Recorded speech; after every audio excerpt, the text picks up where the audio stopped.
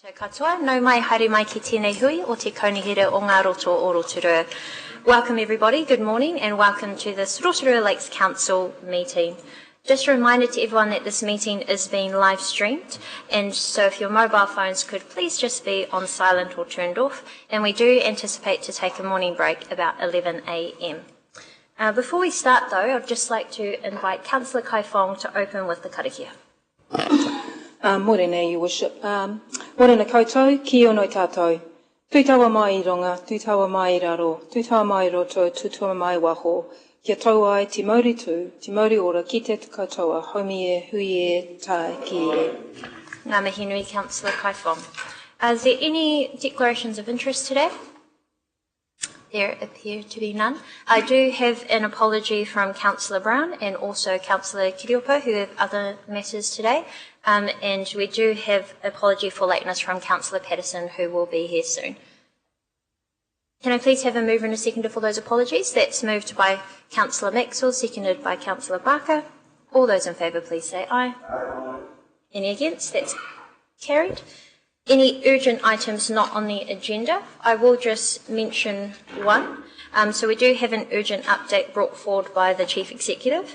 This matter will be a verbal update regarding a reserve encroachment, and we will take this in public excluded. So the reason for not being on the agenda is because the update was unfortunately not available at the time that the agenda was published, and the matter cannot wait until a later meeting due to time restraints of the update. So there will be no decision making on it, but it is just a verbal update in public excluded due to commercial sensitivity. I'm happy to move that. Do I have a seconder? Thank you. Seconded by Councillor O'Brien. All those in favour, please say aye. Any against? That's carried. Thank you. We'll deal with that in public excluded. And I do note that we have Councillor Wang joining us online by Zoom and Councillor Patterson walking in the door very shortly. Just checking whether any further urgent items. Councillor Lee. It's actually a minor matter. Would you like me to proceed? Yep. Okay.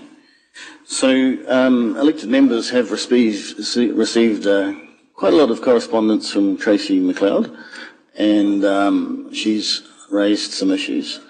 And as a result, I have attempted to understand the nature of her concerns, and I have taken the trouble to verify at least one of her concerns.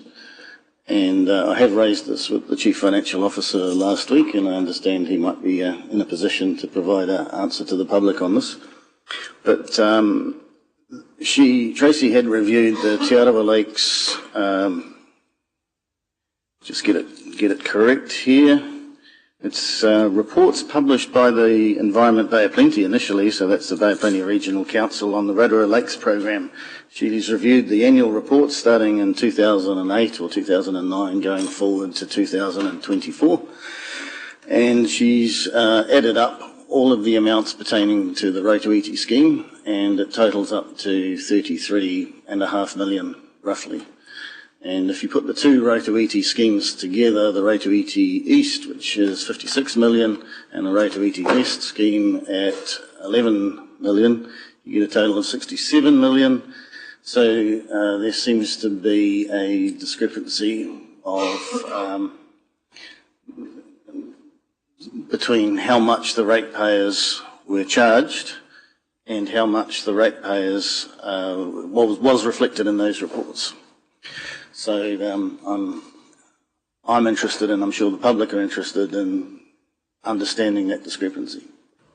Thank you. I'm not aware of the qualifications or expertise of this Tracy McLeod. However, you have raised it as a minor matter. We don't have any resolutions or decision making as minor matters, but what we will do is refer it to the Chief Executive, who can respond to you directly regarding your concerns. Excellent. Thank you. Thank you. Any further urgent items? Councillor O'Brien. Thank you, Your Worship. Morena, good morning to you.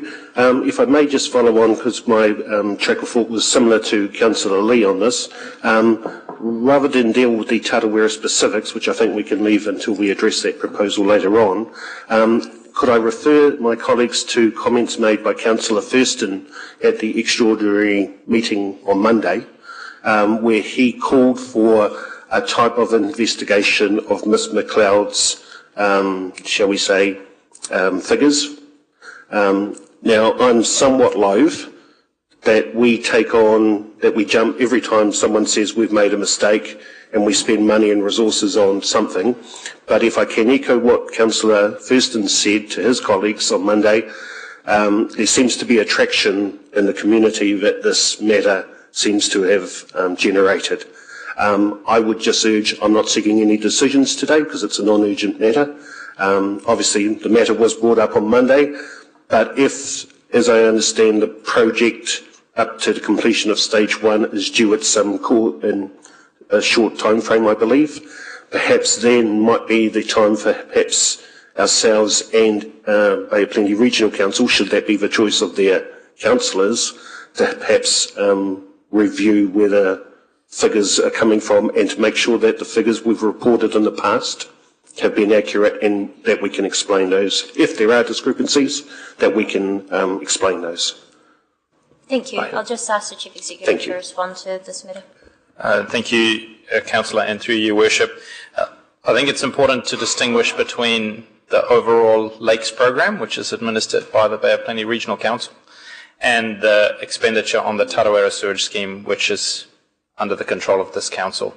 As you rightly said, Councillor O'Brien, we're nearing the end of stage 1, and it's appropriate that we give you a full report on stage 1, which is expenditure undertaken by this council, and the opportunity for that will arise within the next month or 6 weeks, and I undertake to do that with you.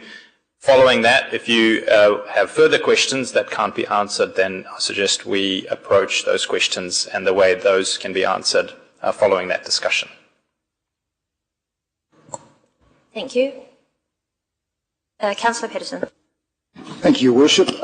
Just signalling that I will be not taking part in the discussion around the Rangiuru Street Reserve as previously signalled. Thank you. Thank you. Yep, that's fine. Okay, so there appears to be no further urgent items, so we'll move on to our agenda. Can I please have a mover and a seconder for the minutes of the council meeting held on the 30th of April and the 15th and 16th of May be confirmed as true and correct? Moved by Councillor Waru, seconded by Councillor Barker. Were there any corrections to these minutes? No. Put that to the vote. All those in favour, please say aye.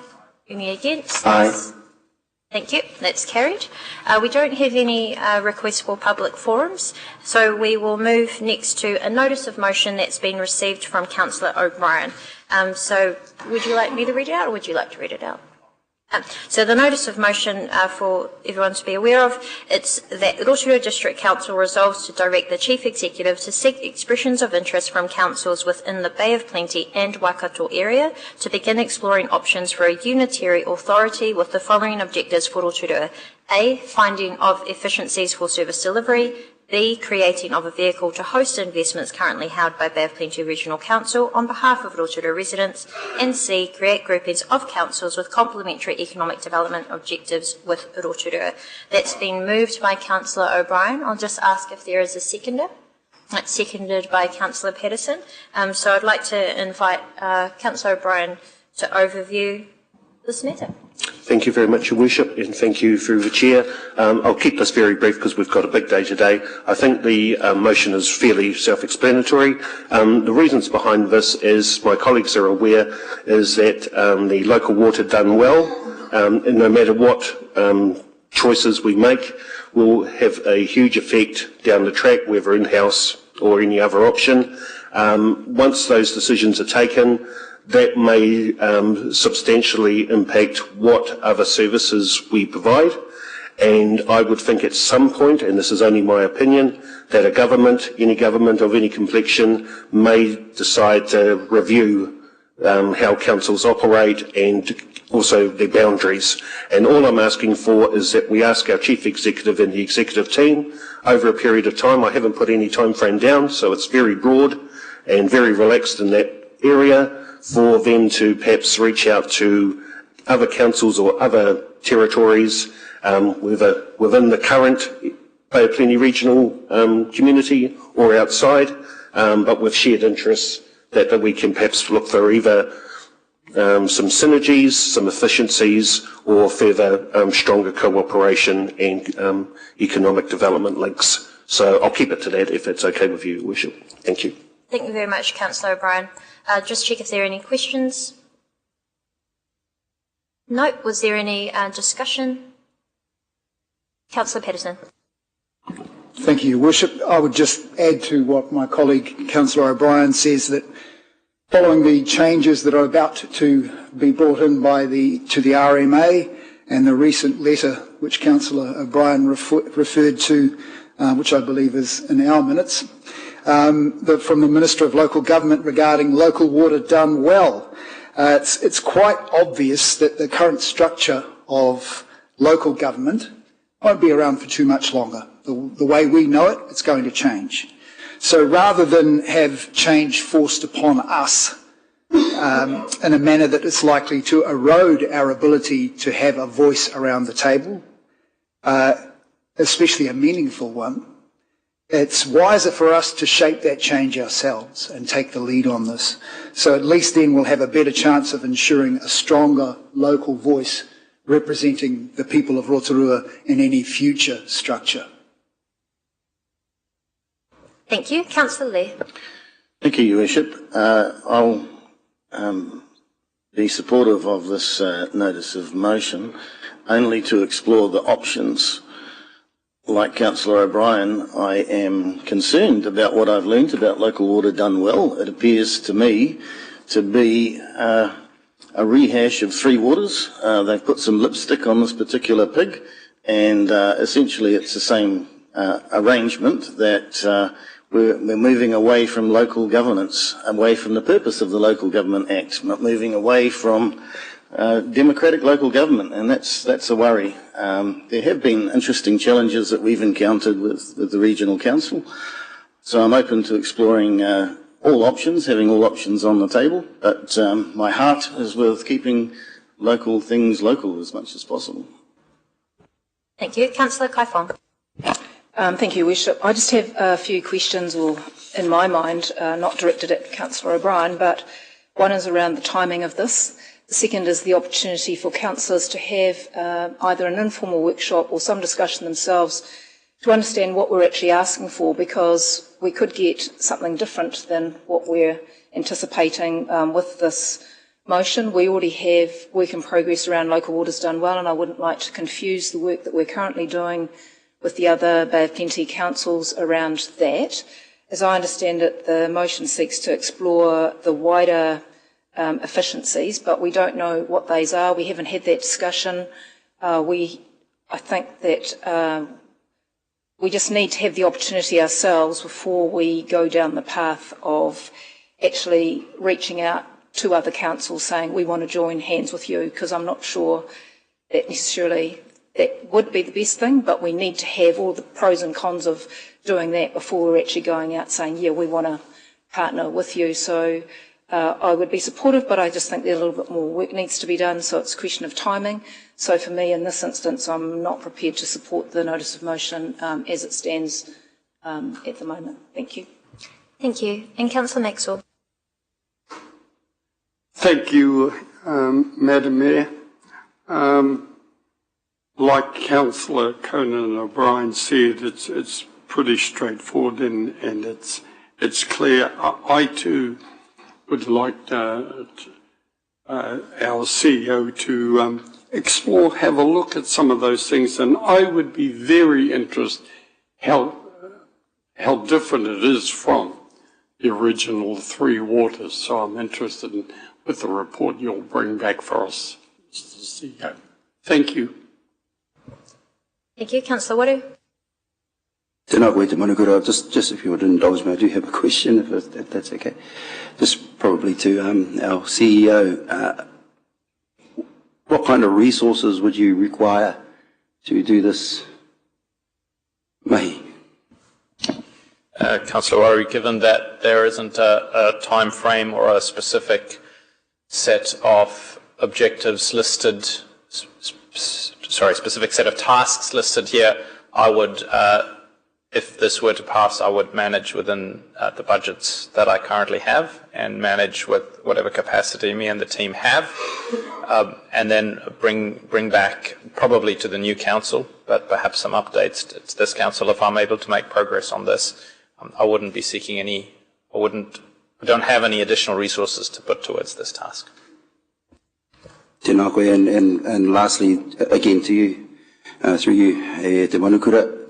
Andrew, I suppose the timing and the letter that we've just received from Minister Watts outlining particular directives to us, does this align with that, the directives that is given in the letter?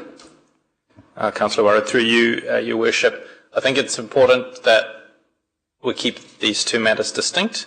So later today we will be considering local water done well, and particularly funding for that as you finalise the annual plan, acknowledging that your decision on local water done well and your water services delivery model will be at a later date, but this triennium.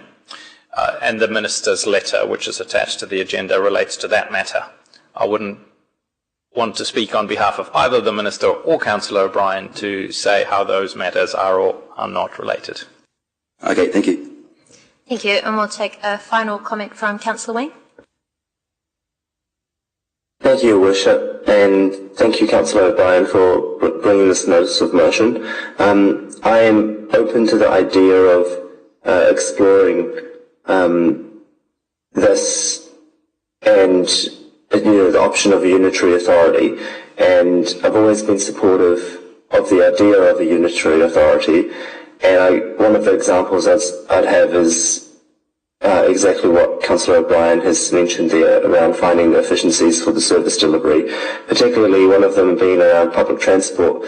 I've always found it quite ridiculous how Rotorua, as a district council, when we're doing our planning, our infrastructure, that we don't have control over our own public transport, with that being one of the issues.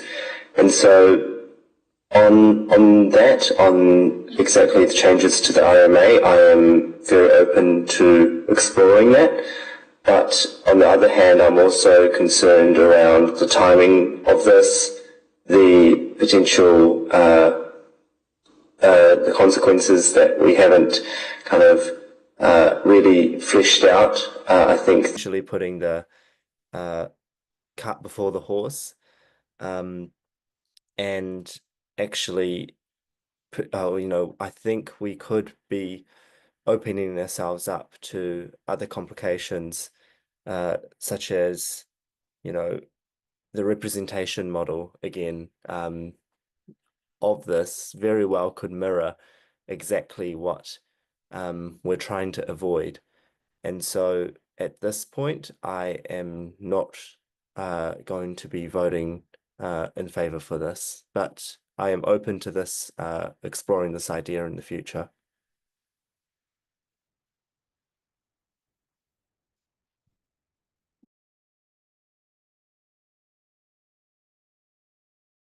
Is a bit peculiar. We are going to be coming into an election period, but I am open to our Chief Executive starting to have these conversations, but I do believe it should be up to a new council in the next term to take this forward. I will also note, though, that I work very closely with the other mayors around the Bay of Plenty. We have a Bay of Plenty Mayoral Forum, which I chair, and we saw the great benefits of working together when we hosted a forum on local water done well here in this chamber with all of our Bay of Plenty leaders, including our iwi leaders. So I too am mindful of the unintended consequences, and while there are many people in our community that question the responsibilities or who the Bay of Plenty Regional Council are, there has already been discussions that perhaps a unitary authority which combines Bay of Plenty Regional Council with local authorities could be beneficial. But I am also mindful that we have natural groupings and regions, including that of iwi. Te Aroa does not include all of Bay of Plenty and Waikato, as one example. So we should have those discussions with our community before any final decision. So we will leave that there. We've got a mover. Oh yeah, we do have a mover and a second. I'll give the right of reply to the mover, and then we'll put that to the vote. Thank you, and I'll keep this quick. Thank you all for your feedback. To Councillor Kai Fong's always very reasoned points, I deliberately didn't put dates around this because, one, I didn't want to put pressure on our Chief Executive and staff. This is, as I said, I don't want to say vague, but it's a very broad meaning, because as these meetings take place over local waters done well, the local water's done well, RMA reform, and perhaps any other changes that the government decides to impact on us in the next year. I totally understand that this is nothing's going to happen during our triennium, and again, why I deliberately left dates out was to allow the Chief Executive, as subjects come up, because different perhaps synergies with different areas may come to the fore. And it's only for discussion. There may be things, for example, our other colleagues around the Bay and wider may say to us, no thank you, and that's fine.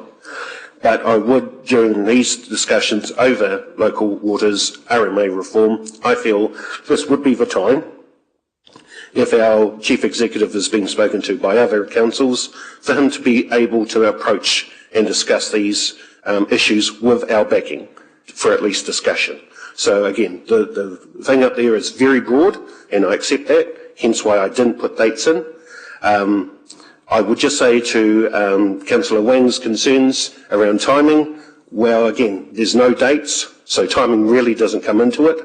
It's unlikely that anything is going to come before this council, even on discussions on this, so it will be a future for a future council and other councillors around the district. So I sort of feel that I've deliberately kept it broad meaning, wide-ranging, and at some point, after local water's done well and our RMA reform is done, I think it would be beneficial for this council to be starting these conversations at low levels now, rather than having, shall we say, more forceful measures impacted on us by central government. So I'll leave it at that, and thank you all very much for your attention. Thank you. We'll now put that to the vote. All those in favour, please say aye. Aye. Aye. Any against? Okay, so that has been 3 against, so that is passed. We'll now move into our council agenda. We're going to start with the presentation from our Rotorua Lakes Community Board, and I'd like to invite the chairperson, Phil Thomas, to come forward and present. Just for the public who are joining us, after the presentation we'll go to the staff reports, which we have a partnership agreement between the Karamu Tākinga Trust and Council.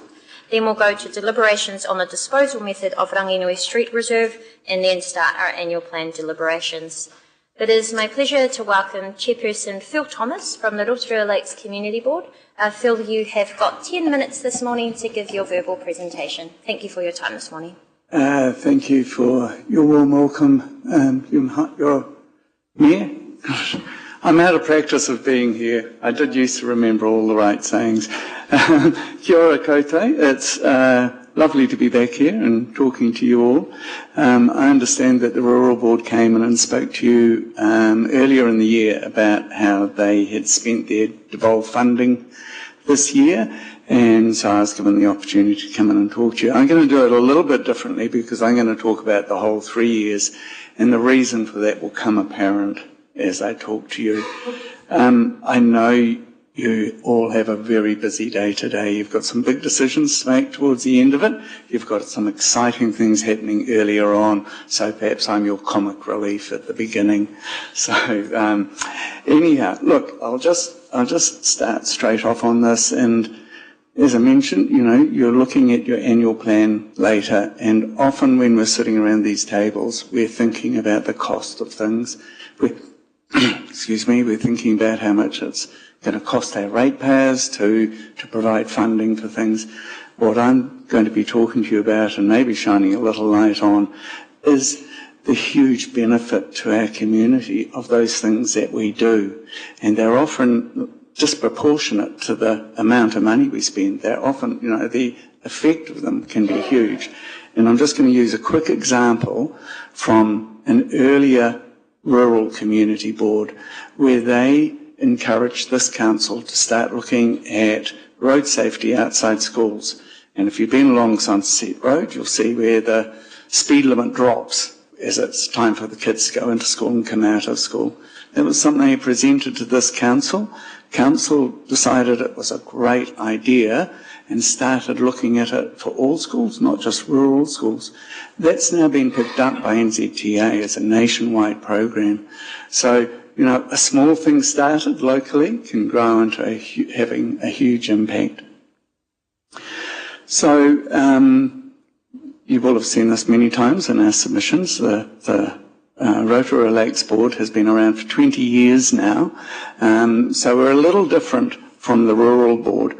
The Rural Board was established in 2016, and in 2016 was also when devolved funding was brought in. So we've had a period without any funding and a period with funding, and I've got to say that arrival of devolved funding, which our Mayor will remember well, created a whole new world for your community boards. We were suddenly able to go out and do things, accomplish things in our communities that before we just had to keep putting off and putting off and putting off because we were reliant on council seeing the benefit of putting them into a long-term plan or an annual plan. Now, I think the other difference, because of that long relationship with our community that we've had in the lakes areas, we also have community associations in each of our community. So we've had a long period of time of being told by our communities about the things that they want. And what that has meant for us is that we have seen a lot more large projects for us to work on, which once again is a little different from the way the Rural Board is structured around their devolved funding at the moment. So that's why I'm going to talk about 3 years. A lot of our projects take 2-3 years to come to fruition. So what have we done in this last triennium? So we have done things like toilet block refurbishments. And this was the first thing that Lakes Community Board started doing. We'd had a lot of complaints from our communities about the standard of toilets out in lakeside areas. Now, a toilet block has a lifespan of about 60 years. So most of our toilets had 30 years to go on them, but they weren't fit for purpose anymore. So we entered into a relationship with Council to co-fund the refurbishment or redevelopment of those toilet blocks, and we've been doing that ever since, and it's been a great way for Council to stretch its money and a great way for us to accomplish things for the community. So over the last 3 years we've done 2 toilet blocks. We've totally renewed the toilet block at Stony Point, Lake Tarawera. It was a toilet block that there were just a never-ending stream of complaints about. Didn't have enough water supply, it was dark, dank, frankly, it smelt unpleasant. And we have totally refurbished that. What we do with our toilet blocks is we actually, and for those of us are older, will remember that toilet blocks used to have a changing area outside and then the toilets. We surveyed all the people using our toilets. I stood outside toilets looking like a very strange man for many days, interviewing everyone who went in and used them. And we got 100% response from women that they felt unsafe in those toilets because they went into a dark area and then went into a tiny cubicle off it. And then when they were coming out of the toilet, they were into a dark area that was completely hidden, and they just didn't feel comfortable there. So what we do in our refurbishments is we remove that outside layer, I guess, of the changing area, and what that enables us to do is also turn the toilets into accessible toilets and also unisex. So suddenly the old arrangement used to be women might get 1 toilet, and now everyone has the option of 3 or 4. So that was our Stony Point refurbishment.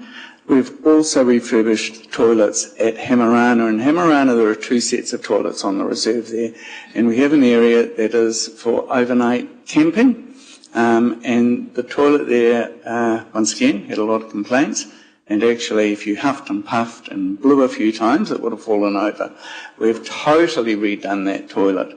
Not only have we renewed the toilet area, we've also future-proofed it that we can, in the future, put in coin or card-operated showers, if that is something that our overnight campers are wanting to use.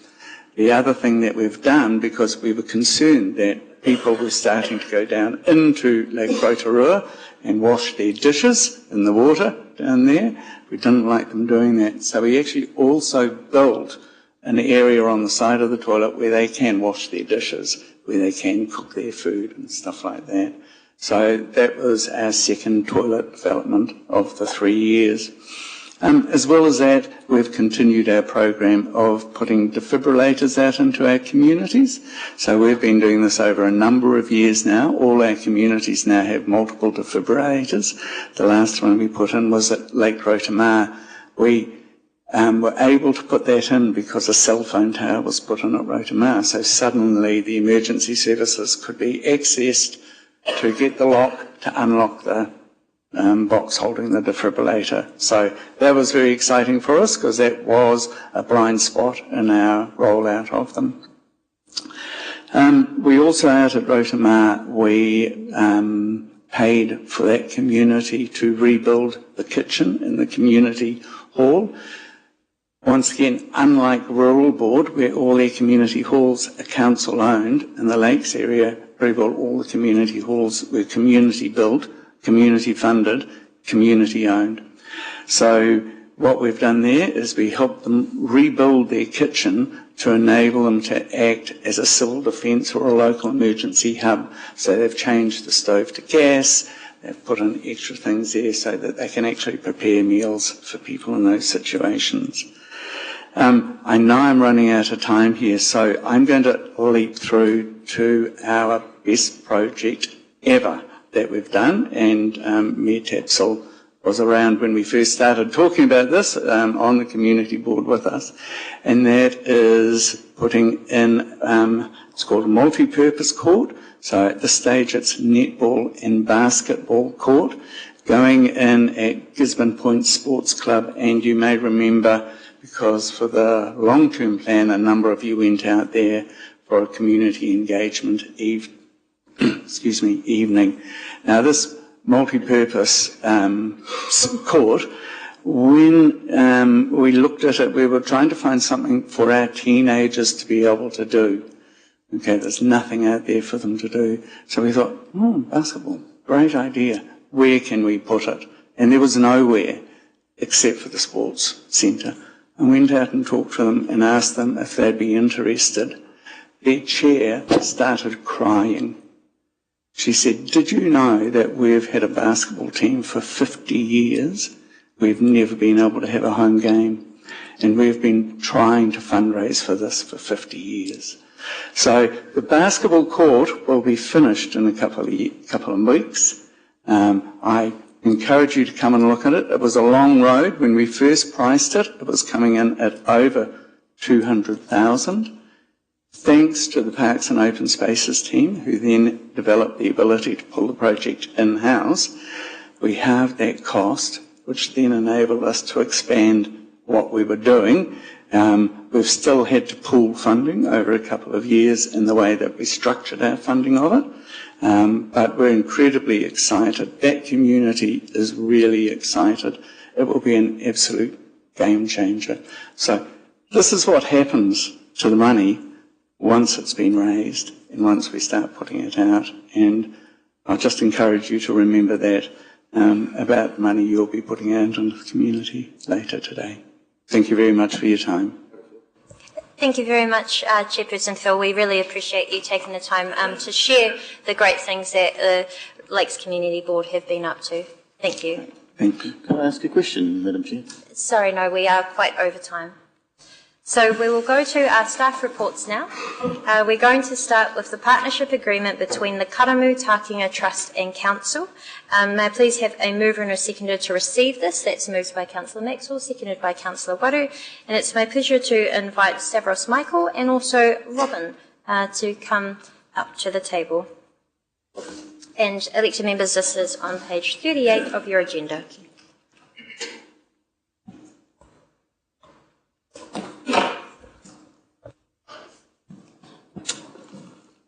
Morena Tadikatoa. Good morning all. Through you, Madam Chair, firstly I would like to introduce and welcome Robin Barr from the Karamu Takinga Trust, and also to welcome all the members of the whānau from Karamutakina Trust who are here to listen to the deliberations of the Council today. I will say a few words. I'll take the report as read, Madam Chair, but I've got a couple of points I would like to make, and then I will ask Robin to make some points, some comments with regards to how Karamutakina sees, this proposal in front of us. The report in front of you today is a continuation of the agreement of August 2022 between the Council and the Trust. Subsequently, the Council received reports in November 2024, and we also had a specific confidential report workshop in late April, where we further canvassed, the outcomes, and the considerations within this proposal. I would like to emphasize that the proposal in front of you today aligns with the Council's long-term outcomes, long-term plan outcomes. It's with regards to our strengthening and building and reinforcing our relationships with iwi and Mana Whenua. Mana Whenua is a partner of the Council, and especially the Council under the Local Government Act and national policy statements. We have specific obligations and undertakings to work collaboratively with Mana Whenua in many areas of our activities. At the core level is a risk management approach for an important water supply, which represents 60% of our water sources for our water drinking potable water supplies for our districts. It's also the proposal in front of you today. We think it presents an effective instrument for Mana Whenua to meaningfully be able to exercise practical their katiaki role and function in terms of protecting and steering the puna. At the financial level, it is a very cost-effective approach for the next 35 years. As elected members would have recalled, in April, when we had our workshop, we presented desktop investigations outcomes as to alternative water sources. I also would like to emphasize very clearly, and I think Robin will reinforce it, the Trust in our conversations over the last couple of years have never retracted from their commitments embodied into the agreement of 2022 to enable and allow access to the water source or to restrict the amount of water we are able to take through this consent. The costs included into this proposal barely represent the commitment of the Council to enable the Trust to develop the capacity to exercise certain functions. For any resource consents we secure for sewage or for our water supplies, there are always resources consent conditions. Some of these conditions involve monitoring environmental impacts, ecological impacts, and cultural impacts. If the Karamutakina Trust were not there to exercise those functions, we would pay someone else to do it. So they are not costs, entirely new costs. They are costs that are expected to be able for us to comply with resource consent expectations. We have made every effort in collaboration with Karamutakina to align some of our capital costs with our infrastructure strategy. Our infrastructure strategy anticipates where we have assets. There are renewal periods, for example, buildings and facilities over the springs. Within our infrastructure strategy, we anticipate that at some point in time, those structures will be replaced or renewed. Simply what we do at the moment, we're giving the Mana Whenua the opportunity to help us design those replacement of those structures within a culturally appropriate framework that reinforces the identity of the puna. To that effect, I think that's my comments for the reports, and I would like to invite Robin to say a few words on behalf of the Trust, and then we'll take any questions elected members may have to that effect. Thank you very much. Tēnā koe, Stavros, e te manukura, tēnā koe, e ngā memo o te kaunihera, tēnā koutou, e te iwi e tau nei, tēnā koutou, tēnā tātou katoa. Well, this is an auspicious occasion, a significant milestone. It is an example of Council and iwi working together in a collaborative partnership, and I'm honoured to represent Ngāti Kero Ngāti Tuara today. While we are rightfully celebrating this milestone for our community, there are going to be significant benefits over the decades to come. A couple of weeks ago, I attended the local Water Done Well Forum, and I was interested to see that our Karamutakina water supply and this partnership arrangement was envied by people from other councils who I spoke to at that meeting. It can be seen that this is a model that others could adopt in what has become an increasingly contentious area. This partnership is the culmination of about 15 years of work. So I acknowledge Eru George and Bob Young, who led the Ngāti Kia Ngāti Tuara project team for the first 10 years. I'd like to thank those in the council team who have helped over that time, especially within the water services and infrastructure teams, both the policy teams and the people working at the Karamutakina site, as well as the exceptional Māori staff in the Te Amorangi unit. They have all been fabulous to work with, and I know we have been learning a lot from each other through our time together. Finally, thank you to the Mayor and elected councillors for your foresight and your support.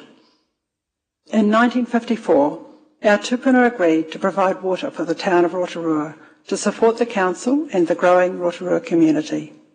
And today, over 70 years later, Ngāti Kia Ngāti Tuara has entered into this partnership agreement with the Rotorua Lakes Council in the same spirit of our ancestors, for the benefit of the whole community. Those tupuna will be very proud today. Nō reira, tēnā koutou, tēnā tātou katoa. Thank you, Madam Chair. The report is in your hands with the recommendations, and happy to take any questions elected members may have. Thank you very much. Thank you very much. Tuatahi kei te mihio ki a koe, Robin, ki tō whānau, ki te maunga o tihi o tonga, ki te puna o Karamutakina. Nau mai, tino hariko te ngākau ki te mihi ki a koutou. Thank you very much, Robin, to your family that are here. I acknowledge your mountain, I acknowledge your spring, and it makes our heart very happy to greet you all today. We'll start with questions. We've got Councillor Patterson, followed by Councillor Lee. Thank you, Your Worship, and through you, thank you for your report. It certainly is an auspicious occasion. I have a few concerns about what's coming down the pipeline. Not trying to use a pun. The changes with local water done well, if we proceed down the path of setting up an independent CCO, means that effectively you won't be dealing with the likes of Mr. Michael or the rest of our staff who've built a very strong relationship with you and trust between you. You'll be dealing with some as yet unformed corporate entity. How do you feel about that? As I say, this has been a long journey for us, 15 years, and so we are prepared for, continuing that journey, and if it happens to be with a new entity, then we will enter that with the same determination, I guess, that we have shown before. I think our main concern is the supply of water and the protection of our spring, and the entity that we're working with, we will be pushing for those things regardless of who that is. Thank you for that. Second question. And the letter that we've just recently received regarding local water done well, you may not have seen that yet, but it is publicly available now. One of the sections, it talks about working together to address financial sustainability challenges. And it says, water metering and volumetric charging can help reduce water consumption, assist in quick identification of leaks, and help manage water losses, which supports the ongoing efficiency and effectiveness of water infrastructure. My expectation is that councils are considering these tools, where they're not already in place, as part of their future arrangements. So my question is, how do you feel as mana whenua, who are supplying the water which is yours to us, to then be charged to drink it? I might just ask Stavros to answer first. It's quite a technical question and we don't yet have water meters. I'll just ask perhaps Stavros if you have any initial comment on that. Yeah, thank you, Madam Chair. Just for the records, the water under current New Zealand legislation does not belong to anybody. Municipal authorities have an ability to extract water for community infrastructure purposes. However, it is true that in our common infrastructure strategy and our management of our assets, which the common objective we share with the trust is that we should use water efficiently and effectively. So, you would see in the protocol of agreements that we continue to strive to identify wastage of water. Now, the methodology of actually pursuing those kind of efficiencies in terms of using water is quite open to interpretation, how it's going to be applied for. There are many ways of achieving that, but the protocol of agreement actually requires us to work collaboratively to that effect and identify the most effective ways of conserving water. So we continue to do that together with the Trust. Thank you. Thank you. Councillor Lee. Thank you, Your Worship. Thank you for your report, Stavros. I've gone back to 2022 when this ball was kicked off by Mayor Chadwick and I guess the councillors that were then on the council, Councillor Tapsell, Kai Fong, Wang and Maxwell. I'm concerned that the ratepayers who own a strategic piece of land that's supplying 60% of our water is being divested. Looking back at the documentation from then, it says here, when approached... Can you just get to the question, Councillor Lee, then you're welcome to make your statement. I would get to the question quicker if I wasn't interrupted, Madam Chair. If you could get to it now, please.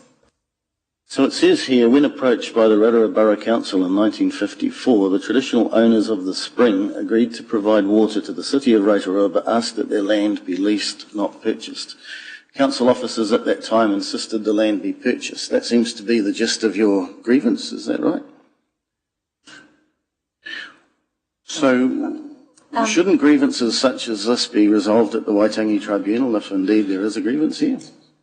Councillor Point of Lee, order, Madam Chair. Yeah, Relevance. that is a completely irrelevant question. We have an agreement in front of us. This is not agreements. In fact, this is really positive. This is a way forward.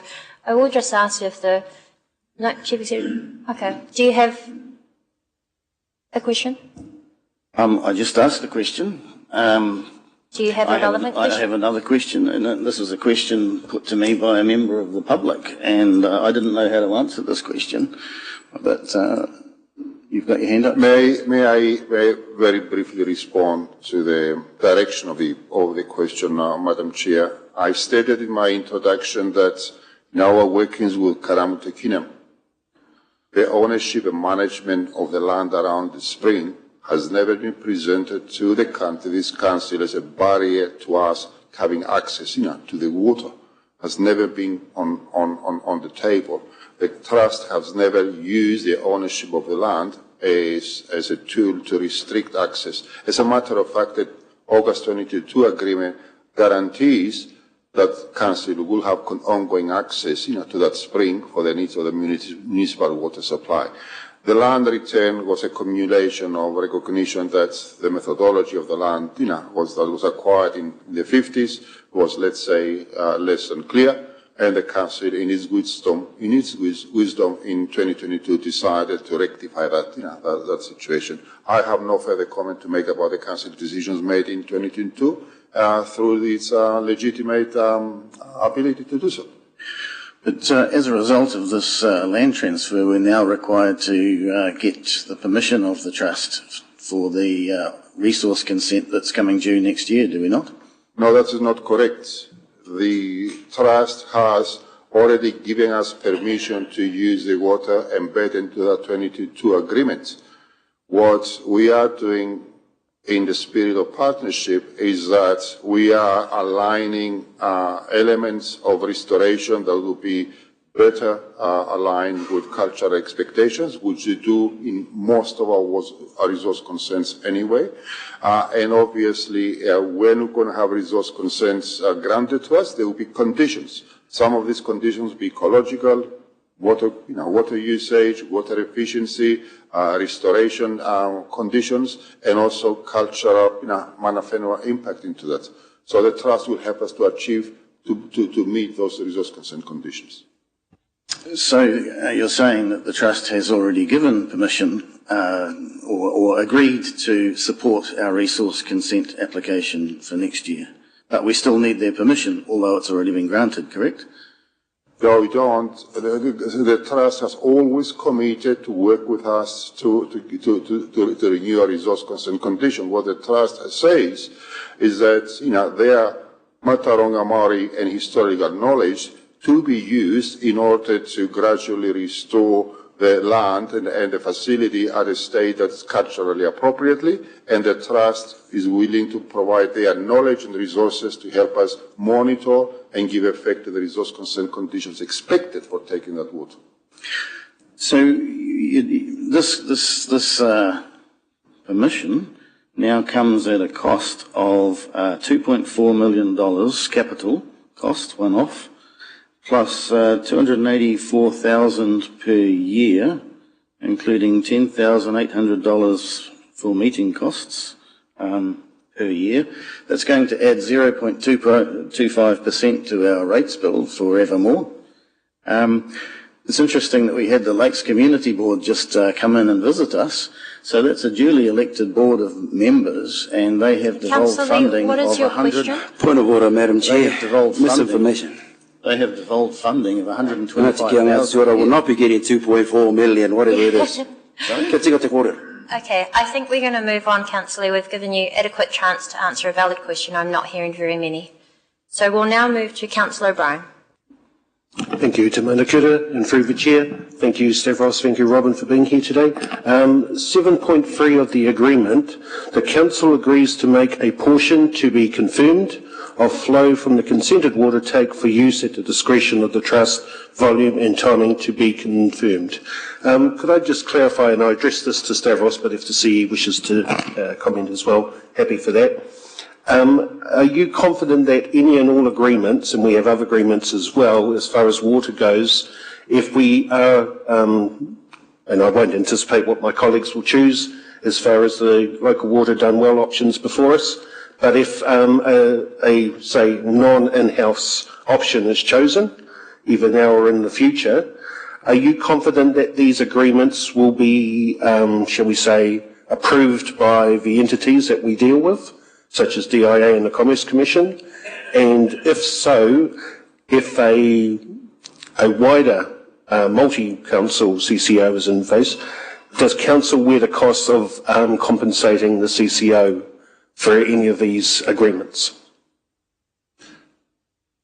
It's our expectations, so thank you, Councillor O'Brien. It's our expectations that any and all agreements the local authorities got with their communities or partners, if you migrate into a standalone CCO, a lot of those agreements will not be innovated. We've got resource consents, we've got resource consent conditions, we've got access agreements, easement agreements. It would have been, it would be a travesty of practicality if all those agreements were going to be repudiated by a new CCO.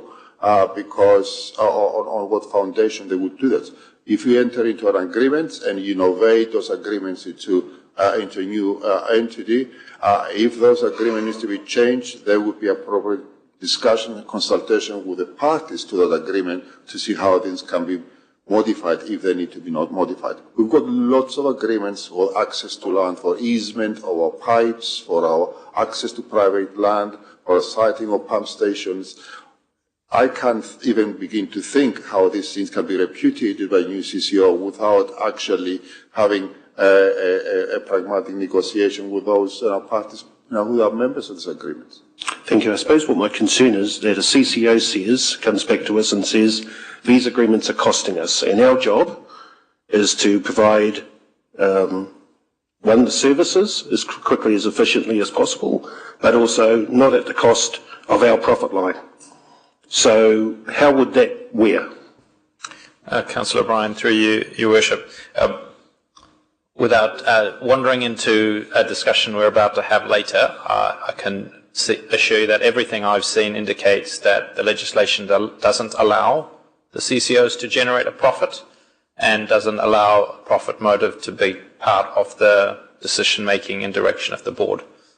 That's one part. The second part is the understanding across all councils, including councils that have significantly higher costs of delivering water than we do, is that those costs, where they're enshrined in an agreement, will be honoured by the CCO. That's the basis on which we're proceeding. And I do also note that the Commerce Commission, as the economic regulator, will have the ability to set minimum fees to ensure that we are charging enough to fulfil our... Thank you, Worship, and I suppose that's part of my concern, is that if they set fees and then suddenly we have to compensate, they could be opening us up for further costs down the track. But thank you for your answer. And just my second question is to the CE. In regards on, as the part of the agenda that clarifies funding, how I've still not 100% since our workshop convinced on how we can budget on things in the next LTP, given that a new council may choose to fund or may choose not to fund. And I'm still not 100% sure how you're going to, shall we say, enforce the next council to fund something where they may choose not to. I'm not saying they will or won't. I can't determine who's going to be here. Councillor O'Brien, through you, Your Worship. Councils enter into agreements that outlast their tenure frequently. That's an accepted practice of local government. In this instance, what this agreement is signalling is what some of those costs might be. In the long-term plan, these costs are relatively small compared to operational budgets that exist for this activity. And what I anticipate, if a future council were to want to find other savings or other rebalancing, that would be a discussion for that council. It wouldn't be a barrier to this council agreeing to this partnership agreement at this time. It would be a reprioritisation would be something for the next council to consider. That probably opens up a whole lot of other questions, but we don't have time for that today. But and finally, can I just ask, on that same sheet where we've had, and from the workshop where it was made very clear by yourself that the figures presented were only estimates, and we could only take those so far as estimates best judged on the day. My suggestion of capping or putting in a total amount to not be exceeded was clearly not taken up. So how do you see us moving forward with my concern on that? Through you, Madam Chair, that the two elements in the cost considerations is the ongoing annual cost. Those costs are capped. They're only going to be adjusted by CPI. It's been agreed. It's embedded into the protocol, of agreement. The capital replacement items, for example, in the renewal of the canopy of the Puna and the facilities over there, will be embedded into our forward renewal programs.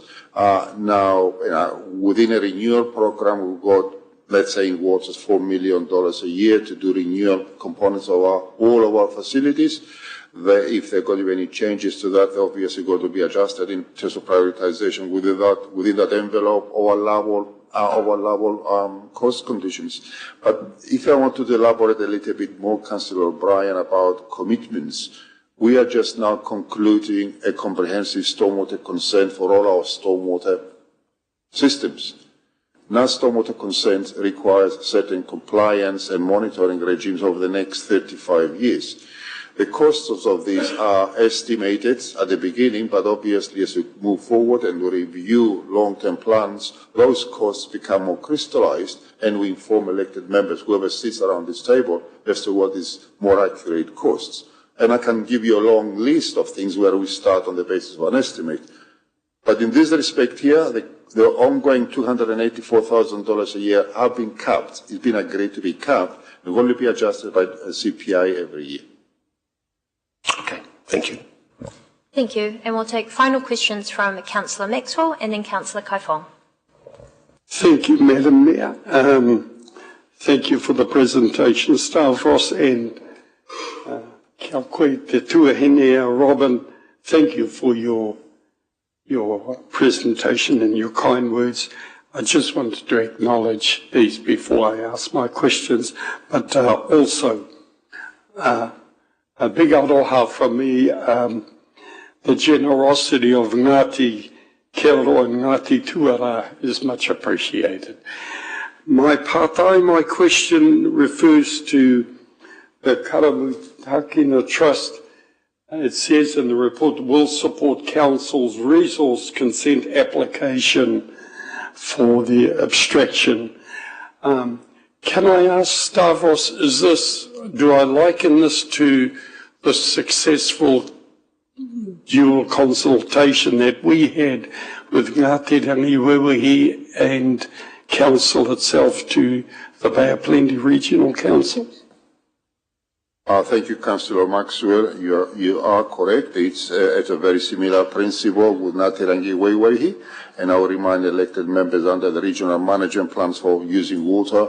When we apply for the resource consent, we do need to explore and seek the relevant manafenuans support in terms of cultural impacts by actually working in partnership.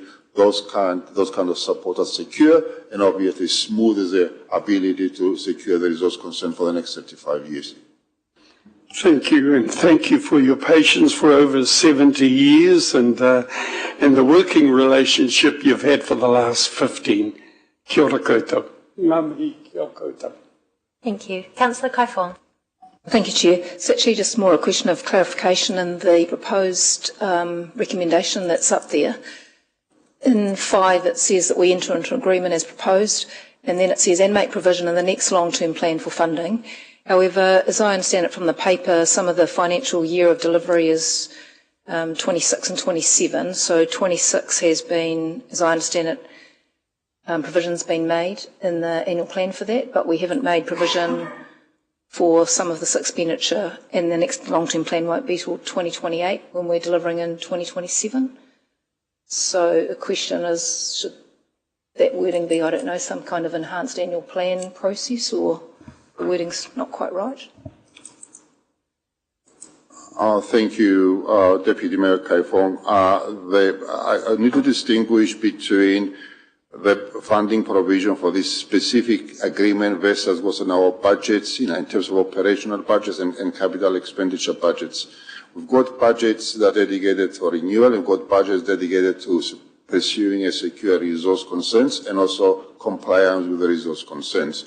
For this specific project, obviously, we have to make alignment of some of our existing budgets to be aligned with this protocol, and some of them are within the year 3 of the current LTP, and some of them, when we review the LTP for 37, obviously will be a refresh of that, of that forward-looking plan, and we'll make any necessary adjustments if needed at that point in time. But we've got budgets in our water supply that are dedicated to operational monitoring and compliance, and some of these budgets will cover, whatever is needed for the current year and the next year. Okay, so current and next year are accounted for. Thank you. And sorry, we did have a question from Councillor Waru, and then we will open up for debate. Tēnā koe te manukura, thank you for your indulgence. Kai aku taitai huango Ngāti Kearoa Ngāti Tuara, tēnā koutou. Ahakoa ngā kōrero hea we tahi atu kai te pai, kai te tautoko hea taku te kaupapani. Stavros, I guess I'm just seeking some clarification. I wonder if you can just confirm for me a few points. How long will this agreement be in place, and what does it guarantee in terms of water supply? It will be for the duration of the resource consent of at least 35 years. 35 years? 30 years for the resource consent. And what percentage does this water supply currently to the residents of Rotorua? About 60%. 60%. Also, the question I have, last question, is just around the question of access. It is not incumbent on the trust at all to guarantee access. Is that correct? A landowner can object to access, but the agreement the trust entered with the council in 2022 ensures that unfettered access to the puna has been secured. So in good faith they have, correct, in this joint process, have said, since mai rā no ngā tūpuna.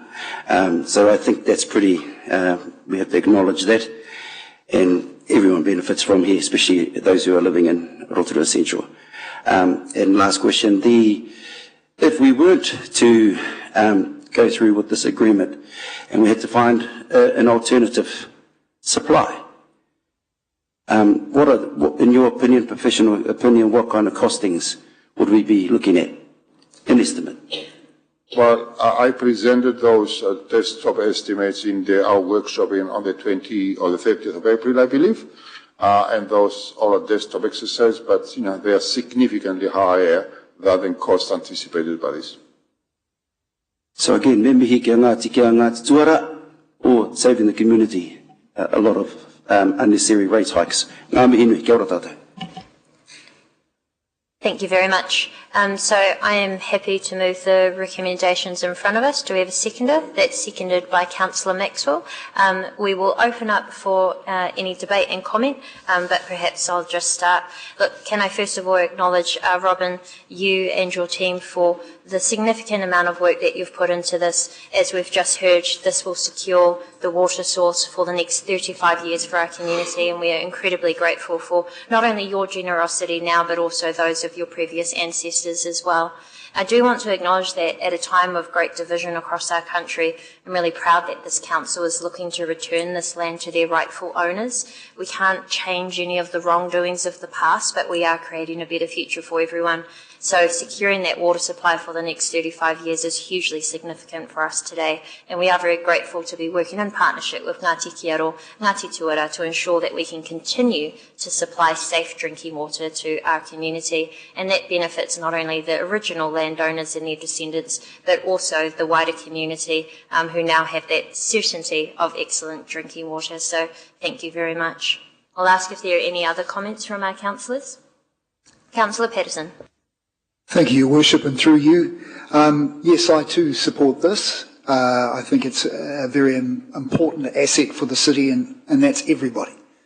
60% of our drinking water is vital, considering that we are blessed with the amount of water that we have in this region. We need to look after it. So that's where my however comes in. I'm very concerned, hence my earlier questions, about the protections for our partnerships with our iwi colleagues from interference from outside. We have a duty as governors to ensure that ongoing protections of our water supply that doesn't get interfered with by decisions made out of our hands. We've already had an example of this with the fluoridation mandate that we had no chance to stand up against or do anything about.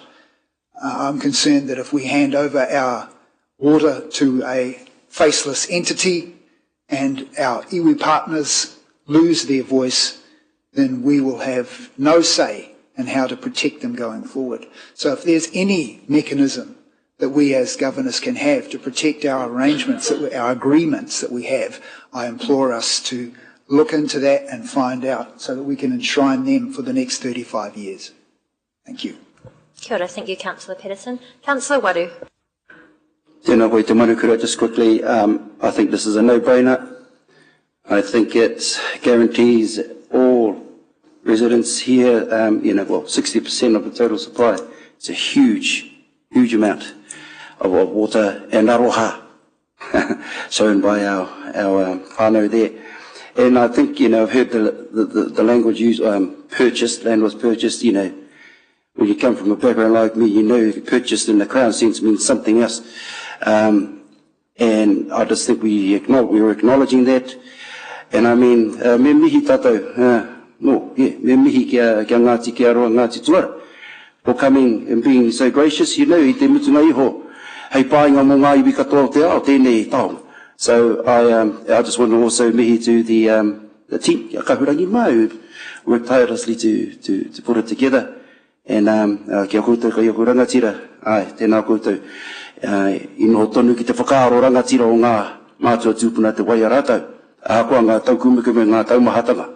So just really acknowledging that, and of course I will be supporting this because, we need to get our water supply intact.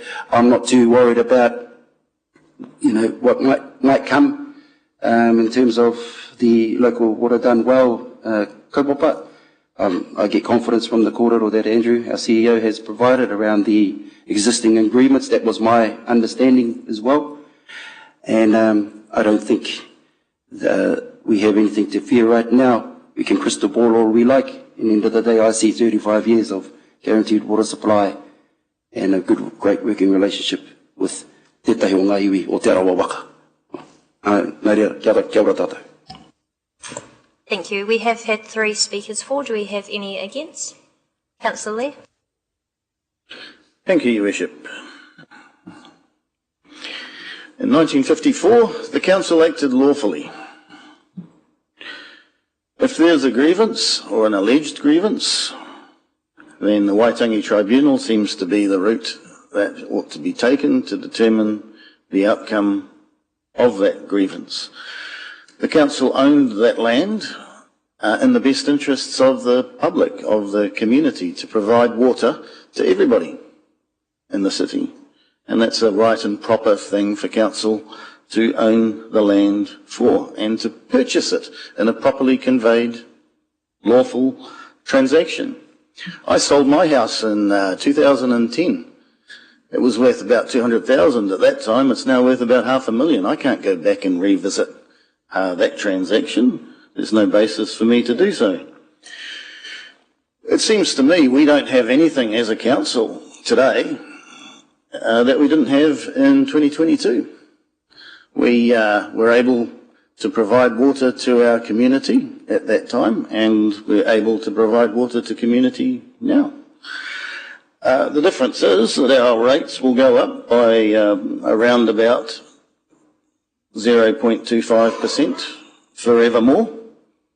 And I was asked recently to explain this, and the question that was put to me is, this sounds like what's the difference between this and a money laundering operation?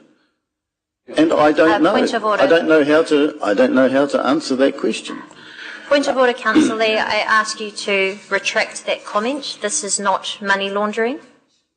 I'm just telling you the question that I was asked, and I don't know how to respond to that question, Madam Chair. There's And nothing that's to fine, retract. but I ask you under point of order language, could you please retract your comment, money laundering?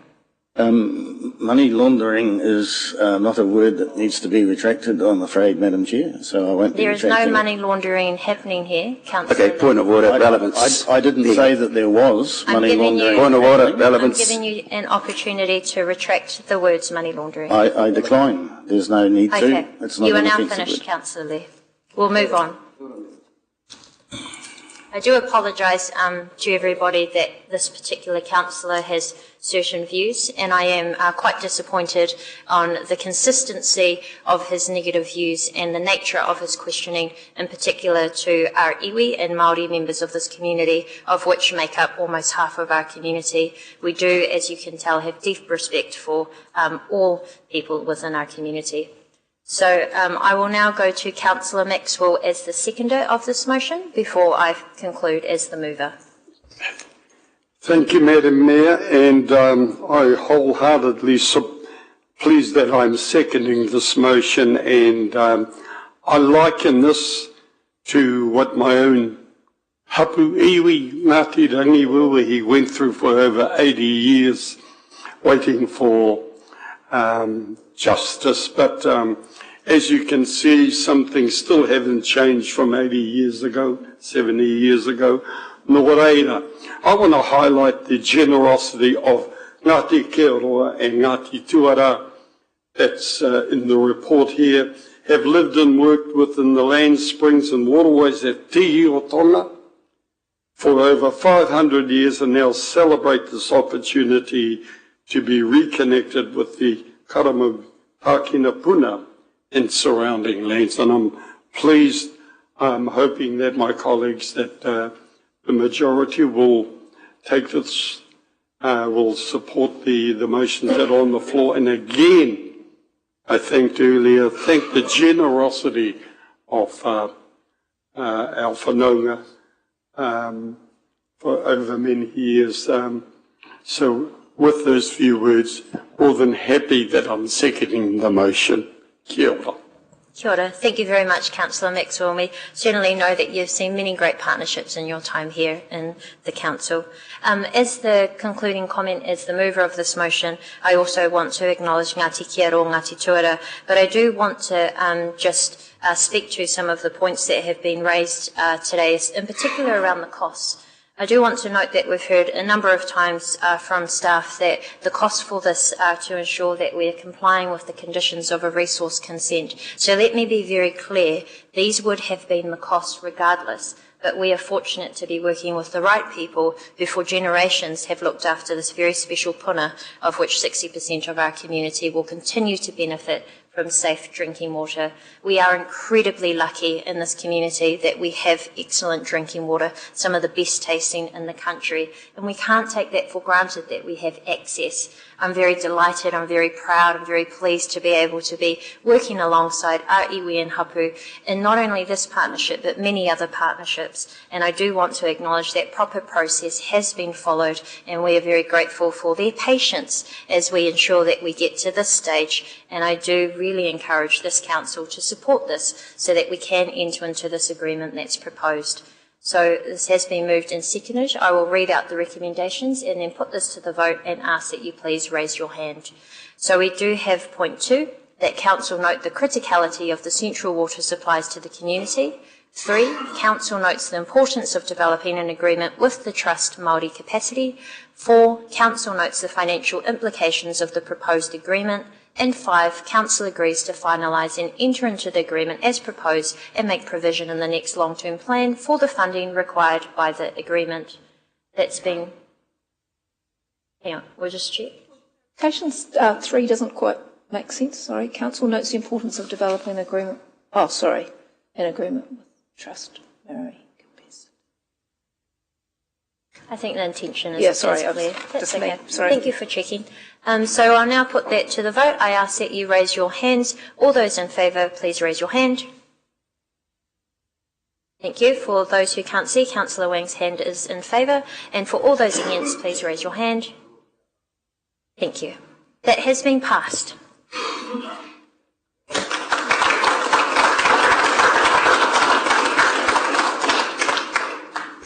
Thank you very much, everyone. Look, I was going to take the next item, but what I might suggest is we just take a quick 5-minute break to refresh ourselves, and then we'll come back to the deliberations on the disposal method of Ranginui Street Reserve.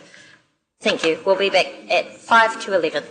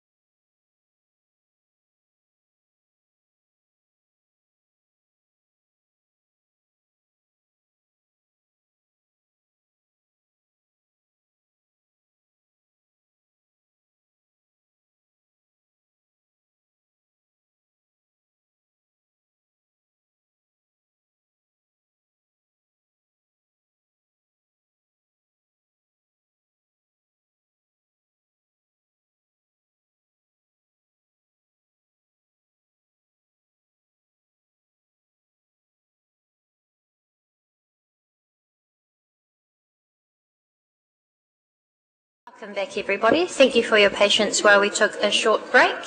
We are now going to resume our meeting, and we are on page 55 of our agendas, the deliberation on the disposal method of Ranginui Street Reserve.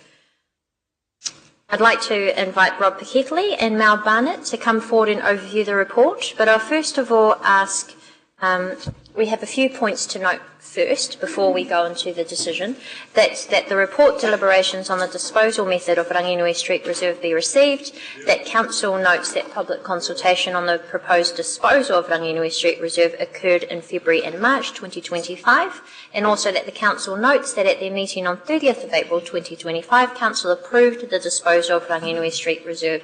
That was moved by Councillor Maxwell, seconded by Councillor Waru. All those in favour, please say aye. Any against? That's carried. Thank you. And we'll hand over to staff to overview this.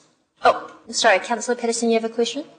Oh, of course. Yeah, thank you. And we do note that Councillor Patterson's already noted he won't participate due to a perceived conflict of interest. Thank you, Rob. Thank you, Your Worship, and through you. I will take most of the report as being read, and in fact your previous notes there pretty much captured my first section on the history of this as it's been through the Council. So I won't reiterate too much more on that, apart from you'll all know where the piece of land is that we are talking about.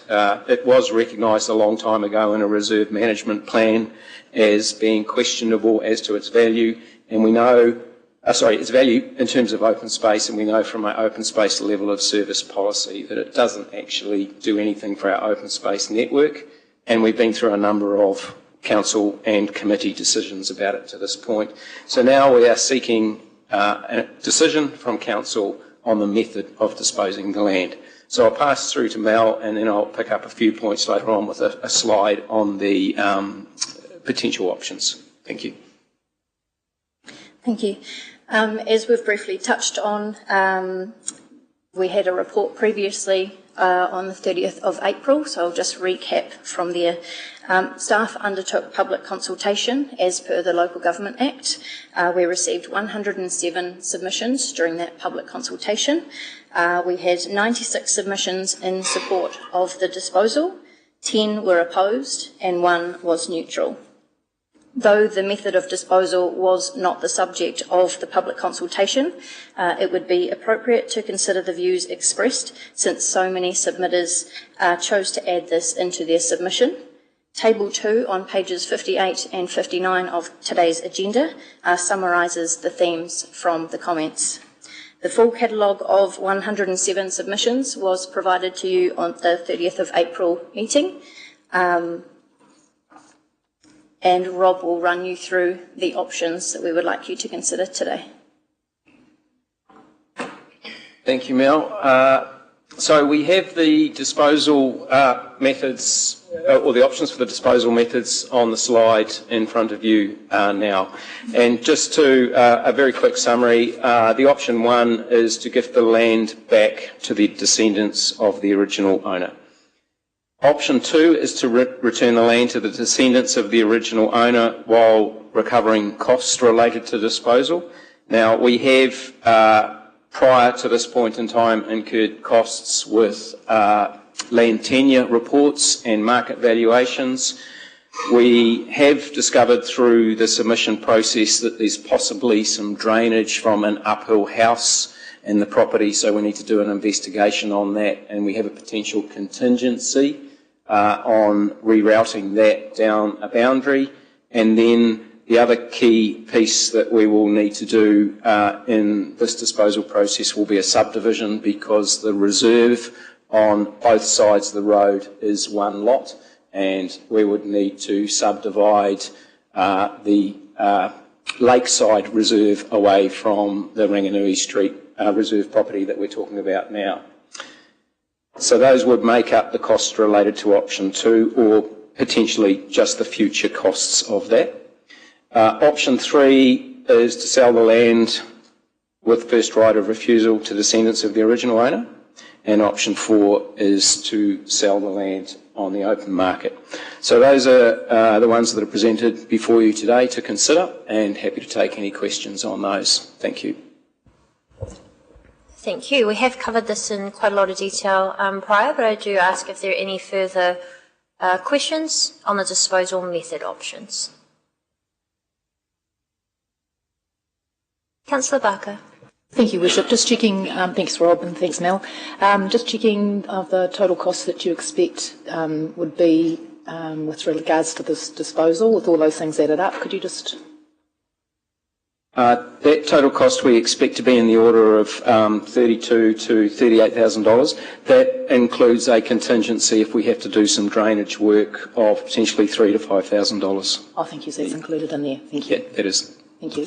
And through you, Your Worship, I understand that that figure also includes costs we've already expended, not just upcoming costs.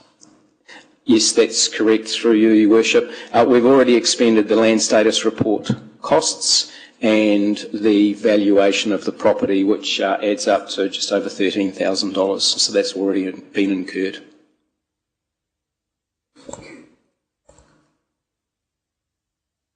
We've got a question from one of you. We're just rechecking costs, because it sounds, if you have to do a full subdivision, those costs sound too light, even if you've taken into account some of those other costs. So we were just checking that, because you need to create a new title. You'd have to subdivide the land, so you need a full survey of the property, plus your conveyancing costs. And then that doesn't include your fix the drain cost. So I just wondered how you got your cost. So we were just checking between ourselves what we thought the cost should be. We've approached our contractor who does subdivisions for us, and they have given us a cost of $15,000 to $18,000 to complete that process for this property. So that's how that's what we have put into that equation. Yep. Okay, thank you for clarifying that. There appear to be no... Oh, you have another question? Yes, thank you, Te Manakura. Just quickly, how did we not know the drainage issue about it? It appears that a subdivision, or it might have been a cross lease done in the period around, I think I recall it was around 2020 or 2019. Actually, no, sorry, 2009, that there was potentially a verbal agreement given to an uphill property that they could do this, and we discovered that through the consultation process. We don't have any written agreement, and so the first step is actually to understand if this is indeed the case. There may not be drainage there, so we have to understand whether there is stormwater drainage from the property down to the stormwater drain on the road. Sorry, Rob, I'm trying to... So the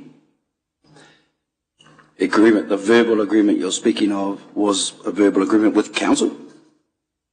It may have been with the reserve manager at the time.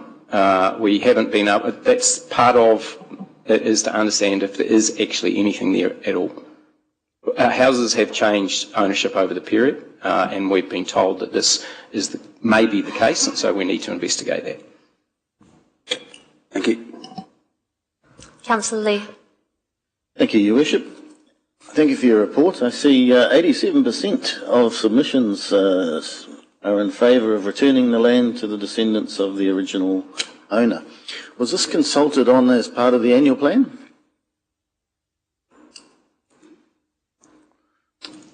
My understanding is no. This process has been in train well before the annual plan consultation process. Right, so most people around Rotorua, let's say in Okaraka or Tarawera or Springfield, might not be particularly interested in a small plot of land in Nongataha. So do you think that might explain why there's such a large percentage of people in favour of returning the land to the original owners?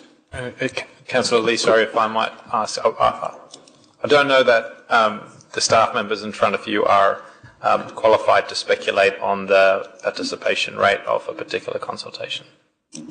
But I am happy to confirm that on an item like this, from my understanding of being on council 9 years prior, it is a very high participation rate, actually. It was fantastic that so many people came forward and shared their views on this. Do we have addresses of the submitters? How many of them lived in Ngātaha? Any idea? Are they all over the Springfield? I doubt it. I am not sure if we have addresses. I know it was an open online submission process available to anyone who would like to click on the link, no matter where they lived. Okay, thank you. Thank you. And we don't require people's addresses. There is a contact email if we need. And we had a question from Councillor Kaifong.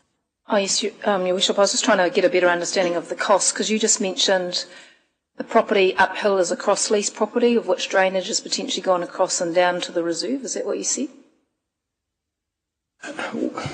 We have been informed through the consultation process that there is potentially a stormwater drain, like a Nova Coil type of drain, that has been run through the reserve from a property uphill of it. We don't know whether that is in fact true, so we need to, part of that cost is a commitment for a drain layer to go and have a look and find out, and then we have a contingency in those costings of $3,000 to $5,000 should there need to be a rerouting of that stormwater drain down a boundary. So that is the cost that we have given you is a maximum cost, including what we consider to be an adequate contingency if there needs to be a drainage realignment done. Okay, I was just concerned if it's a cross-lease situation of needing the consent from the other cross-lease holder and then a redoing of a flats plan or something like that, or easement consents and all the rest of it, which can then be very expensive, and that's why I was just trying to get a better understanding of what the final costs might be. It sounds like we still haven't done enough investigation to understand that, but that's fine. Just on the cross-lease discussion, I recall when I had a quick look at the property file, there was a subdivision consent. I don't know whether I didn't follow through that the subdivision was for the two properties above. So it may actually be its own title that doesn't require that second party discussion. Thank you. And we'll take some final questions from Councillor Maxwell, followed by Councillor O'Brien. Thank you. I'm just asking about this area. Wouldn't that also affect our council, the reserve across the road to the lake? And so things like this, you're not, Rob, you mentioned you're not sure whether it will be affected, it will affect or not, but I mean, having the reserve on the other side, shouldn't it be cost shared by both? And if we're drilling down into costings? Excuse me. Through you, Your Worship, this process and our discussions with the whānau will not affect the reserve on the other side.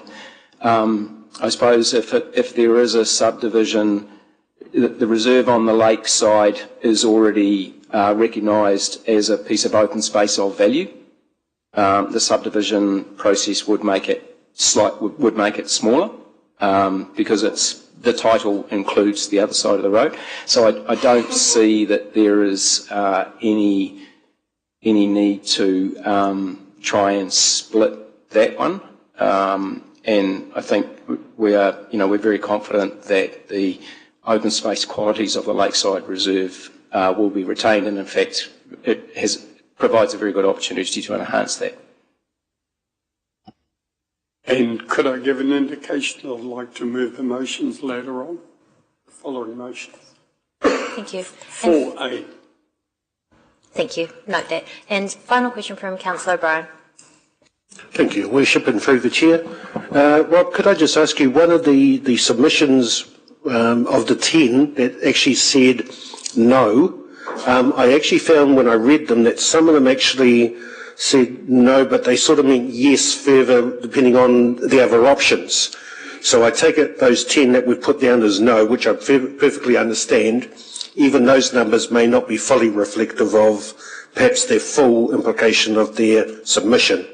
One of the ones that said no to us asked us about, forgive me, sorry, just so I get the word right, they questioned whether we were following our policy correctly, and that normally when land is returned back, that it is purchased. But to my understanding, we are following because there is no proof that we ever actually purchased land.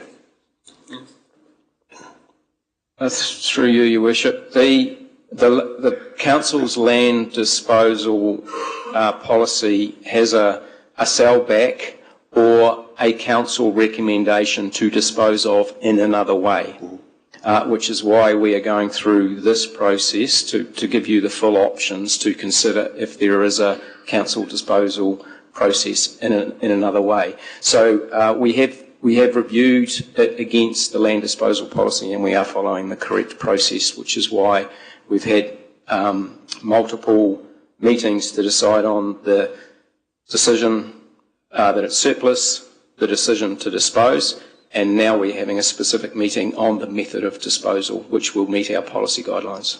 Thank you, sir. I don't want to put words in your mouth, but would you agree then, from what you've just said and what the wording of our policy is, that the submitter is actually incorrect? We have actually followed through our policy.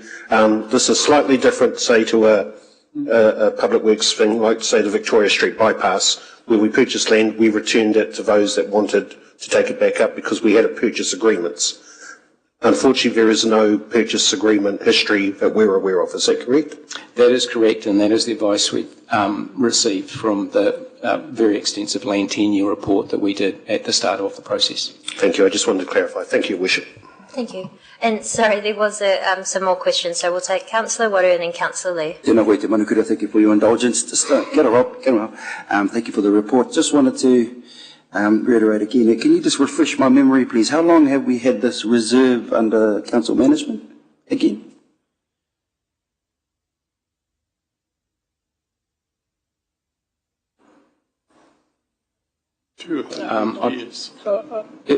Mel's just told me early 60s when the original whānau subdivision was done in the mid-50s. So, 85 years odd.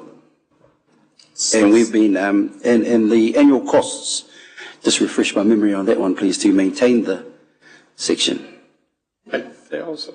Yeah, the current, looking at the square meterage rate and our current rates with our works department for annual maintenance, it's in the order of about $8,000 a year. Yeah. So we've had the use of the whenua and the front reserve as well for around about $8,000 a year. Pretty cheap, isn't it? So thank you for the clarification. I was just getting my numbers right. Anui te mihi. Thank you, and I'm very sure these sections were transferred to the Rotorua County Council in 1962, if that gives you an indication of how long. Yeah. And a question from Councillor Lee. Thank you, Your Worship, and following on from that, is it uncommon that we might not have records for sale of or the purchase of land going back a long time? My understanding from the work that the property group did on this is that yes, it is reasonably uncommon. The situation with this piece of land was that it was a subdivision of Māori freehold title prior to any requirements for contributions to be made, which was considered to be unusual that we have this situation from that time period. Okay, thank you. Thank you very much. We have had this signal to be moved by Councillor Maxwell of option A, gift the land back to descendants of the original owner. And that's been seconded by Councillor Waru. So we open up for any discussion. The mover and seconder are welcome to their right of reply. Councillor Lee. Thank you, Your Worship. Our role as councillors is somewhat analogous to trustees of a trust or directors of a company. We owe a fiduciary duty, I would say, and I think the courts agree, to our ratepayers. we must act in the best interests of our ratepayers. And that is essentially what we made a public declaration to do at the start of our term. So it seems to me a straightforward decision that we cannot be gifting ratepayers land, which is an asset, which is monetary value, I think around $300,000 it was mentioned at one stage. We cannot be gifting this to our mates. We have a responsibility and a duty to our ratepayers to maximise the value of council-owned land. And if there are genuine grievances, as I said in the last item, the Waitangi Tribunal is a place to resolve such grievances. Other than that, we just have to act in the best interests of our district, in the best interests of our ratepayers, and make decisions in that fashion. Therefore, I'm unable to support this motion, and I would support the disposal of it on the open market if this motion were to fail. Thank you. Any further comment? Councillor O'Brien, followed by Councillor Waru. Thank you, Your Worship. I will be supporting this motion. Councillor Lee is absolutely right, and no one backs up ratepayers, the rightful use of ratepayers' money more than me. But there's also a wider, we're not just here as bean counters, we're also here to provide as much natural justice as we possibly can in line with our policies, the law, and statements made by this council. If this was, say, the Victoria Street bypass, when that project was off the table, we followed through and we approached the previous owners and sought their involvement should they have chosen to. Now, for this, it appears we're not 100% sure exactly how this land ended up in our management, but it seems to me there's no proof that we ever purchased it, that any monies were given over. There certainly seems to be a link. For those that opposed during the submission, and I'm sorry I can't find the folder, so I'm just going off my notes that I took at the time. One was about not wanting housing. Well, I don't think that's my place to be telling people what they should do with their land if they comply with the district plan. Another one was, as I said, about the policy, whether we'd adhered properly to our policy, and I take it from our officers that we have. So two or three others, which I won't go into. For me, it just seems a very right and proper thing to be doing, so I will be supporting this. So thank you very much. Thank you. Councillor Waru. Tēnā koe te manukura. I heard the fiduciary duties, that's what we're here to do, but, we also have moral duties as well. Make sure we're doing things tika and pono. But I find it quite, somewhat amusing that the very person who is vehemently against anything te tiriti would say, go to the treaty, to the very place where the treaty is, what were we calling it, te tribunal. So I found that quite amusing. However, obviously I've seconded the motion, I support it, me whakahoki at the venue. It's just as easy as that. And I mean, if it's ratepayers' money, then we don't have any proof of purchase. We don't have any of that. So really, ownership is still with, in my whakaaro, is still with the original owners. Kamatu ikona. End of story, full stop. So I will be supporting this, and if I te mihi atu ki te whānau, ko tau mai tēnei rā, hara mai nei te whakarongo ki ngā kōrero, and I would expect that we have a good outcome. Ngā mihi. Thank you very much. Before I hand over to the mover, Councillor Maxwell, I'll just make a few comments as well. I do agree that this situation we find ourselves in is unusual. And it's unusual because at the time we saw great generosity. We saw the gifting of land to the county council for the benefit of the community. And that's not something that's been unusual in terms of our Māori community. But I do in particular want to acknowledge Pākeke Hikitoro Leonard and his whānau at the time for making that decision.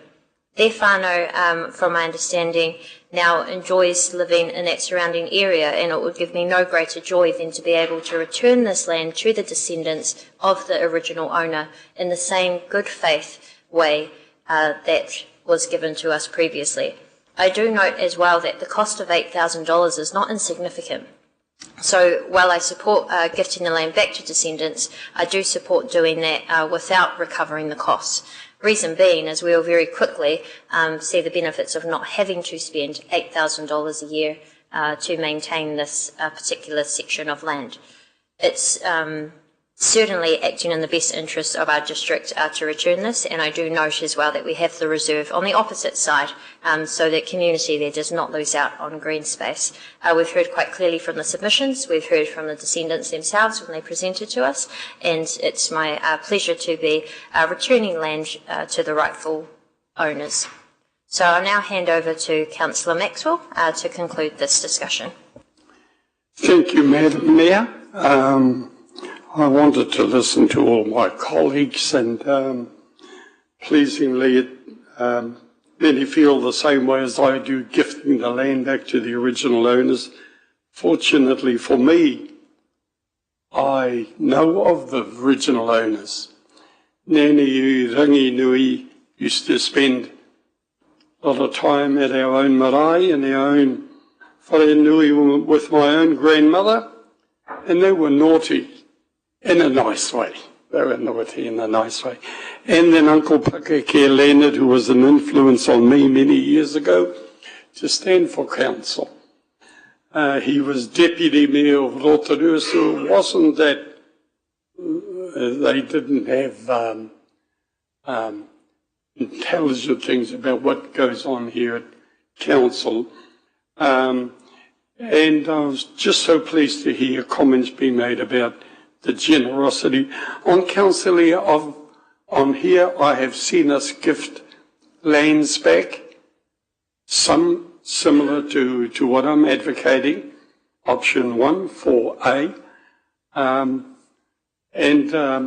Also, that's a huge support when we went out to consultation for a whole month, and 96 people supported it, 10 opposed it, but I was pleased that Councillor O'Brien raised a couple that perhaps weren't too sure on that, and one was neutral, and then we had one councillor at a previous meeting against it, so not a lot of people are against this, and so I do hope my colleagues will support the motions that I'm putting forward. Kia ora, and to the whānau, ke te mihi o kia koutou, a te ato koutou e manaki. Kia ora. Thank you.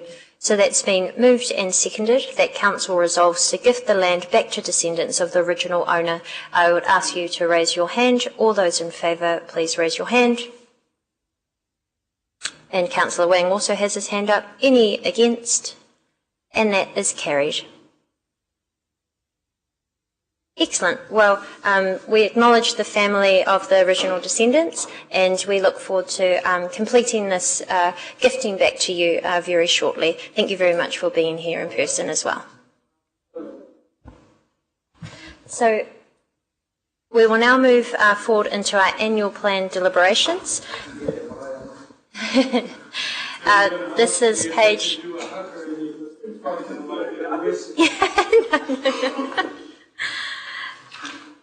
We are on page 63. We're going to go into our annual plan deliberations. Just for the interest of anyone live streaming or tuning in, we're going to take the Tarawera sewage scheme first, then go to the night market, and then other submissions received before, ending with the Chief Executive's submission, and then we'll go to financial update, Tarawera Partnerships progress report, and then to public excluded. So we welcome both Thomas Collier and David Jensen, and can I please have a mover and a seconder that the annual plan 25-26 deliberations be received. That's moved by Councillor Barker, seconded by Councillor O'Brien. All those in favour, please say aye. Aye. Any against? That's carried. Thank you.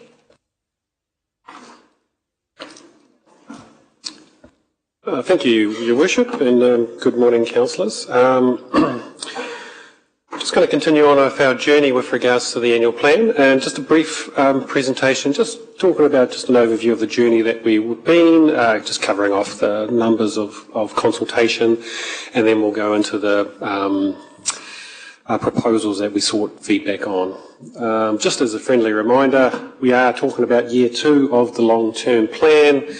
Underpinning that long-term plan is a $145 million investment into our capital works, and that's supported by about $41 million worth of debt. We originally did start at 9.8, which was the projected increase in our long-term plan, and we've shifted that down to 7.95, obviously subject to the proposals that were in front of you. Underpinning that $145 million worth of capital works is about $40 million worth of renewals that we're doing across all our infrastructure.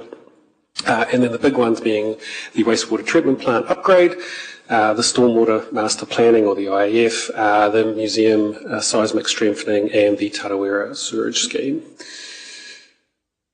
Within the plan itself, just a reminder that we have embedded $1 million worth of efficiency savings, and we're targeting the fees and charges, are delivering a fair portion of that, as well as looking at our reductions in our consultant spend, transitioning many of our communications from mail-based to digital, looking at parking infringement costs, and also looking at our legal and compliance costs. So we're well on the way to matching those savings against that $1 million target. We went out for consultation for a full month. It was very pleasing to get almost 400 submissions. It's a very good return rate for us on an annual plan, and about 98 people wished to speak, with the majority of those turning up to the hearings about 2 weeks ago on the 15th and 16th of May from memory. Just a reminder that the engagement was predominantly digital. We were pushing people to our Participate platform. We did have a couple of in-person sessions, and they were predominantly in the library, but also at the night market, which was a good opportunity to get feedback from the people that are participating in that. We also had a webinar with regards to the Tarawera sewage scheme, and the majority of the engagement was online in digital format. We were asking 2 main questions and a third subsidiary one. The 2 main ones were the Tarawera sewage scheme, around how should the final costs fall. And we consulted on 3 different options of changing the funding model from that, and that was changes from how we've reflected that scheme within our long-term plan. And the second one being the night market, with regards to the 4 options there around pretty much status quo, changing the frequency, changing the location, or partnering, and then just a wider question around against our priorities and our outcomes, and just getting feedback from the community around continued support from that, or whether that has had changed. So the first topic we'll traverse is the Tarawera sewage scheme, and what we will do is I'll just go through the presentation, and then when we get to the questions we will bring up the decision-making paper for you. And so just a little bit of a reminder that the status quo option, which had the funding the way that it was, had no impact on our rates, and we asked around 2 options. Option 2 being an additional $1 million of funding that moved costs away from the residents to the wider community through the Lakes Enhancement Rate, which was a 0.1% increase for 25 years, or $4 million. And the $4 million was designed at the time on our best estimates around roughly achieving a 50-50 split, which was, we were hearing from parts of the community and some of the councillors around that was the challenge that the community was posing at the time. While we were also out for consultation, we also know that unfortunately we had the protests at Rotorua. We did our best estimate with regards to what the likely costs of that would be and how they would fall, and so we did consult on an estimate of those costs. So following the consultation, I'll just have those numbers in front of me, but you'll probably have them there. There were, I think, 344 submissions in total, and 2/3 of those submissions came were in support of option 3, which was about 232, and about 190 of those were a very common theme with regards to the feedback from the Tarawera Sewage working group at the time around capping the costs at 36.6. Giving some cost certainty and deals with the escalation costs. And so what we have done as a result of that, we have taken that feedback on board and crafted up an option 4 that reflects the good portion of the feedback on the scheme, close to 2/3 of the feedback for you to consider. In addition to that, the stage 1 physical works actually completed and the contractor on the 16th of May. So we have much better cost certainty around the stage 1 pipeline, and we're just waiting for the final claim to come through, and we've been in engagement on them. We've revised the number of properties that are connecting, so you would have heard the 446 versus the 408. So we have revised the number of properties that we do expect to connect, and obviously against that 550 in the growth. And we've taken those all together, and those are the numbers that are reflected in the options that are available to you. And just so you're aware as well, is that once the stage 1 commissioning has been completed, there's 72 properties that have grinder pumps installed that are waiting to be connected to the pipeline and to start pumping back to the wastewater treatment plant. So with that, as I said, we have revised what options 1, 2 and 3 look like, and we have provided you with an option that reflects the feedback from the Tarawera working group, and that also reflects close to 67% of the feedback that you have. With that, I'm happy to answer, or we're happy to answer any questions you may have on the feedback or the options.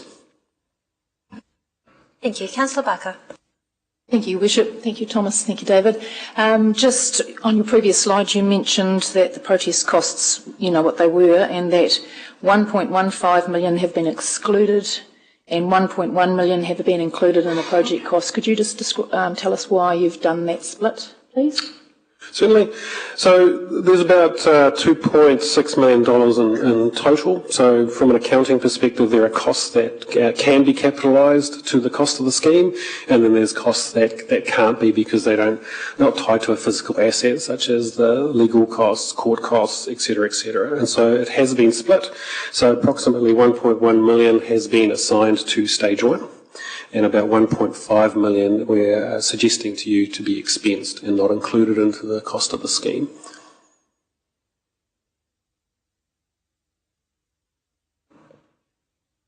Thank you. Just a follow-up question on that.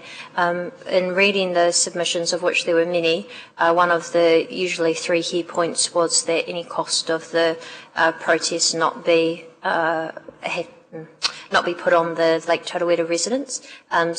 Is there an option within the options that are provided to remove that 1.1 million from the cost?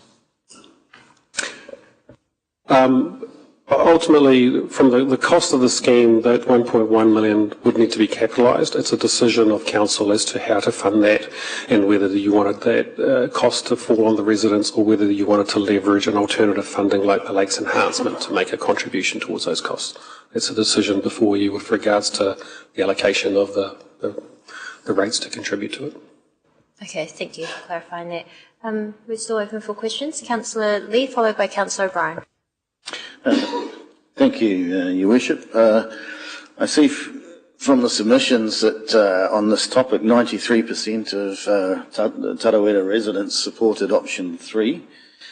I noticed a lot of the submissions referred to 3 unconditional conditions that were set out by the Tarawera Working Group. Could you remind us what those 3 conditions were? I don't have that in front of me, Councillor. I'm sure you do. You could read that out for us. I'll let somebody else ask a question and then I'll look it up, seeing you don't have that. Thank you. Councillor O'Brien.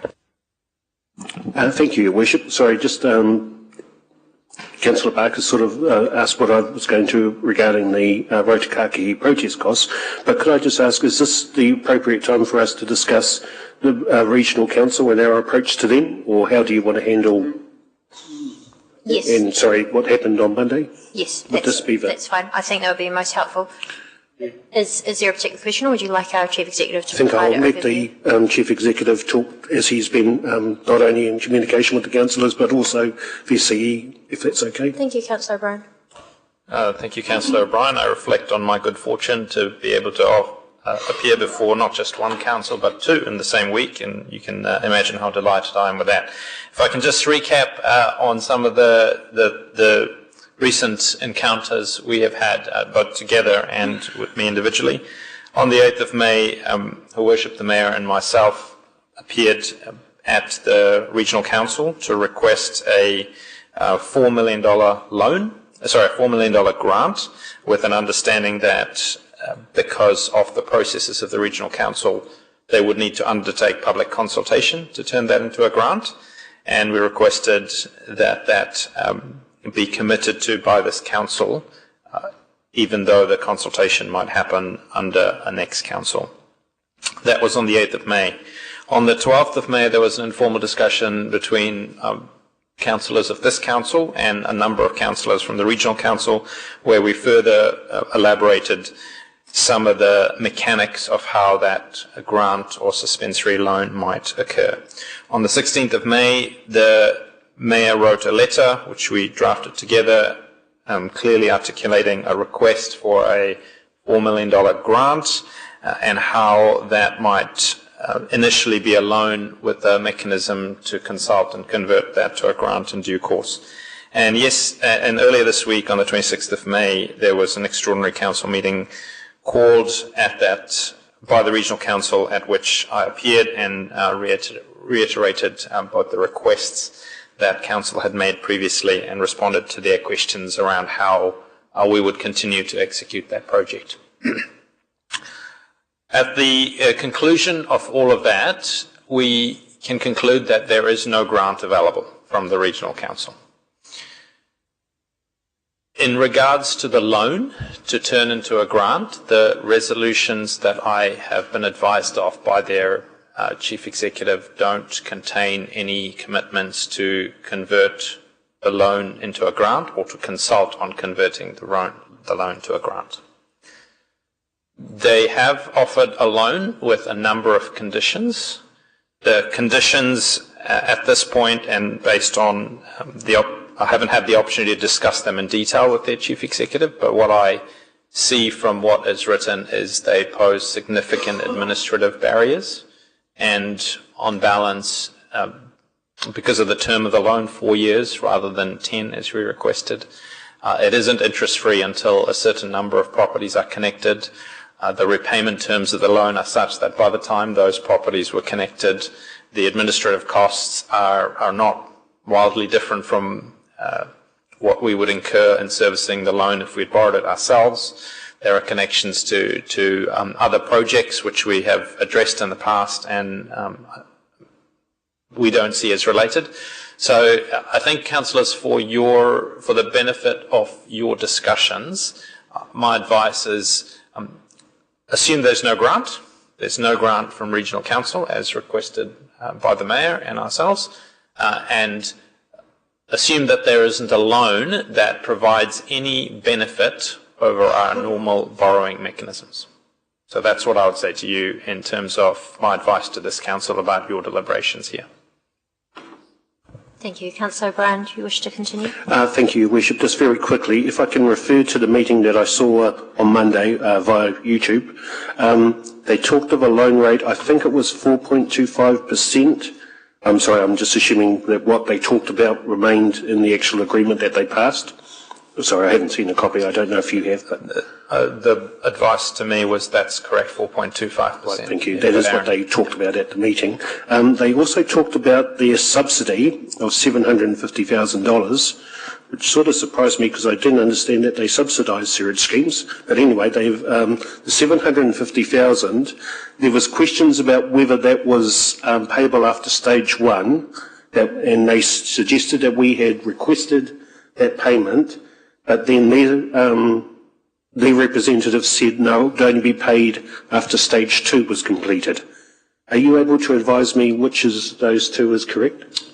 I'll see if our CFO can answer that, but I'm not aware of. Again, I only bring it up because they brought it up at the meeting. Stavros is his answer.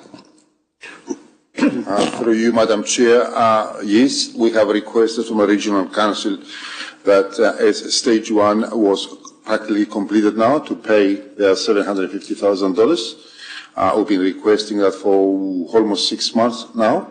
They have promised to come back to us with a payment agreement or subsidy agreement. We have not seen that agreement. So the notion that they want to pay it only at the end of stage 2 is news to us. We always talked about paying it at the very least, as a proportional to the phases of the projects, stage 1 and stage 2. But we have not seen any communications from them to say they only want to pay it at the end of completion of stage 2.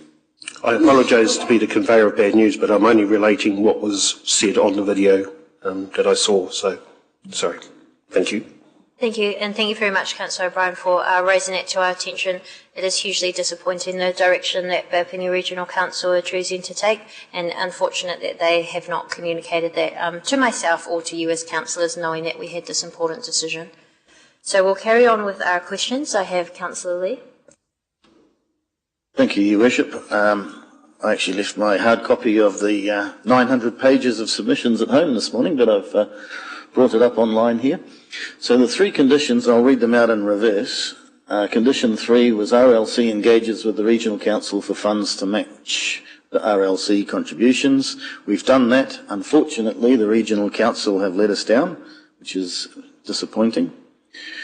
Condition 2, all current and future escalation costs, including the recent Rotorua costs, are excluded from the project. Where are we at on that condition?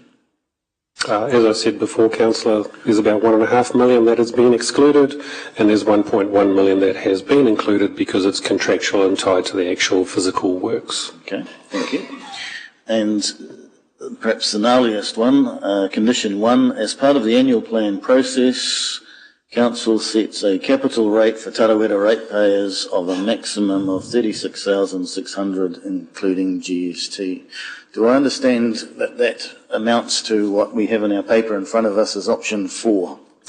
Correct, Councillor, except it's $36,657, so we'll work on that $57 for you. Thank you very much. Just checking any further questions, Councillor Patterson.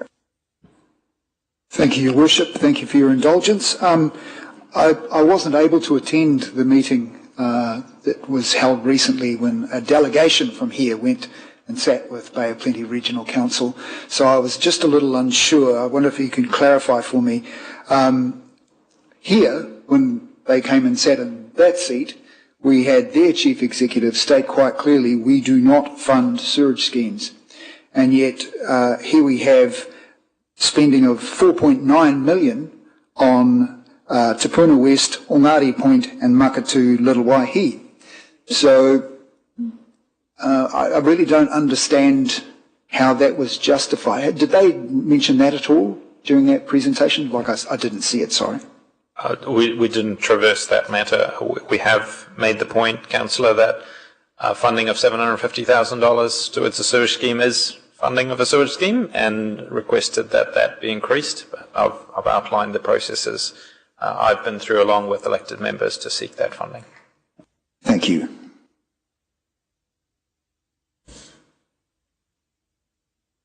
No further questions?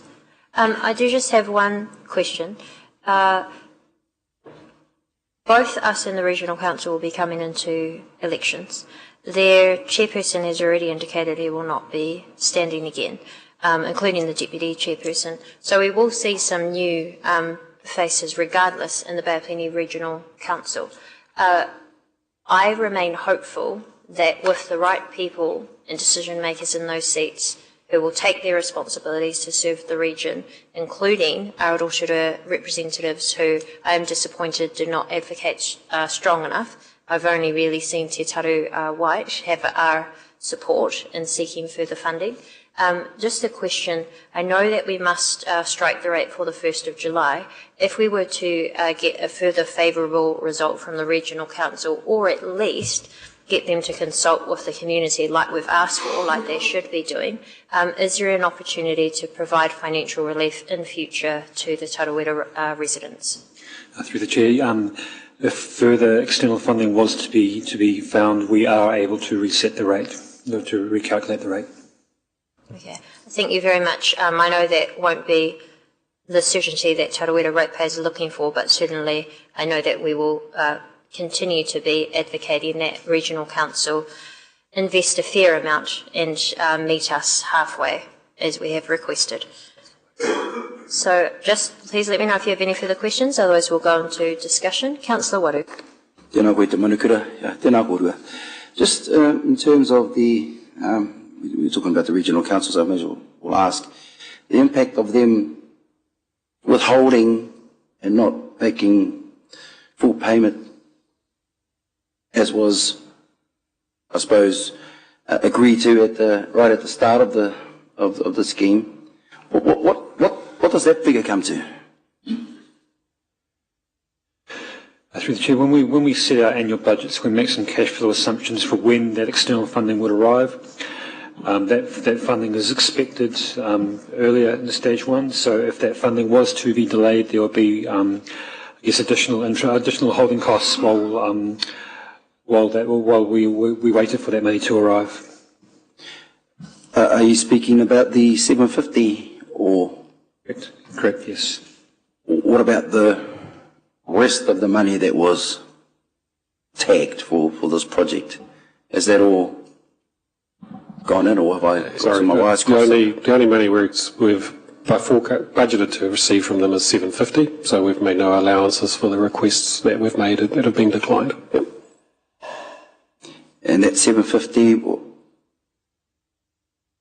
well, from what I just heard, was meant to be paid at the end of stage one. Is that written somewhere in an agreement? No, Councillor Waro, it was our understanding that it would be aligned with the payments of the MFE funding. The MFE $6.5 million has a deed, and the deed is aligned to stage one. And our expectation was that Regional Council's funding would be aligned with the deed funding too. Again, as I said earlier, we have initiated that conversation with them over 6 months ago to confirm that.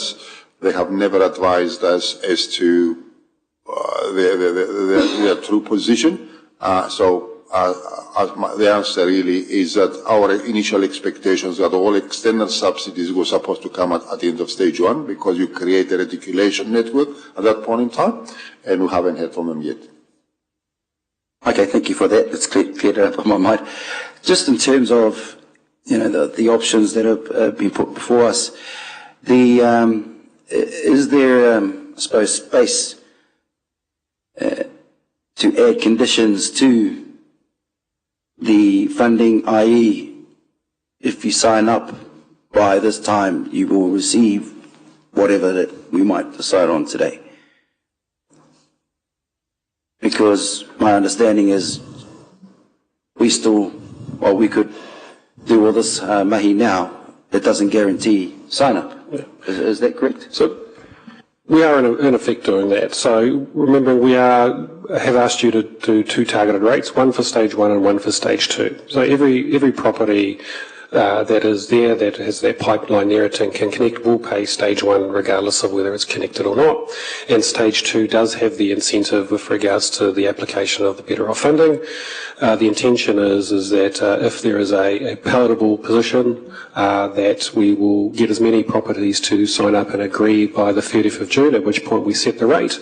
And any property choosing not to do that will have to connect into the future at their own cost. So therefore they would miss out on the contribution of that Better Off funding. That's, I think, the position we've taken from probably the last 3 months. Yes, I realise that. I was just saying, pending a decision today, if that would still be the case, the strategy. Councillor Baru, if I can answer that, but also provide a bit more context. It's in order for us to set the rate for everyone so that they have certainty of cost, we need to lock down the costs ourselves. And for that, we need to instruct the contractor how many properties to connect. So for stage 2, this is an opt-in or opt-out. There isn't an incentive in the sense that beyond that time they'll lose access to the Better Off funding.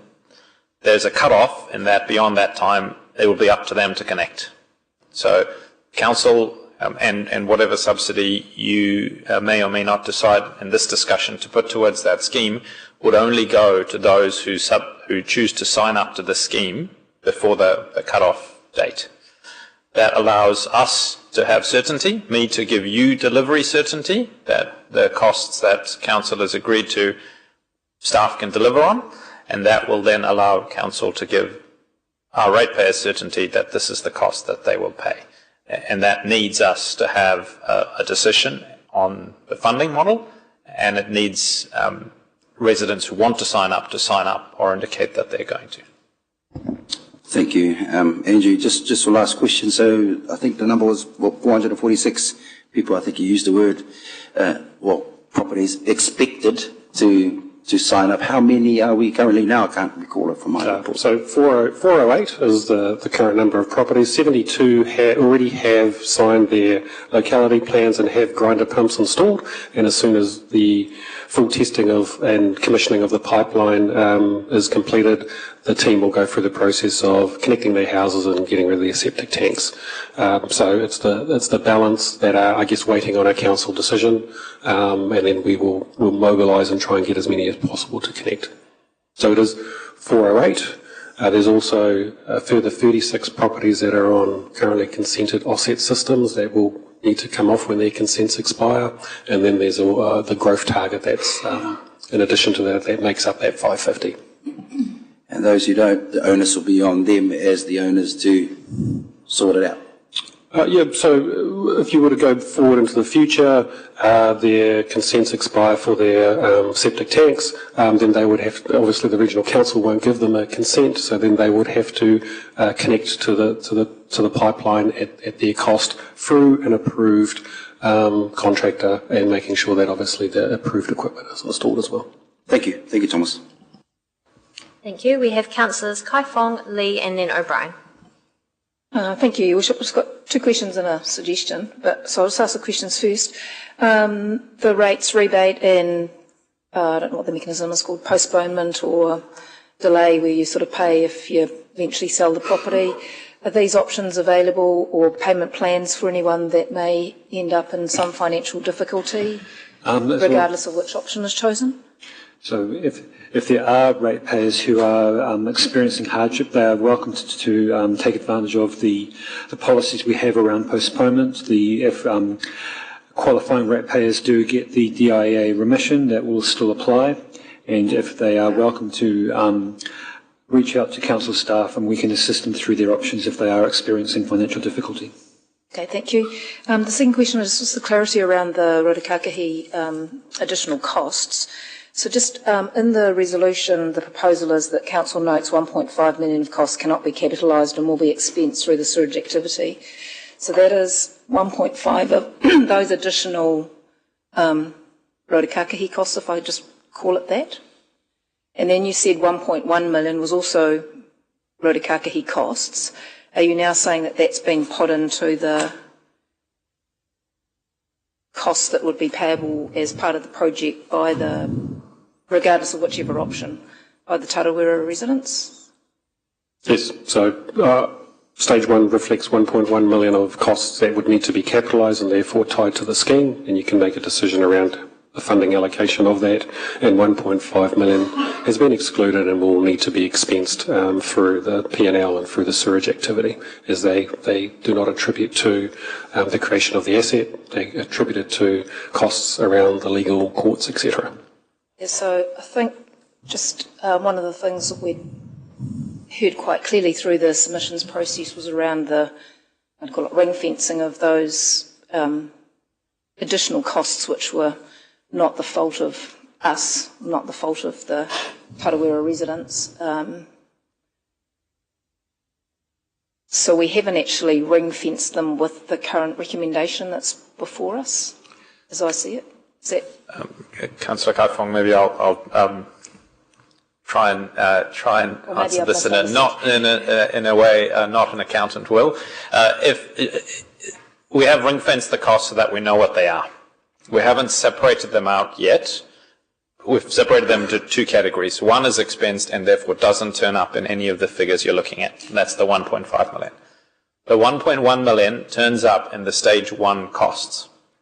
So if you wish to, not advising on what to do, but if you wish to only recognise a removal of the Rotokakahi related costs, then you might indicate a $1.1 million additional lakes enhancement rate subsidy towards this project, which would then remove $1.1 million from the cost borne by the ratepayers.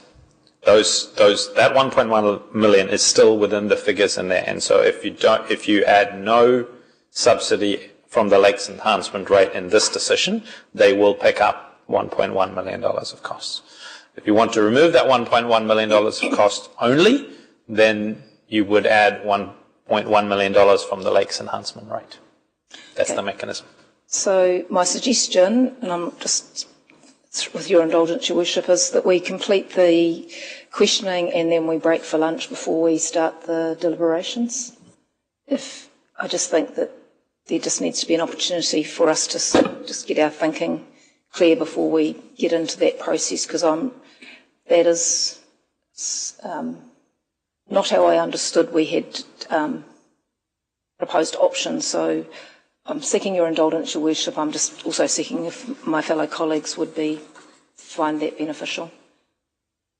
Yeah, thank you. Look, this is a really big decision. I know many of us don't wish to see the cost fall on the Tarawera ratepayers of the protest. So yes, although I am mindful that there are some members of the Tarawera community here in person and perhaps tuning online, I do think perhaps having a little bit more time over the lunch break to consider this will be helpful for councillors. So what I will check is if you wish to pause that discussion now, move on to the next one. We do have a lunch break in 30 minutes. Otherwise, we can conclude this discussion and come back, conclude the questions in the discussion and come back after for the decision. Yes, I still have a question or two, Madam Chair. Okay.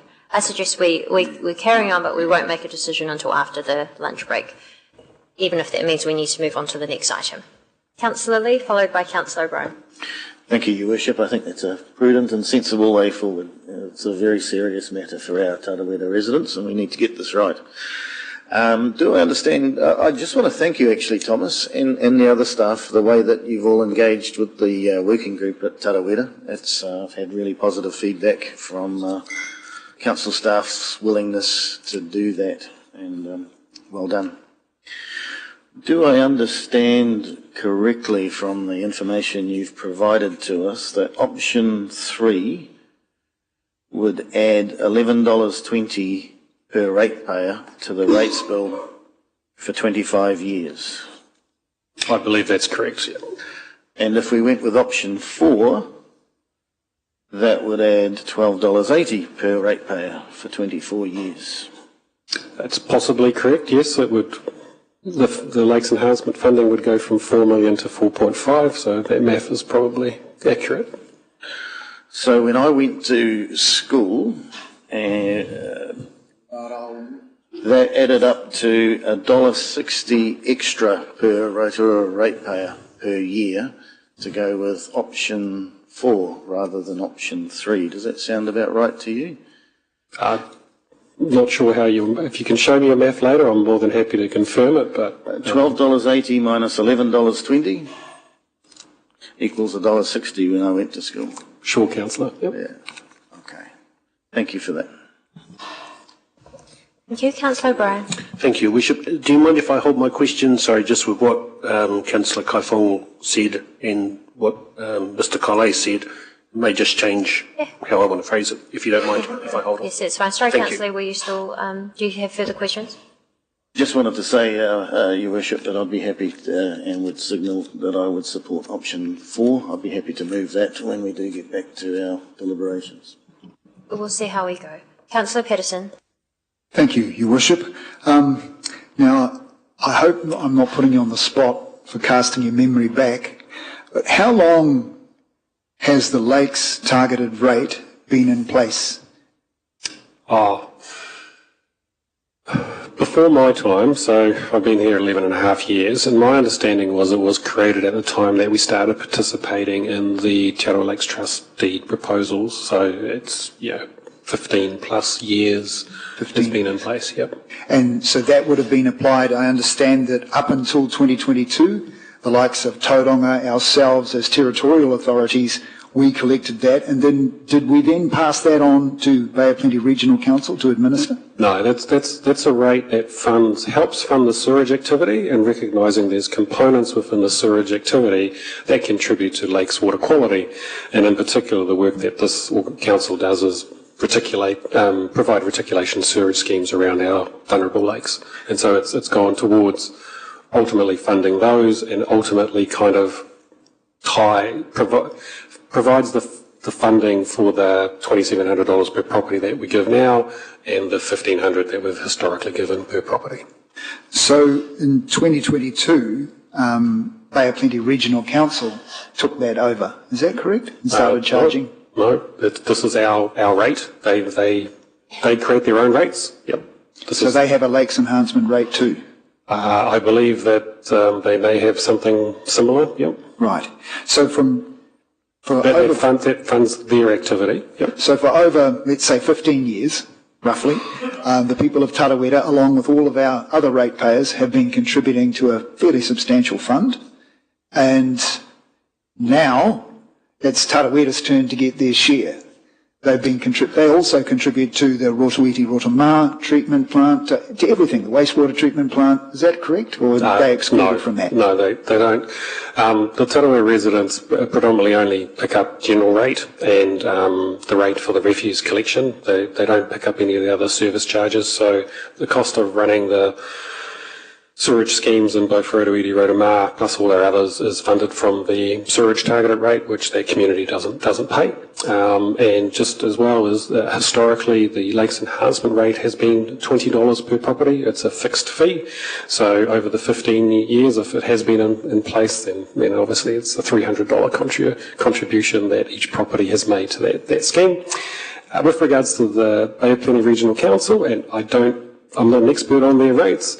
Their money that they collect, I think, is the rate that they're suggesting that they're stopping, which was $4 million per year. I don't know what work that funded and what they did, but obviously they've made a decision to stop doing that work or fund that work differently. That's on them. Thank you for clarifying that, because some of the submissions stated that we've been paying millions for years and we get nothing back. So I'm glad I can put that one to bed. Okay, thank you. Thank you. And Councillor O'Brien. Thank you, Your Worship, and through you. Thank you very much, gentlemen, for all the work you've done over this, and I know the people at Lake Tarawera appreciate the time you've given to meet with them. Your Worship, if you don't mind, my question may be better answered by Mr. Michael and Mr. Morales. Our friends out at Tarawera will be more than aware of the letters that we send out to Rotorua for those that hadn't connected to our project, our sewage project.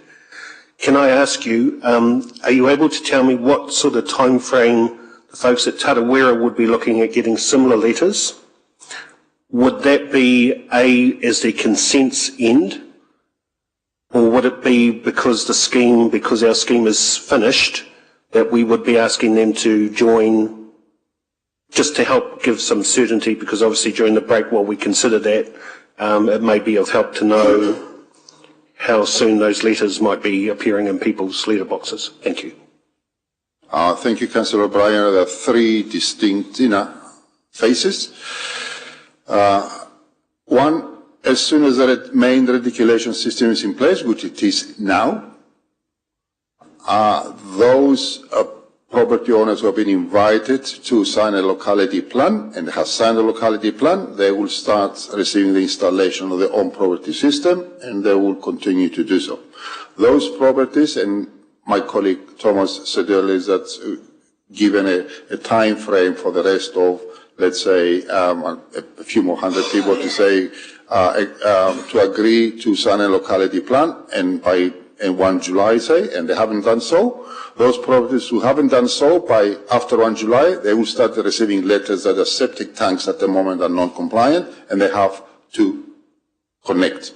Those 36 properties that have currently got offset systems approved by the Bay of Plenty Regional Council, each one of these offset systems has got a finite expiry date. When that offset system consent by the Regional Council expires, the Regional Council would not issue a new consent for them, and then they will start receiving letters that, in the absence of no consented offset system and septic tanks being not compliant, they will need to start connect to the reticulation system. So, if you do agree that people in Sarawak will be offered an opportunity to confirm their agreement to connect by a certain date, those people will receive the installation. Those who don't agree by a certain date, they will start receiving letters because the reticulation system is in place right now.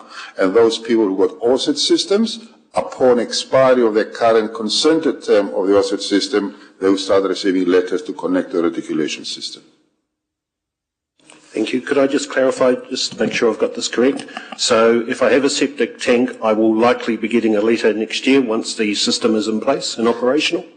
If you have not agreed to a locality plan, you will get a letter after the given date. Thank you. And if I have the current offset system, even though it's compliant, at the end of that resource consent, I will need to join up? Correct. Thank you.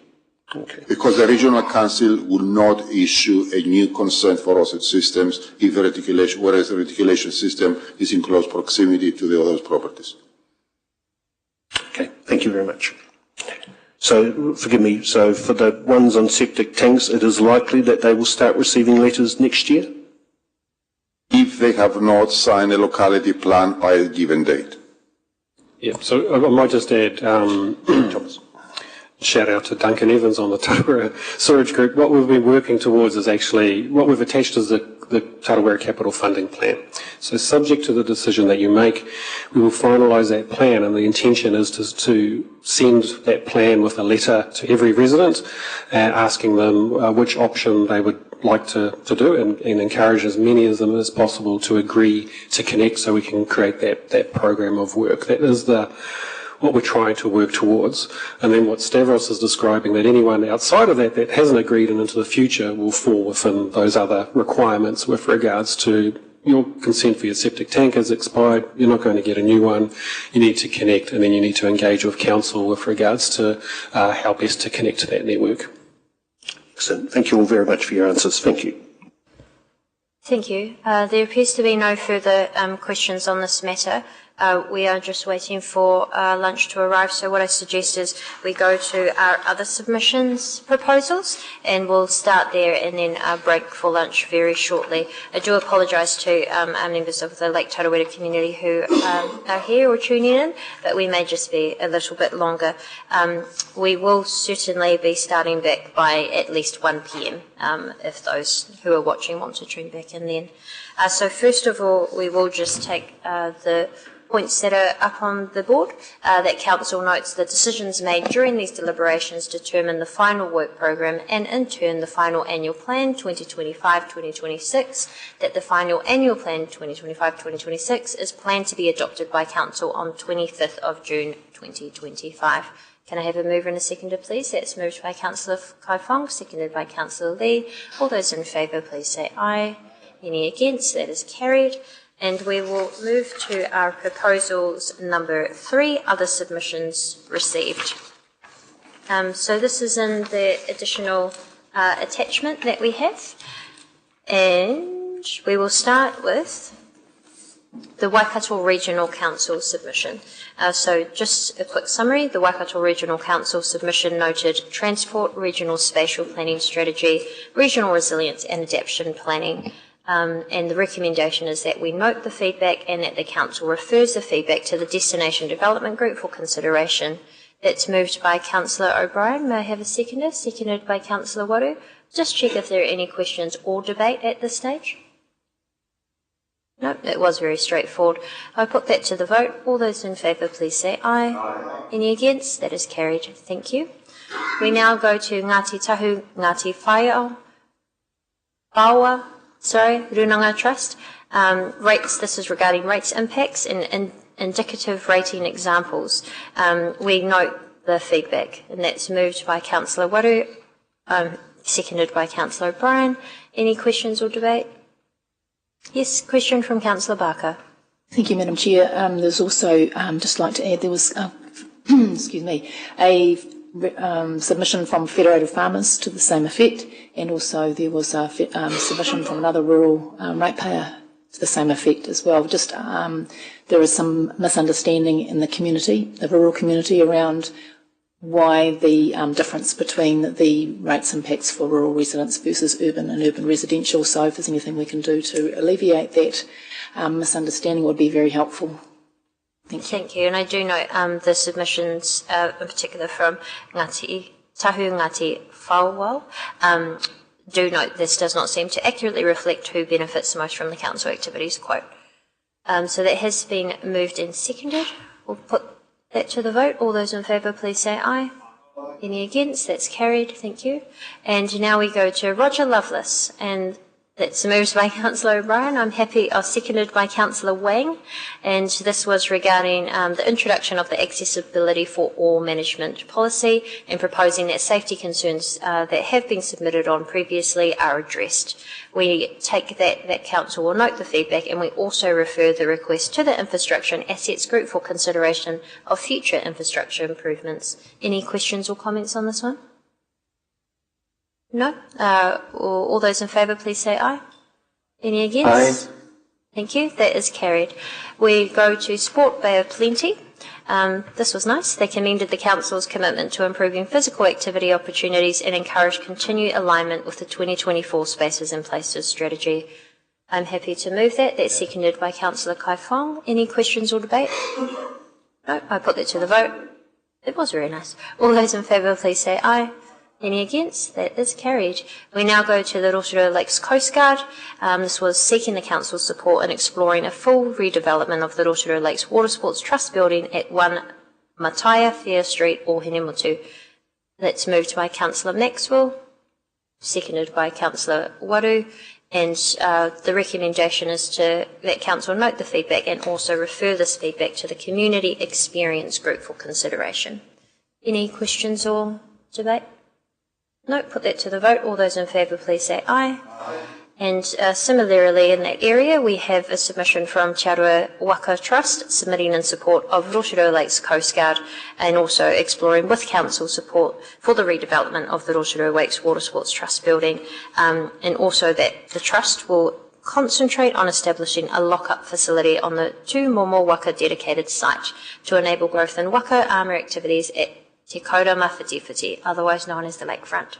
We have that Council note the feedback, and Council refers the feedback to the Community Experience Group for consideration. That's moved by Councillor Waru, seconded by Councillor Kai Fong. Any questions or debate? No. We'll put that to the vote. All those in favour, please say aye. Aye. Any against? That's carried. Yes, Councillor Waru. Just so I get clear in my mind, the Community Experience Group, is that under Alex? Yes. Thank you. Yes, thank you. Creative New Zealand, their submission strongly encouraged Council to ensure its investment in arts, culture and creativity is reaching across the wider creative ecosystem and remains a core part of decisions for the city's future. We note this feedback. It's moved by Councillor Barker, seconded by Councillor Patterson. All those in favour, please say aye. Any against? That's carried. We now go to Film Bay of Plenty, who were seeking a partnership contribution from Rotorua Lakes Council through the events budget administered by Rotorua NZ. So we will note the feedback and refer their submission to Rotorua NZ for consideration. I'm happy to move that, seconded by Councillor O'Brien.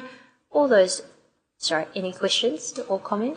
Yes, question from Councillor Patterson. Just a comment, if I may, Madam Chair. Just if we could remember the impact that Minecraft, the movie, has had across the globe and how Rotorua has been connected with that now.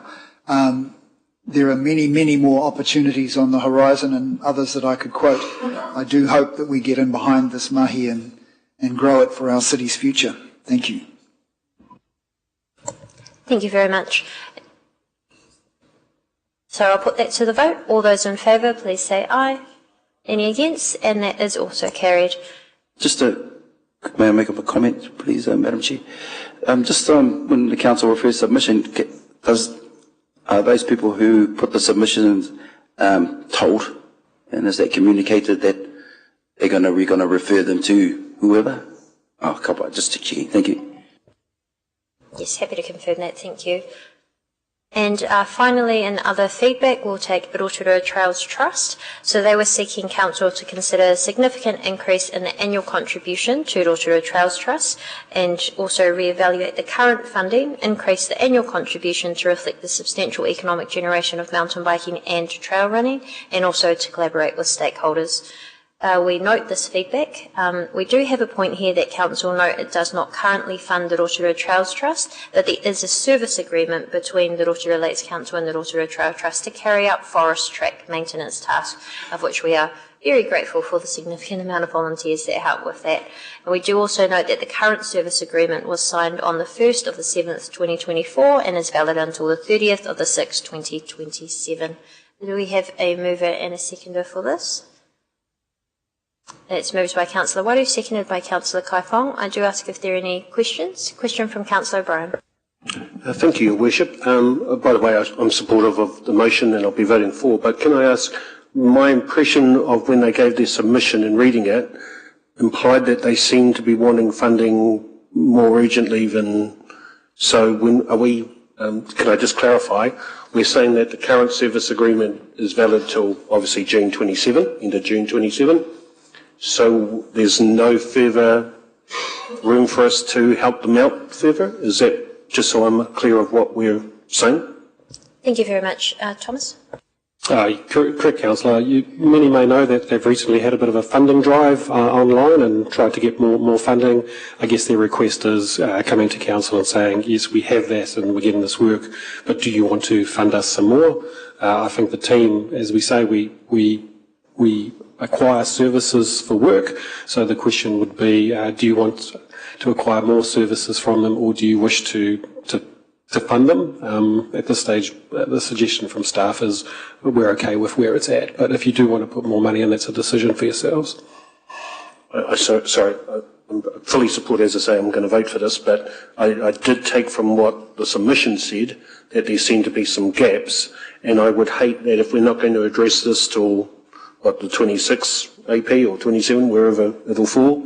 I'd hate to see that something that we're battling for isn't further investigated. I mean, it may be unfortunate with our financial, we may not be able to help out, but there are perhaps other avenues for us to help out with, apart from just money. Yep, so councillors, if you do follow them on social media, about a month ago they did put a post out and there was a drive. It indicated that they had a funding shortfall for this year. As a result of that, they did get quite a lot of community contributions and donations. I'm not sure it filled the gap that they were indicating, but I think this is what triggered them to say, hey, we are an organisation that provides a wonderful service for not only our visitors and our community. Is there an opportunity for council to provide more funding? Okay. I suppose that's what my concern is. Are we still looking at this, or we've made a decision? Unfortunately, what we've done is what we've done. Thank you. I think what we could note, perhaps, so we could take the recommendations as they are, but then just note that we request staff to follow up with them on detail of what they have and if there are any other funding opportunities, such as partnership agreements, which we have for the community funding. Well, certainly, Rob and the team can engage with the trust and report back at a future date. Thank you. So thank you, Bishop. Thank you, Thomas. We'll just note that in the minutes, if that's okay, as an action. Thank you. So that has been moved in. Oh, sorry, Councillor Waru had a question. Just a quick question. In terms of the economic benefit that the mountain biking brings to Rotorua, but also the benefit that those particular businesses get from having the tracks for free, by the way, just sort of add that one in. Have they explored well, because it wasn't in the kōrero, have they explored those options around getting those who are in the business of mountain biking to contribute towards the Trails Trust? I'm aware that there are a number of organisations in Rotorua that benefit commercially from the use of activity in the forest, and that they make contributions to the Trails Trust already. And I guess that's something between the Trails Trust and them as to the level of that appropriateness. I guess first of all, you're all aware I am incredibly biased on this because I'm a mountain biker.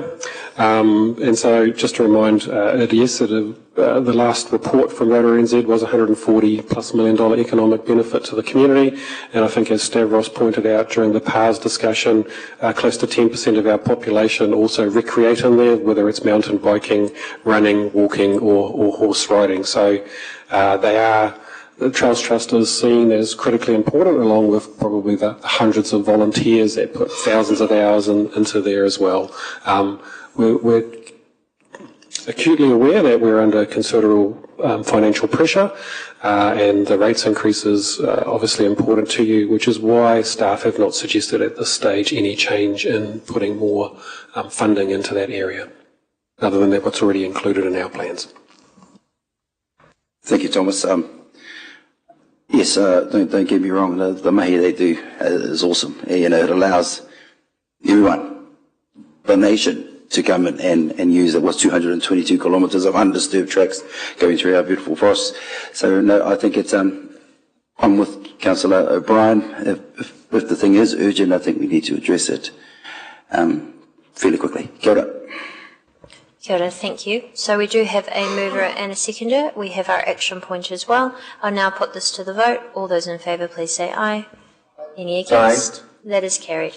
Thank you, everyone. What we'll do is we will break for lunch now.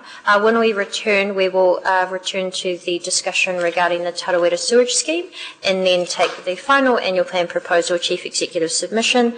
Then we'll finish with financial update, Tarawera Partnerships progress report, and then public excluded. Oh, and night market. Thank you. So I suggest that we return at 1 p.m. We'll see you all then. Thank you.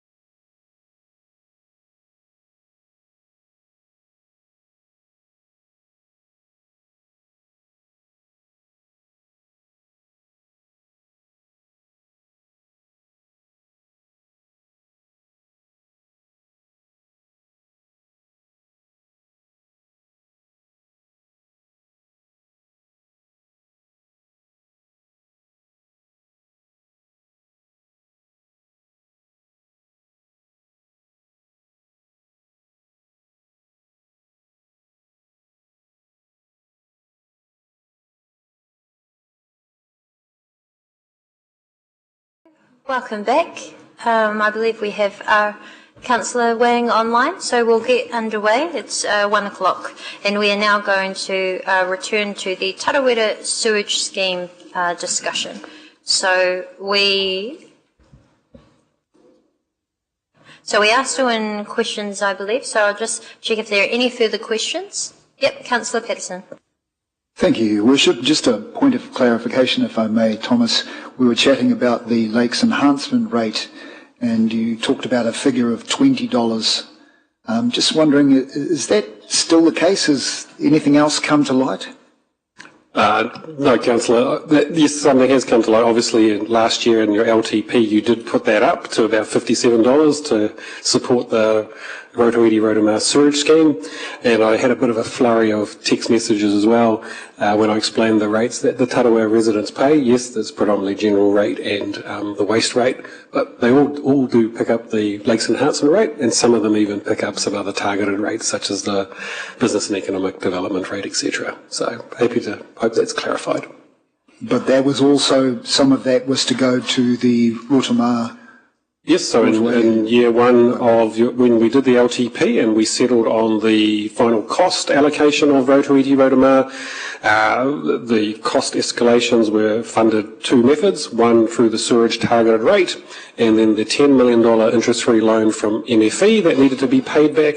That was funded through the Lakes Enhancement Rate, which led to the roughly $40 increase on that Lakes Enhancement Rate, which, yes, the Lake Tarawera residents, because they are in the Bay of Plenty catchment, and all Rotorua ratepayers that fall from the catchment pay the Lakes Enhancement Rate. Thank you for confirming that. And were there any further questions? Question by Councillor Lee. Thank you, Madam Chair. I think this question was touched on earlier, but just for the sake of absolute clarity for the Tarawera residents, the Daily Post has published an article saying 3.58 million of Tarawera sewage scheme loans gain regional council approval. Does that help us at all, Andrew?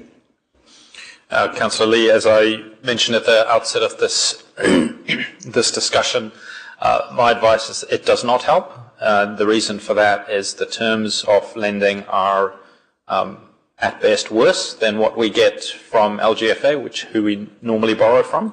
And it has terms that are administratively problematic and burdensome.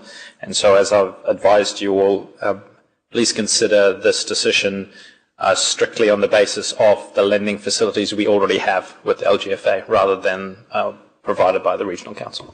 Okay, thank you very much. Thank you. There appear to be no further questions. Councillor Lee had signalled that he wished to move in option, but what we'll do is I'll just briefly explain how we'll go through this process, and then I'll hand over to the Chief Executive to make one final comment before we go into the voting. So I have Councillor Lee has moved. I'll ask for a seconder. We'll invite a round of discussion. I do invite councillors to make any of your comments at that stage on any of the options that you support, and then we will put it to the vote. If this is other option that Councillor Lee proposes is voted down, I'll then open it to the floor for the next option, until we have a majority vote, at which stage that will be the final option. So I do encourage people to make your comments after we have the mover and a seconder for this. So that was moved by Councillor Lee. Do I have a seconder? That's seconded by Councillor Patterson. And Councillor Lee, did you wish to overview this? Thank you, Your Worship. Yes, I do. Or did Andrew want to talk first? Oh, very sorry. I was supposed to let the Chief Executive have a final say before we get into the voting. Sorry, in that thought. Andrew. Thank you, Your Worship. I'm sure it's not the final say. Councillors, this is a pretty challenging topic, as you know. Arguably, in year two of a long-term plan, without a topic like this, we probably wouldn't have had a consulted annual plan at all, which would have been obviously a much more efficient workload for staff over the last several months, and would also allow us to continue to deliver. So this is a challenging topic. There is no staff recommendation against these options because there isn't a single guiding policy that we have that allows staff to make a recommendation on this. The different options reflect the options that we put forward for consultation, as well as the fourth option, which is articulated by a number of members of the community.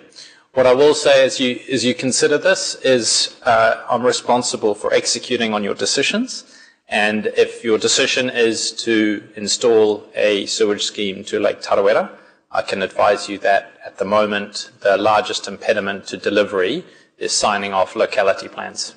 Any action that you take that helps with getting those locality plans signed off helps me to deliver this project as quickly and as cheaply as possible.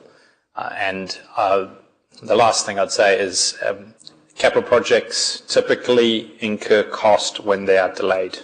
We already know that through stage 1 with the Rotorua protest. Stage 2 is still vulnerable, and from a delivery point of view, obviously, I would like to get it done and completed as soon as possible. That's my final word, but no doubt there will be plenty from you all. Thank you. Thank you. Thank you, Councillor Lee. Thank you, Your Worship. We inherit this problem from the previous administration under Chadwick, and they decided to go ahead with this scheme on the 25th of August 2022 in a confidential secret meeting, and in my view that is most unfortunate. As I've taken a dive into this project, the cost-benefit analysis doesn't look like it was done properly. I don't buy the assurances from the Regional Council that their science is good and that this project will actually end up improving the lake water quality. It certainly didn't at Lake Okaraka. And this seems to undermine the whole premise of the scheme. And I'm really disappointed in the Regional Council. They changed the rules to make a reticulation scheme necessary, and yet they're only putting $750K into this project. Some of the Tarawera residents have submitted that they have been adversely affected by the bed and breakfast scheme, the arrangements that we made last year, which is going to make it even more difficult for them to pay for this scheme. So the residents are being asked to cough up with an extraordinary amount of money. For what? For a scheme that's not going to deliver what the Regional Council said was necessary. That's a big ask. It's a really big ask.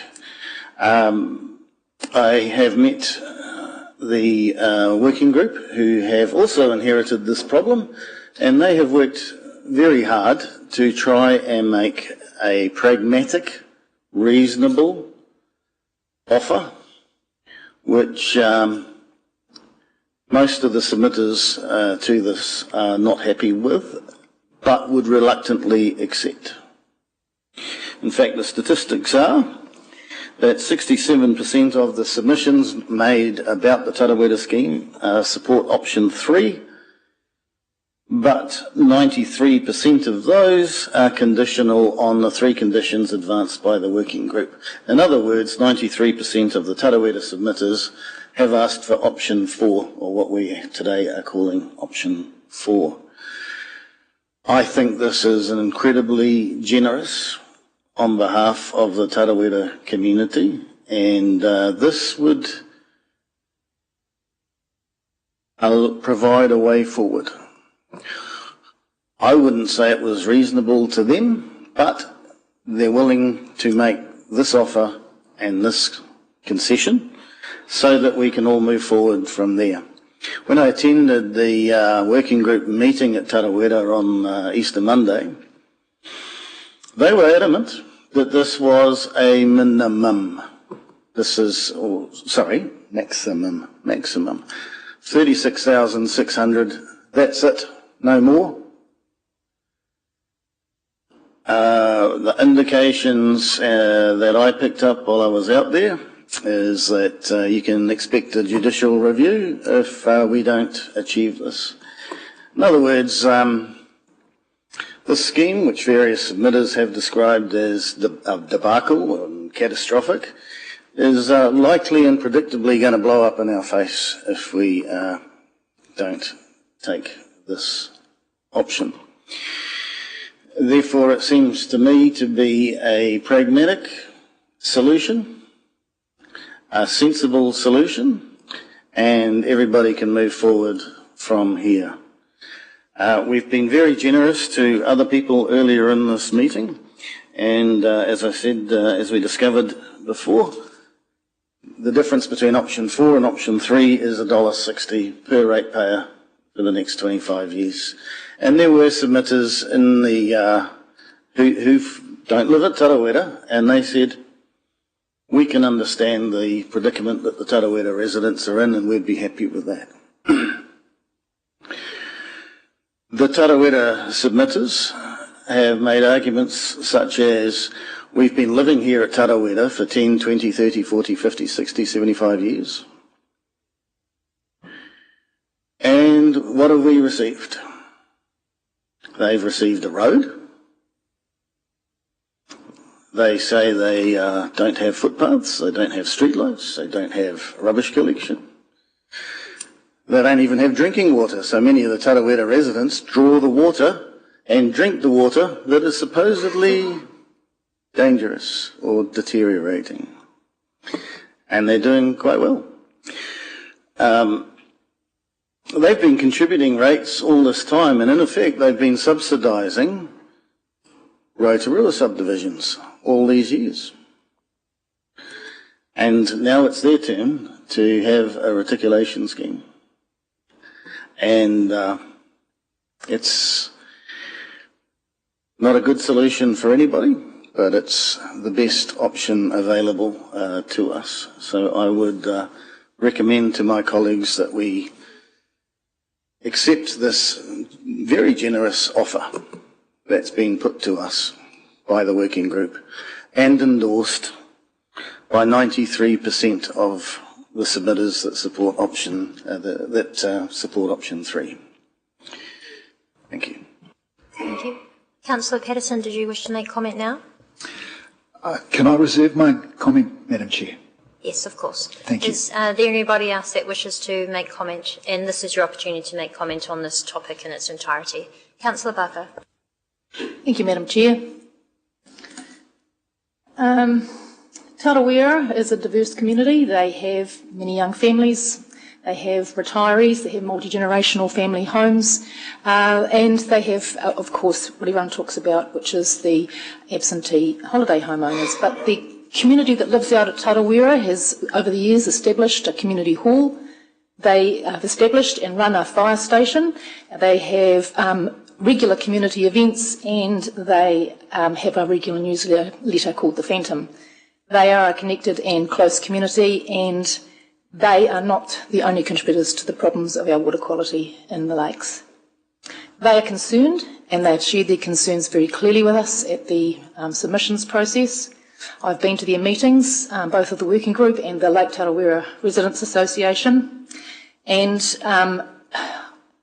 they have right to be concerned. They don't have clarity, certainty, or a reasonable option. I think option 4 provides the closest to a reasonable option that we can offer at this stage, and I'll say more on that in a minute. But I would say to my colleagues that the water quality in the lakes is a shared responsibility for the whole community, who not only use the lakes of Rotorua, but so do visitors from out of our area and from across the world. Our council and the regional council and central government have shown in the first instance that they were prepared to give us some cornerstone funding because they believed that the environmental condition of our lakes was important, but unfortunately the shared responsibility has not endured throughout this project. And so we have ourselves standing here holding the results of that. We've advocated strongly with the regional council for a grant, which was they were unable to provide. And of course, we've just heard that the loan is also not an acceptable option, as it could potentially impact other decisions that we might make in the future, or potentially, and provides no benefit to our ratepayers. We've also approached the Ministry for the Environment and other government officials, and they also tell us that there is no further financial funding for this scheme. It is vital that this project moves forward, and any delays is going to drive extra cost, and the CE has alluded to this. We need delivery certainty. We need people signing those locality plans, and we need a program of work in front of us going forward. This is one of the best options to get that to happen. If we don't do this and we choose to do nothing, then the costs will also be there. Now, these costs could come from court action, it could come from delays. There will be costs if we don't choose to try and work with the people that have been, in a positive sense, been working with us as a council. My support for this option also is because it goes close to offering a 50% contribution by the community, as has been past sewerage schemes have enjoyed for different reasons. I will admit that, but we are not in a position to have that, the luxury of having the extra funding from those other sources such as the Regional Council and the government. And so this, by taking option 4, we provide not only close to that desired outcome, but we provide some certainty, and we provide some clarity and some reasonable solutions to the problems that the Tarawera community is experiencing throughout this process. And they've been very clear about the stress that it's put on their families and on their choices going forward in their lives at the moment. Many of them have been unable to move forward with planning their lives and their retirements and various other parts of their existence because they don't know what's coming down the track for them. So this is an attempt also to provide some surety for them in one way or another.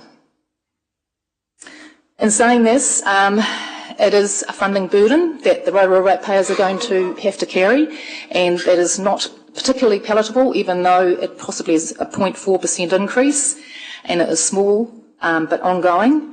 I would like to suggest that if we do go with this option, that we actively look at other places across our CAPEX project where we can reduce the costs to offset this investment in critical infrastructure. I would believe that there will be other projects that are on our books that we could actually pause or put out further that are not core projects and are nice to haves, and that would be a place I would suggest that we look. And I would also suggest that we would engage with the Bay of Plenty Regional Council throughout the development of their future water quality funding support policy that they have mentioned in their submission to our annual plan. They have signalled in their submission that if there is any further future funding options that might ease the burden in our community, then we should be looking at those as well.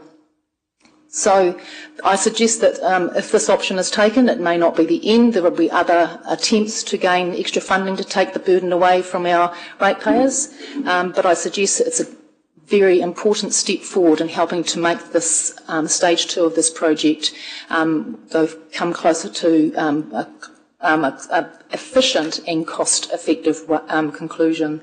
So I would urge my colleagues to consider the risks of not giving more certainty to this community and not providing what they have very clearly asked for, because there will be costs if we do not. Thank you. Thank you very much. Councillor O'Brien. Thank you, Your Worship, and I thank my council colleagues for their comments, and I take on board. I would make, if you don't mind, Your Worship, hopefully you find this in order, if I aim my first comments at the mover of the motion, I find it rather strange now after this morning's proceedings that now we're seeing that a percentage of submitters is suddenly so important to them. As from this morning's comments, the percentage of submitters was not quite so important. Now, obviously it would be out of order for me to suggest that certain parts of the town with certain results may reflect the change in circumstances, but that's not the sort of thing that we say at this place, so I'll refrain from that. I thank him for his comments regarding the bed and breakfast and the imported costs on those that are hosts, and can I remind him that he voted for that system, while others of us didn't. So I'm very glad that he remembers the huge costs and impacts that those schemes are now having on those residents out there. And I just reflect, I wish he had perhaps thought about those prior to his vote, but that's for him to think about. I'm hearing from councillors around this table that this will help alleviate legal options. What proof do we have of that? Can I ask, what proof do we have of that? People have talked about a judicial review. many residents in the Tarawera have made it very clear to us 36,000 was still an unacceptable rate. So how one councillor can say he's speaking and that there will not be any legal action, I'm not quite sure how he can speak for all those people, but I take that on board and, you know, things will fall where they fall. Personally, the right to a legal determination is a right of all New Zealanders, and I'm not here to take that away. People will have that right should they choose to exercise it. This is a very sad day for us, Your Worship. We are all here facing a scheme that was enforced upon both the Tarawera residents and this council. Can I just remind our colleagues and those watching, Bay of Plenty Regional Council brought in a set of rules around the offset system. Their rules. Now I bring that up because it's been brought to our attention certain comments made by regional councillors that this council in a previous triennium went and requested reticulation. To the best of my understanding, at least a third, and this came from regional council officers when they came to our meeting, held in this room just a few weeks ago, that at least a third of those residents could not have the offset system that regional council put in force. Reticulation was the only viable option for all residents of Tarawera. Otherwise, I invite the Bay of Plenty Regional Council to stick with offset and to buy those properties that could not implement that system. They could offer to buy them out and change their rules. Reticulation was the only sensible, practical and viable option, forced on us. Whether we went and requested it or not is beside the point. It is the only option. To Councillor Lee's points about whether it's a white elephant or not, I don't have the scientific background to make those determinations. For everything that Mr. Wells has said, experts from Regional Council have said something else. I'm not in a position to say, and at the end of the day, it really doesn't matter because stage 1 is complete, and we're working on completing stage 2. I would remind that when we've heard about all the sacrifice that this council has to make, I would remind my colleagues that we've already increased the subsidy for these schemes from $1,500 to $2,700. Under this council, we increased the repayment from 10 years to 25. That took place under this council. We allocated the better off funding as a measure of goodwill of $2.1 million off the top of my head. And we've always made it clear, and I certainly can't recall any dissenting voices, that we would pick up the costs of Rotorua, as we didn't feel it was the fault of the residents out there, that we would always wear that. Unfortunately, I will not be able to support this option. I would like to have seen us working alongside Regional Council with a grant and also government. Unfortunately, our colleagues at Regional Council put through an option that is unaffordable for us to contemplate.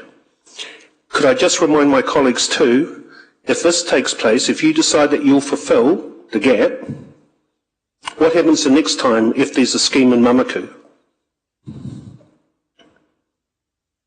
Now, I was saddened the other day when I watched the extraordinary meeting held by Regional Council where they put forth the motion about the option around a loan. I was saddened that one of our councillors, one of our three, was one of the ones who moved the motion, and I was disappointed with that. But it is what it is, and I do want to show my appreciation for comments made by Councillor Von Dellison and Councillor Crosby, both of whom, in my opinion, showed a great deal of respect towards this council and maturity. And if I can echo Councillor Crosby to some degree, I hope that this isn't the end of this topic. I hope that a more, shall we say, nuanced regional council next year, under perhaps different leadership, may open up again avenues of dialogue and negotiation where, again, they can show that they're going to live up to their responsibilities. I certainly hope so. So unfortunately, given this particular project at this time, I'm unable to support this particular option. Thank you, Your Worship. Thank you, Councillor O'Brien.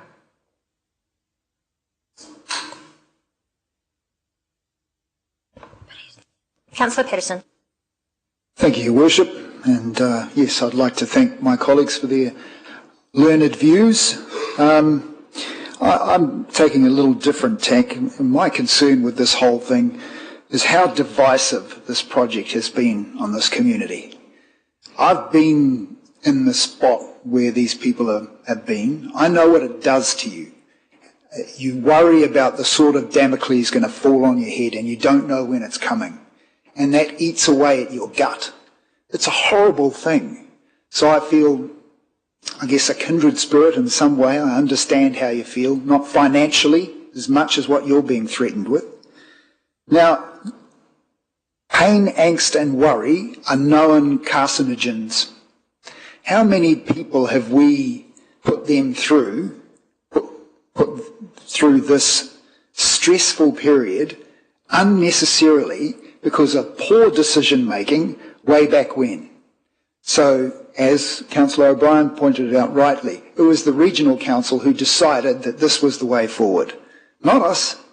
However, at that confidential council meeting on the 25th of August, that was decided to progress with the reticulation scheme. The problem with that is that decision was made without it being fully funded. So here we are, a council have only been into our first triennium. We don't do that. The museum was not going to go ahead unless we had that fully funded. We made a pledge to our community that that would be the case. Why on earth was that not done here? That's unacceptable. That is poor governance. Now we're left in this situation. It's also opened the door to issues with mana whenua. It's just been poorly handled and it's not right. The people of Rotorua have been divided so to opposite ends of the spectrum about this. Like, you get comments from social media, people, oh, you choose to live at Tarawera, that's your problem, you pay for it. Well, how would you feel if it turned up, Bay of Plenty Regional Council turned up on your door and said to people of Oiheni-Mutu, sorry, the lake levels are rising, there's nothing we're going to do about it, you're going to have to go through managed retreat. It's the same attitude. Just because you live in Oiheni-Mutu doesn't mean we should ignore the plight that you're in. And the same applies to Tarawera. It's not their fault. They didn't cause this. Somebody else making a decision further up the chain caused this issue. So let's look at some of the concerns of the CE that you rightly raised, is that only 1/4 have signed their locality plans, meaning 3/4 have not, and they will not unless they reach the $36,000 cap. Now, that is a pretty significant elephant to eat. If we don't deal with this and make a decision in the right direction, there's going to be trouble. Also, when you look at the dollars and cents, comments made by the residents, now I was appalled to hear that some of them are paying from $9,000 to $12,000 a year in rates. I mean, I pay about nearly $7,000, but 9 to 12, and then the other options on the table are going to add another $3,800 per year to that. That's going to take it up to $13,000 to $16,000 a year to live in your own home. Dear oh dear. How is that fair? So I would hope that my colleagues can see that while this is a really unpleasant situation that was no cause of ours, that we can offer a positive solution for these people, and hope that maybe in the next iteration of the Regional Council that they may be more willing to come to the party and take some of the load, as they rightfully should, be this a deeded lake or not. But that's not the attitude. Tarawera is a jewel in our crown, and it should be treated as such. It needs to be looked after and maintained for generations. How this we got into this situation is just through poor management. So I would also like to echo comments of Councillor Barker that here we are in very difficult economic times. I'm loath to see any rates increase at all. As you know from my voting record over the years, I've always tried to keep the rates down and voted against LTPs and annual plans for that reason. Here we have projects down the line that we must be able to find some money from to go towards this. Let's spend on must-haves that we have to have. We can't back out of it now. If I had it my way, I'd just walk away. But we can't. Legally, that's not an option. So we have to see this through. But let's look at what we've got coming down the pipeline and say, can we find some money from this project? Is it actually a must-have or a nice-to-have? There's got to be an outcome that's going to be beneficial for all. So the people of Tarawera get what they need, and even that is a pretty hard pill to swallow, and that we're not also burdening our ratepayers for generations to come, another 25 years. But at the end of the day, you look at it, $12 per ratepayer, it's $1 per month to keep Tarawera pristine. $1 per month. I think I could pay that. There will be people who might say, oh, I can't afford that. But $1 per month, really, to keep that lake for generations to come, I think that's a great investment. Thank you. Thank you. Perhaps I'll make some comment now, and if there are any further comments, then I do welcome them. Please just let me know. I do want to acknowledge the 923 pages worth of submitters. I know that many of us have spent many hours and days reading through that, and we certainly could feel the heartfelt requests that were coming through, especially from the Tarawera community. I'm not able to support option 4. I will actually be supporting option 2. So I made a commitment to stop the spend, and I have a value of using public money for public benefit. And unfortunately, while I agree with many of the requests from Lake Tarawera community, the fact that the additional money being requested is to support private benefit of owners of homes, of which the majority are holiday homes in Tarawera. And we have to stop the spend because many in our community are struggling to even rent a home or feed their families, or are not capable of paying the petrol to get to Lake Tarawera to enjoy it. And the fact is, we don't hear from them, but they exist in every area of our district. So while I appreciate the concerns of my councillors, and I appreciate that it may only seem like a small additional amount to ratepayers, every cost adds up, and many of our ratepayers cannot afford this right now. But already, what we have done to help Tarawera is increase the contribution from every district ratepayer to $2,700. That was the fairness, and that was us going above and beyond and increasing what everybody else is already paying. Everybody will pay $2,700 to helping alleviate that cost already. And you all know how much I was in pains to see the $2 million that was going into our Rotorua Aquatic Centre to be shifted. But that was okay. We were using that money in the Be Better Off from Department of Internal Affairs to make sure that once again we were alleviating that cost to Tarawera ratepayers. So I can't support an additional $4 million. You all know how much I want public facilities such as hydroslides for our families who can't afford to get to the lakes, and that total cost would have given us hydroslides. Public benefit of a public facility, but instead the request has been for it to go to private homeowners and holiday homeowners. I do really want to acknowledge that we have shifted as much as possible to the right of ratepayers, and we did all that we could to find additional funding.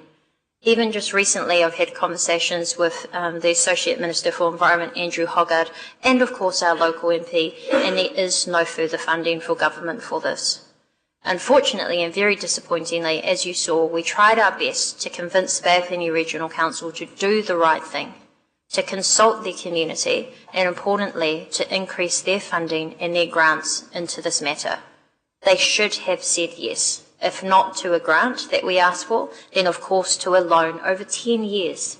The offer that they have given us is not at all palatable, and in fact, it really is not an offer that we're able to accept, because it doesn't leave us in any better position. It is disappointing that they've declined to provide any further granting, and we do still push that they consult on this matter and that they do reconsider, because whether it's the long-term loan of that formerly in over 10 years or a grant, I will continue to fight to push them and also any future government to get financial relief given to the Tarawera ratepayers. So the fight's certainly not over yet, trust me on that one. Lastly, I do want to acknowledge the Rotorua protest costs. This is quite a hard one for me, and as you would have seen in the media, the 23 threats of violence that had to get referred to the police is a very obvious reason why. But the Rotorua protest costs and the misinformation from protesters have caused immense harm to our community financially, and also those threats of violence to many people, including myself, who are doing the best to protect our community, the future state of our environment, and the ability for mana whenua to return and live on their land, because there will now be a sewage scheme. I want to acknowledge that we were not drilling through burial grounds. Absolutely nothing was found, because we were putting the sewage scheme along the roadside. And the misinformation that was shared hundreds of thousands of times on social media reflected very poorly on us as a Rotorua community, and it simply wasn't true. I do look forward to the day when mana whenua can return to that land, can have reticulated sewage, and I do look forward to the day when this entire scheme is over and we will not stop the fight to try to find additional money. For us right now, in the situation that we find ourselves in, including our residents, I must act in the best interest of all of our district. And we did also hear and read in many of the submissions that people are struggling financially, which is why I simply can't, under the value, as I've mentioned, of stopping the spend and spending public money on public facilities not for personal private benefit, I must go with option 2. Because I also don't want the Tarawera ratepayers to have to bear the financial burden of the protest costs that were completely outside of their control as well. So if option 4 is lost, I do signal that I will be moving option 2 and do request an amendment at that stage that it's 1.1 million to cover the entire costs of the Rotorua protest. Thank you. Are there any further councillors that wish to make any statements before I put this to the vote? I'd like a right of reply, Madam Chair. Is there any further councillors that wish to make a comment? No, well, we'll go to the mover for the right of reply, and then we'll put this to the vote with a show of hands. Thank you, Your Worship. I'd like to start by responding to Councillor O'Brien, who referred to my use of the percentages for submitters. I would remind him that I asked the question earlier in this meeting whether the statistics put before us were as a result of the annual plan consultation that went to wider Rotorua, and that wasn't the case. Nevertheless, all of my colleagues voted for 2 items that I didn't vote for this morning on the basis of percentages of submitters, at least in part. So I thought that was relevant to make the case to my colleagues. Point of order. Sorry, misrepresentation. I didn't realise Councillor Lee could read minds. Yes, Councillor O'Brien didn't. Could he stick with the facts, please? State any names as well, but if you'd like to, we will take that as a point of order. If you'd like to continue your right of reply, Councillor Lee.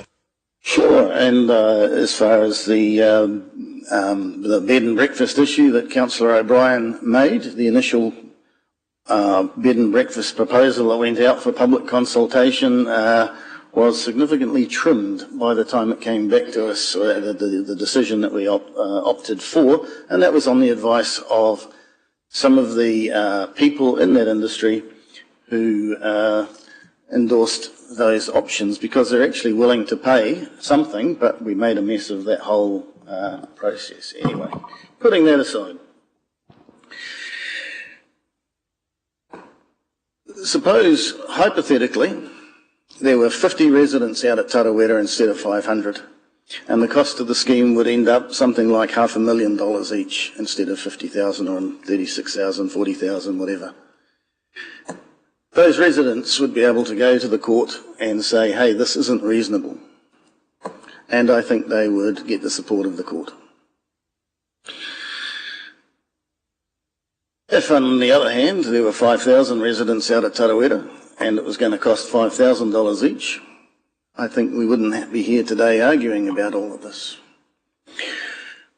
As my colleagues will be aware, I have brought a judicial review against Council back in 2022 on another topic. I happen to be the owner of some of these legal textbooks, and I happen to think that some of the residents might have a pretty good case on a number of issues. A point of order, Councillor Lee, relevance? So the relevance to of assist a you... court case that you lost? To assist you, Your Worship, the relevance is, and I said it in my opening statement, that there is a serious risk, in my view, of this opening a real can of worms if we don't go ahead with this. I think there are issues of how the councils published that the residents were causing 8% of the nutrients that were going into the lake. There's all sorts of arguments that could be rolled out in a judicial review, and I'm really concerned that this is a can of worms that is potentially going to be opened here. We've talked about consent. How can any of these residents give informed consent when they never knew how much this was going to cost them?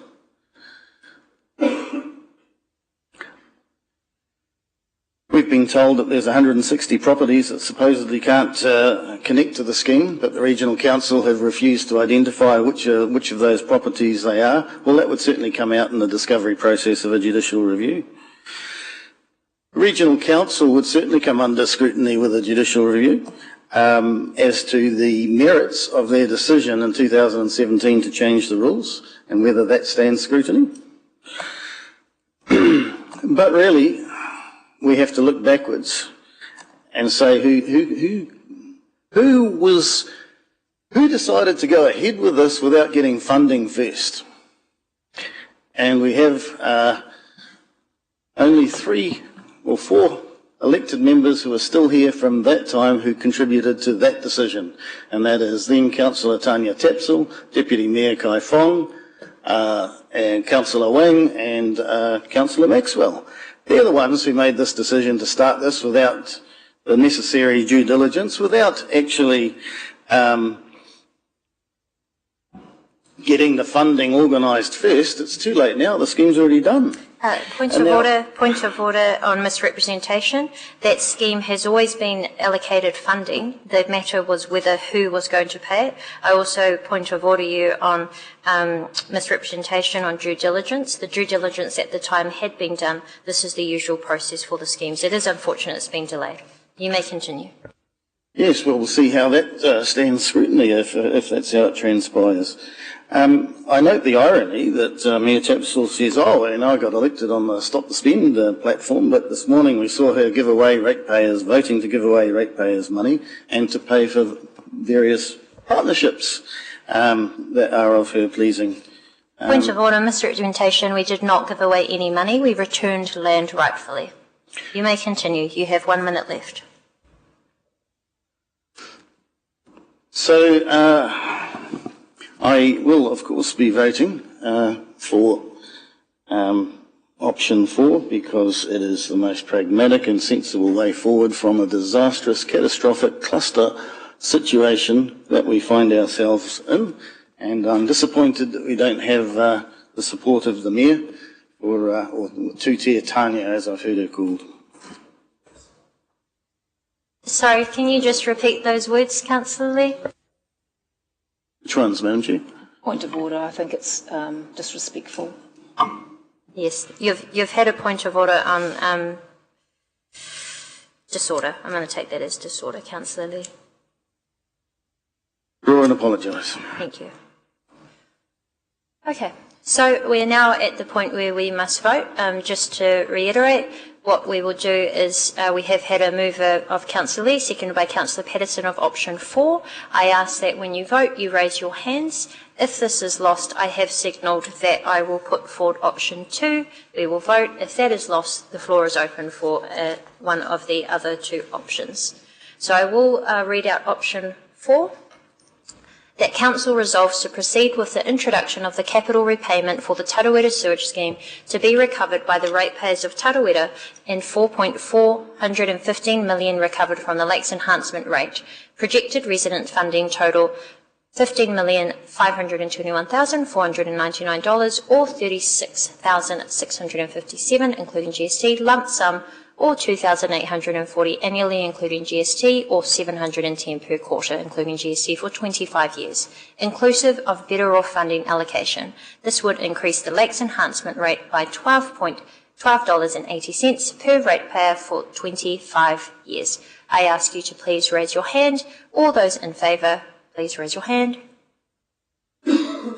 Any against? That is lost. Councillor Wang has his hand up for against. I now put forward option 2. Thank you. And I will read out the slight amendment of 1.1 million. Option 2, which has been moved by myself, seconded by Councillor O'Brien, proceed with the introduction of the capital repayment for the Tarawera sewage scheme to be recovered by the ratepayers of Tarawera and 1.1 million recovered from the Lakes Enhancement Rate. I won't read out the totals because they will change just slightly, but the intention is the 1.1 would be included, so an additional $100,000. So what I will do now is ask people to vote by raising their hand. All those in favour of option 2, please raise your hand. Any against? Thank you. And Councillor Fisher-Wang also voted in favour for that. So that has been moved and we have landed on option 2. And we will provide the final figures, including the extra $100,000, and circulate that to councillors and the public as soon as possible. Thank you very much to the members of the Tarawera community who have certainly provided us plenty of feedback, and we will continue to work alongside you as we finish this project. Just clarification, we didn't move 3A and B? I think that also sorry, just for clarification, Your Worship, if you are going to take now 3A and 3B around the 1.5 million of costs, wondered if it should also be noted or that effectively the 1.1 million captures the ring fencing of the Rotorua costs, so that in voting for option 2, that has meant that the Tarawera ratepayers are isolated from the 2.6 million of Rotorua additional costs. I'm not sure how to capture that in that motion, but maybe. Thank you. I think we'll just note that in the minutes as you've said, and we'll get staff to summarise that. I'll double check it as chair as well, that it accurately reflects that statement. And just for better clarity to the public, that it actually should be noted as part of the motion. Sorry, we have just put the motion, but I think no, I meant as part of this because we haven't moved the 1.5. So we're noting that that's effectively we've been told that that's 1.5 of Rotorua costs, and we provided the additional 1.1 million through option 2.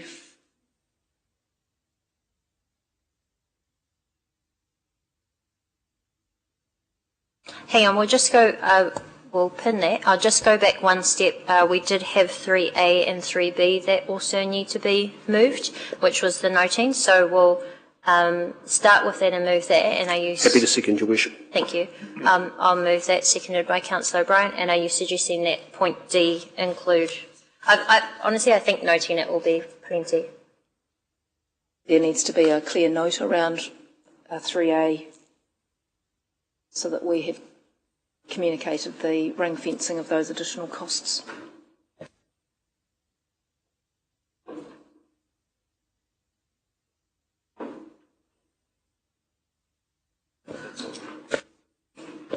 It is, so we have already moved the motion. It is covered in the paper around the cost, but are you asking that point 3A include? Sorry, that is before. I get your intention, and we will note it in the minutes, but we're not able to go back and change it. Thank you. So I have moved and seconded. I'll quickly read it out. Proposal number 1, Tarawera Sewage Scheme. 3A, that council notes that 1.5 million of costs that cannot be capitalised will be expensed through the sewage activity in the 2025 financial year. And B, that council approves that the better off funding will be allocated towards properties. I won't read out the figures. Oh, yes, right, that is still correct. 5,024 excluding GST, $5,727 including GST that have agreed to join the scheme and signed locality plans by 25th of June 2025. And E, that council note that the new capital rates for stage 1 and stage 2 are to be implemented from the 1st of July 2025 to ensure certainty for the community. That was moved by myself, seconded by Councillor O'Brien. Just check, were there any further questions or comments on these points in particular? Councillor Waru? Kia ora, ABE, getting a bit mixed up. Sorry, it's just because in coming back to this after I didn't take A and B earlier. Oh, okay. So I've just gone back. I do have a question, and it's just around the approves the better off funding will be allocated towards properties that sign up. If that fund is not used completely, will it be used to still offset the rest of the project or costs? No. Okay, can I answer? Through you, Your Worship, we've calculated on the basis of a fixed sum. If we end up with a whole lot of those funds that are not used, we'll bring that back to Council for a decision. Thank you. And Councillor Kaifong? Sorry, Your Worship, I was just trying to get that clarity around that because I didn't speak to the motion that you had put on the table for the option 2, but my rationale for supporting that was because of the ring fencing, potentially by providing additional funds for those rotokakahi costs. I know you did mention that we could talk to the other motion, but that was to talk against it, but just we didn't get the opportunity to speak in support of the second option that you put, so I was just making that comment as to why I was happy to support the second option. Oh, thank you, and apologies. I did invite all the councillors to make their comments at the start before we go for any of the options, before we go through the options. But we will certainly note that. Okay, so there's been a mover and a seconder for A, B and E that are in front of us. All those in favour, please raise your hand. Any that are against? That is carried. And that concludes our Tarawera Sewage Scheme item.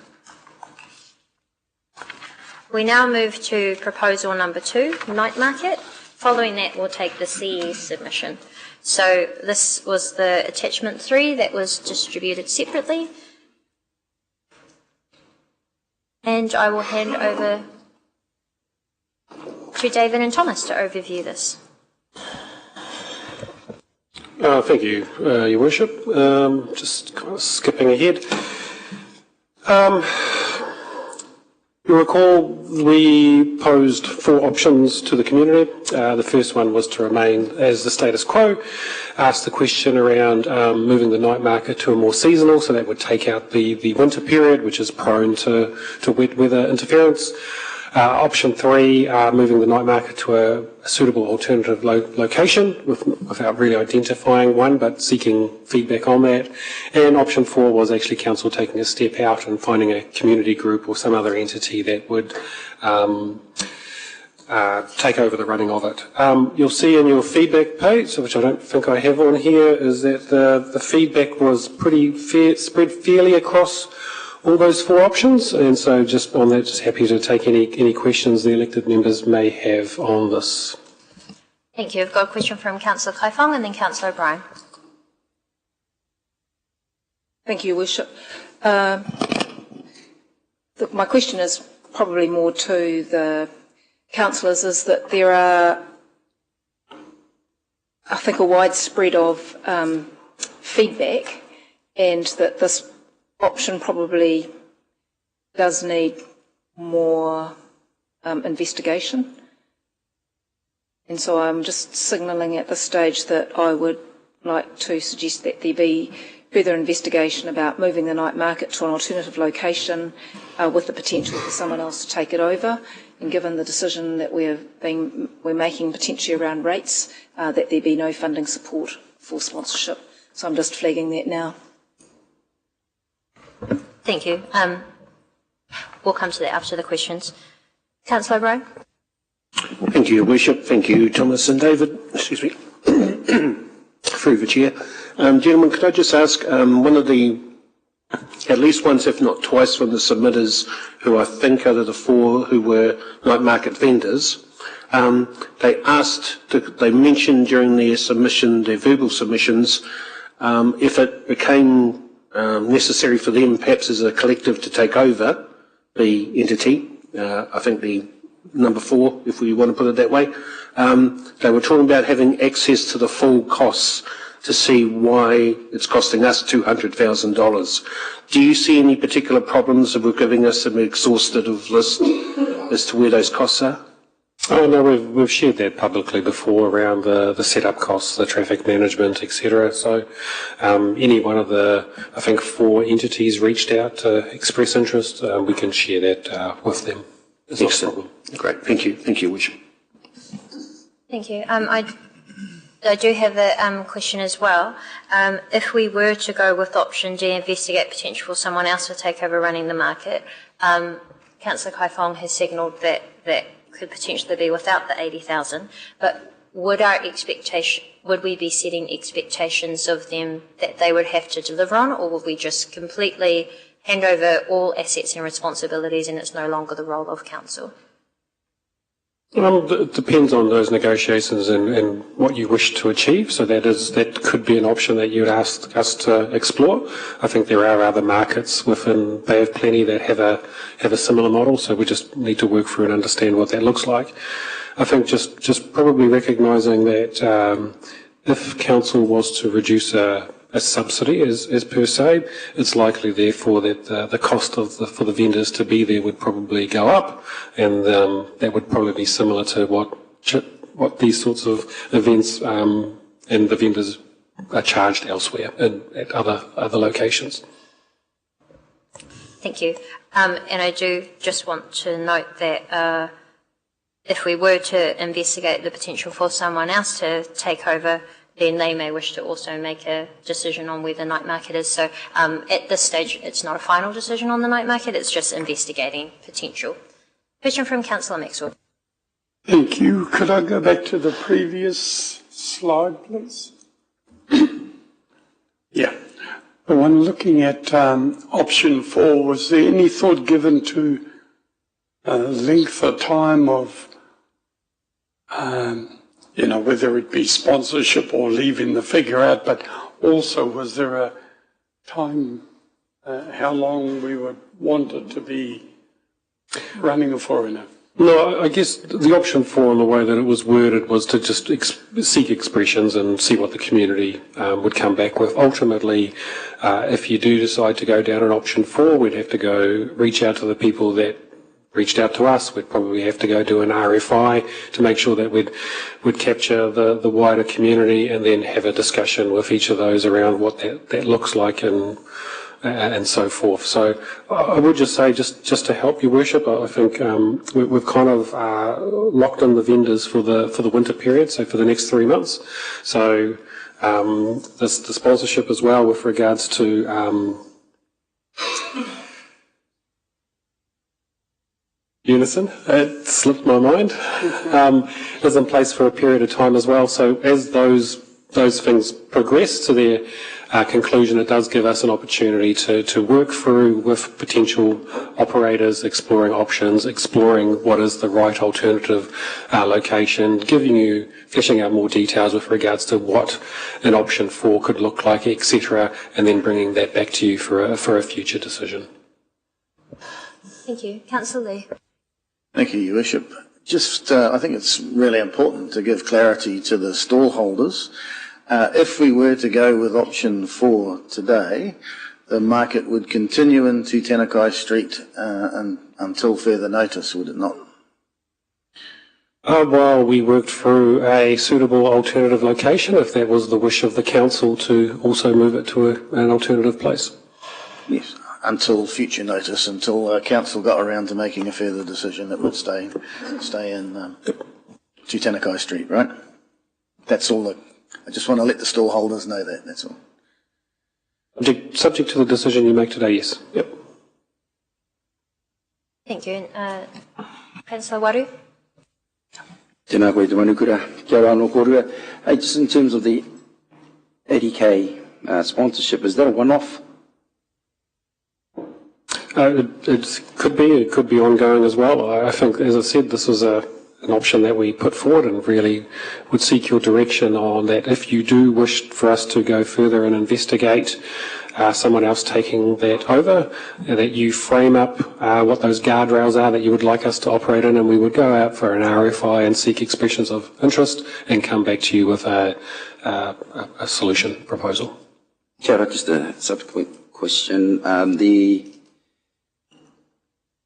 sponsorship, would that be inclusive also of, say, there's a new venue or new place like the lakefront or something like that, which would usually cost? Would that be part of the sponsorship as well? That could be as well. I guess I'm guessing as to what it would be. As I said, I think if the direction is from council that you would like to find an alternative location, and you would also like us to investigate someone else taking over the running of the market with a view of either providing sponsorship or not, then that's what we will go forth and do, and we'll likely need 3 to 6 months to work through and provide that solution to you. If you decide that actually you're happy with where it is, but to change to 6 monthly, we'll make that change as well. So it really is, option 4 is a little bit ambiguous at the moment. You'll provide that decision and guidance to us, and then the team will go off and do an RFI and come back to you. Thank you. Through you, Your Worship, councillors, if I can say, if you choose anything that is a change, that's anything besides A and B, we will come back to you, and we'll explore those options. So the word investigate is broad, and it gives us latitude to investigate those things, but any other parameters that the respondents to an RFI might want to discuss with you. So just be assured you're not locking yourselves down to the only parameters that are that are documented there. There might be other variables as well. Thank you. Final question from myself, and then we'll hand to Councillor Kaifon to Councillor Brown, you go first. Sorry, Your Worship, apologies. Could I just clarify, Thomas, do you think at this stage would the 80,000 come from Council direct, or would that go through the, Rotorua NZ parameters of how they select from us? Thank you. Thank you. I am also in support of not going out with the 80,000 sponsorship. My question is, do we sponsor any other markets? I know, as an example, the Cuido Park Market on the weekend is hugely popular and successful. I think that's run by Rotary. Do we sponsor that? No, we don't. Okay. I'm getting the shaking of the head, so I'll take that as a no. Okay, so I'll now hand over to Councillor Kaifong, who wishes to move hybrid. I was just going to try and combine everything just to leave it wide open, and obviously any expressions of interest is up to any proposed stallholder if they want to seek sponsorship or infrastructure costs to set up elsewhere or choose a location or stay in Tutanekai Street, then that's up to them. So I was thinking the motion that I'd move would be to direct the CE to investigate other options to potentially run the market with another operator at a different location. And obviously you'd then have to report back, and a future council would make that decision. So I'll just make sure I've read it quickly. That's been seconded by Councillor Maxwell. Did you capture that? So I'm happy to speak to it if... Right. Yes, you can speak to it now while the staff get it up on the screen. It's a whole new one. Well, I think that we got through the submissions process was a conglomerate of themes that didn't necessarily all come together. So this is trying to bring together the opportunity to see what we can do better.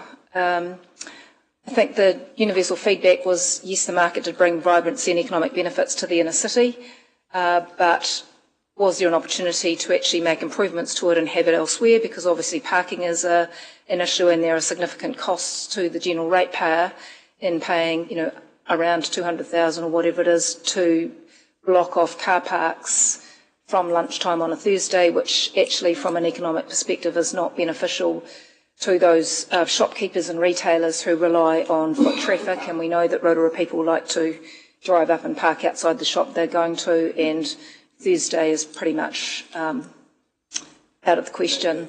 So I think it's good that we have the market. It attracts both the locals and the tourists. We've heard that there's good community experience. There was general feedback that perhaps summer was better because we knew that the weather was more settled. We had visitors in town and more opportunity then for stallholders to make money. Others suggested that the lakefront could be explored as a better suited location.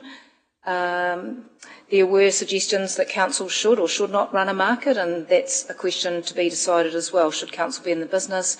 And the last one was simply about reducing the impact of rates on the general population. So I think that by going out and doing an investigation, there is the opportunity to still bring that vibrancy, still have a market, but not actually burden the ratepayers with the cost of running it. And that leaves it wide open for either potential stallholders, a market commercial operator to come, for other organisations to provide sponsorship. Unison may wish to transfer their sponsorship elsewhere, for example, if it was at a different location. But there are plenty of opportunities if we just allow the CE to have the time to investigate. So that was my rationale for the proposed amended motion. Thank you. And can you just check that on the board accurately reflects what, Piyush? So it says to direct the CE to investigate the night market being run by another operator at an alternative location.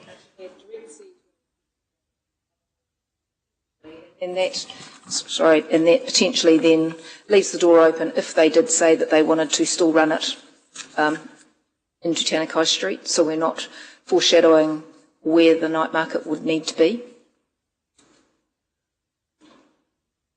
To potentially run the night market with another operator at a different location.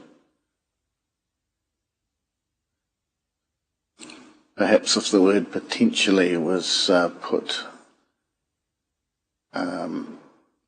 before the at an alternative location, then the potentially would be referring to a possible new location, but just trying to help with the wordsmithing. Was it right? Do you just want to add it and or in between operator and at?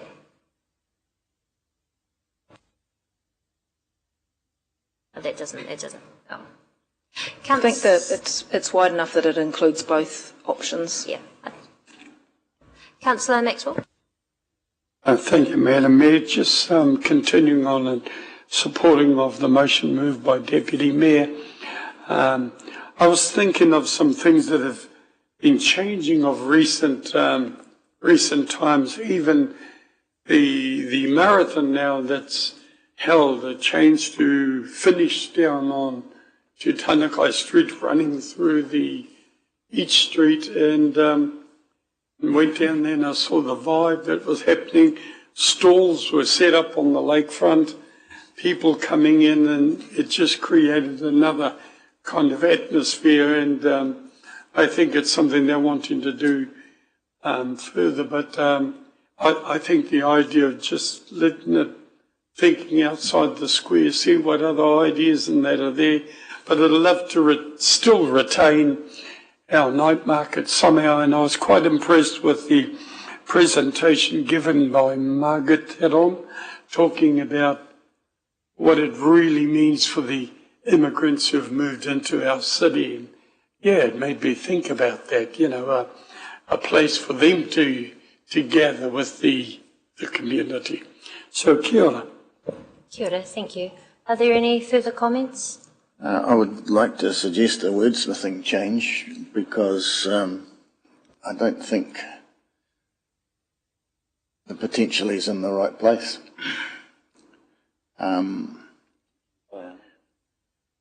the way it's written there, the other operator would be asked to run the market at a different location, and I think that should be potentially at a different location. So we need to move the potentially along the sentence, in my view. So Council resolves to direct the Chief Executive to investigate other options to run the night market by another operator, potentially at an alternative location. I was leaving it wide open for both the operator and the location, so the potentially is before both. Yeah, I don't think that quite works. I think the intention there is clear. I've just checked with the Chief Executive, and he understands the directive he's been given, and it will come back to Council. Yeah. Councillor O'Brien? Thank you, Your Worship. I'll be supporting Deputy Mayor Kai Fong's motion. I think it's very good. One of the things I heard from our vendors that came and spoke to us was, and I'm glad to see that we promised no changes in the short term, so they have certainty, which Councillor Lee brought up, at least for some months to come, especially over this winter period. One of my concerns is, yes, it brings vibrancy into town, but it also shuts off the town for half a day for many of the permanent retailers, including some food people who have been in touch with me and ask, well, you charge, I pay rent, I pay wages, I pay power, I pay your food registration, I pay for inspections, I pay for my food control plan. You take away my car parks from about midday, 1 o'clock. You virtually cut off my business for the day, and then you put a stall right in front of me, a competitor, and only charge them $170. It's a bit tough on me. And although it's not a complete story, because I think there's only about 5 or 6 in that particular area, I can certainly understand their frustration and their concerns about the impacts that that's having on council, especially when their rates are subsidising those other businesses in the market.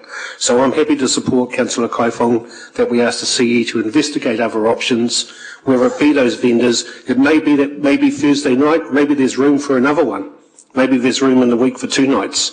Maybe 1 to Tēnā maybe 1 lakefront, maybe 2 at the lakefront. That's not for me to say, that'll be for the vendors. But this is, I think, a very broad and very well put together motion that allows our CE to talk with those people and negotiate and take it forward. The main thing for me is the $200,000, we must reduce that. We can't keep going, having these sorts of events costing council money, even on the other side that it is a vibrant event and helping in the CBD. We must bring that 200,000 down, and that's the only thing. I don't think we should include that in the motion. I think our direction and the options put forward were pretty clear to the Chief Executive and the Executive team. So, thank you. Thank you. And Councillor Wayne? Thank you, Your Worship. I'd just like to speak about this as well.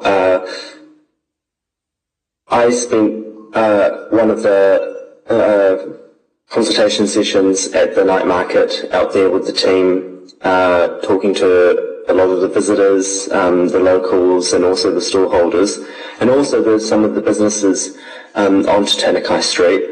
And there were a wide range of responses, and some of them actually quite surprised me as well. I think we've heard quite often from past consultations about how important developing a nighttime economy is for Rotorua, and that is an area that we are lacking as a city, and something that I think many would like to see us develop. I see the night market as one of those contributors towards that, and not just that, but also it's one of those forums, one of those places where, as I think even the Multicultural Council has mentioned, is a place for them to showcase their cultures, the different cultures and events that make up the community. And I would support this motion just because it's just to investigate the potential outcomes, and we're not tying ourselves to a particular decision. But speaking to a lot of the visitors and a lot of the locals that did attend and that do spend their Thursday night out visiting a lot of those food stalls and the events that are held there regularly, they do really value having that kind of vibrancy in the city centre, especially, and what it does for the social aspect, definitely the economical aspect. One of the things that I would have liked to see was the economic impact that the night market brings to the city as well, and I think I didn't really see that figure or that number as to the impact that it has to the city, and whether or not and what that would be. So I think just to close it off, there was quite a wide range. People were a little bit confused with a couple of the options because it was kind of not really tested in terms of a different location, who else would run it, and obviously we would open that out for the EOIs.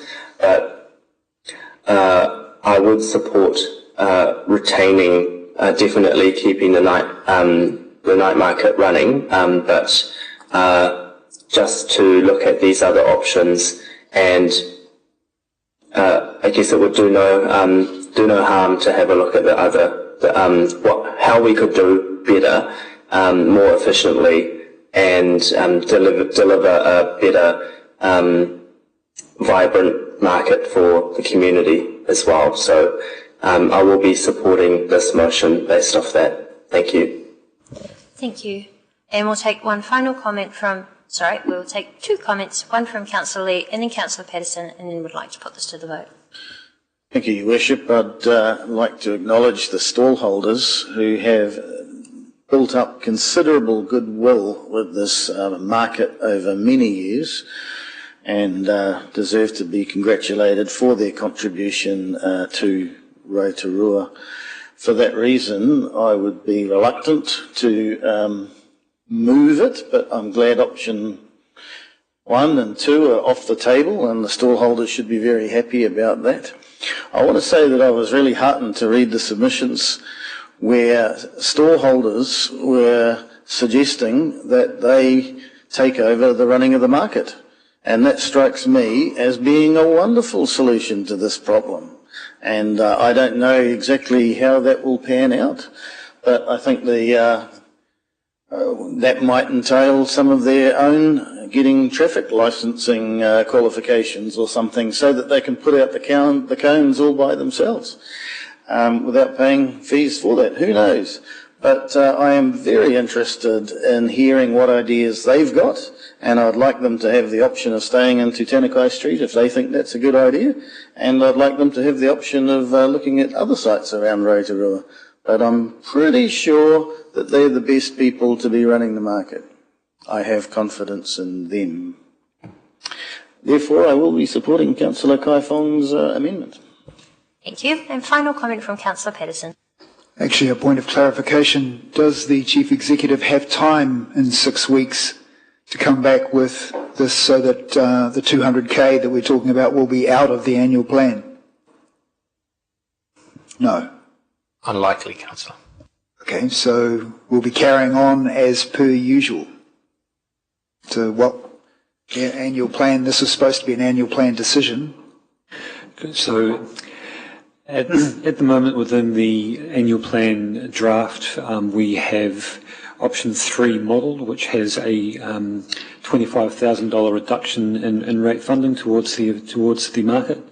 If the event was to continue in place while the investigation, while the Chief Executive undertook the investigation, that would be reversed while the market continued ordinarily, and the rates would increase by 0.02%, so it will be up to about 7.97%. So then, would we make a decision on that before the next election, or will this be now carried over to the next council? I'm just looking around the room, Councillor. I think it would be difficult for me to commit that I'd be able to bring you a comprehensive review, particularly given how broad this is, within the next 6 weeks. So it would be one of the first things the new council dealt with when they come back. Right. Thank you. Just to clarify, if there's no cost anyway, it would just be, we'll save money.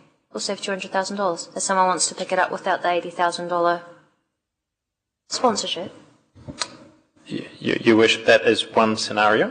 However, what I'm taking from here is that you're not directing me to make changes to how it's currently operating until I bring it back to council with whatever that proposal or that option is.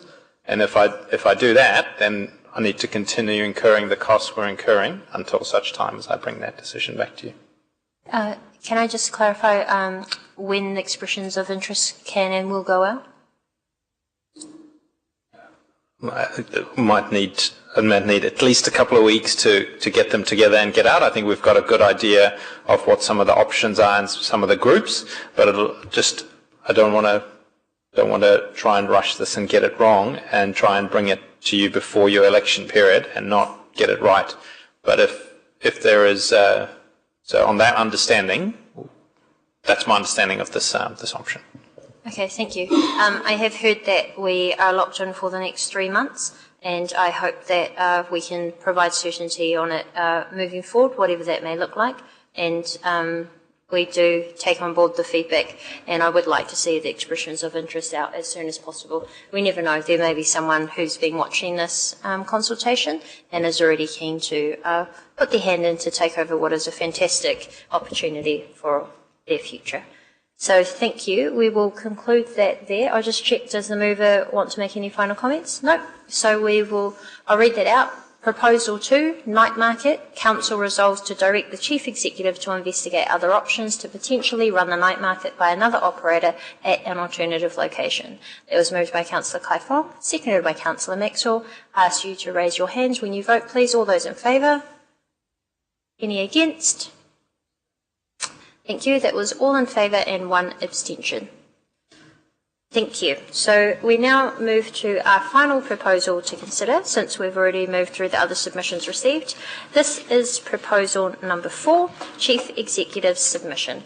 So I'd now like to hand over to David to overview this. This is attachment 5 that's being distributed separately.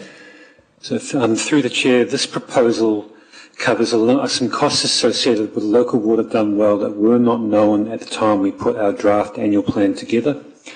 The first of those costs relates to some compulsory levies towards the water regulator and the economic development regulator of $403,000. So at the same time we have been consulting on our annual plan, MBIE have been consulting on their fee structure for the compulsory levies, and Council's share of that is set at $403,000.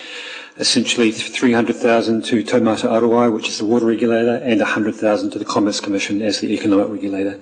Those are compulsory levies, and they will be paid regardless of whether or not additional funding is set aside for them.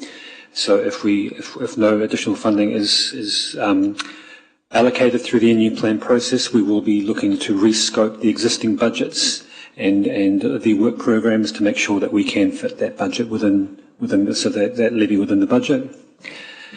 The second cost aspect within this proposal relates to some resourcing to deliver both on additional regulatory requirements through local water done well, and also, depending on the outcome of deliberations to come on local water done well, any work to be done on establishing a water CCO in the future. So delivering a water plan by September is not by any stretch the end. There are a number of additional regulatory tasks that Council will need to start, which are noted in the proposal there.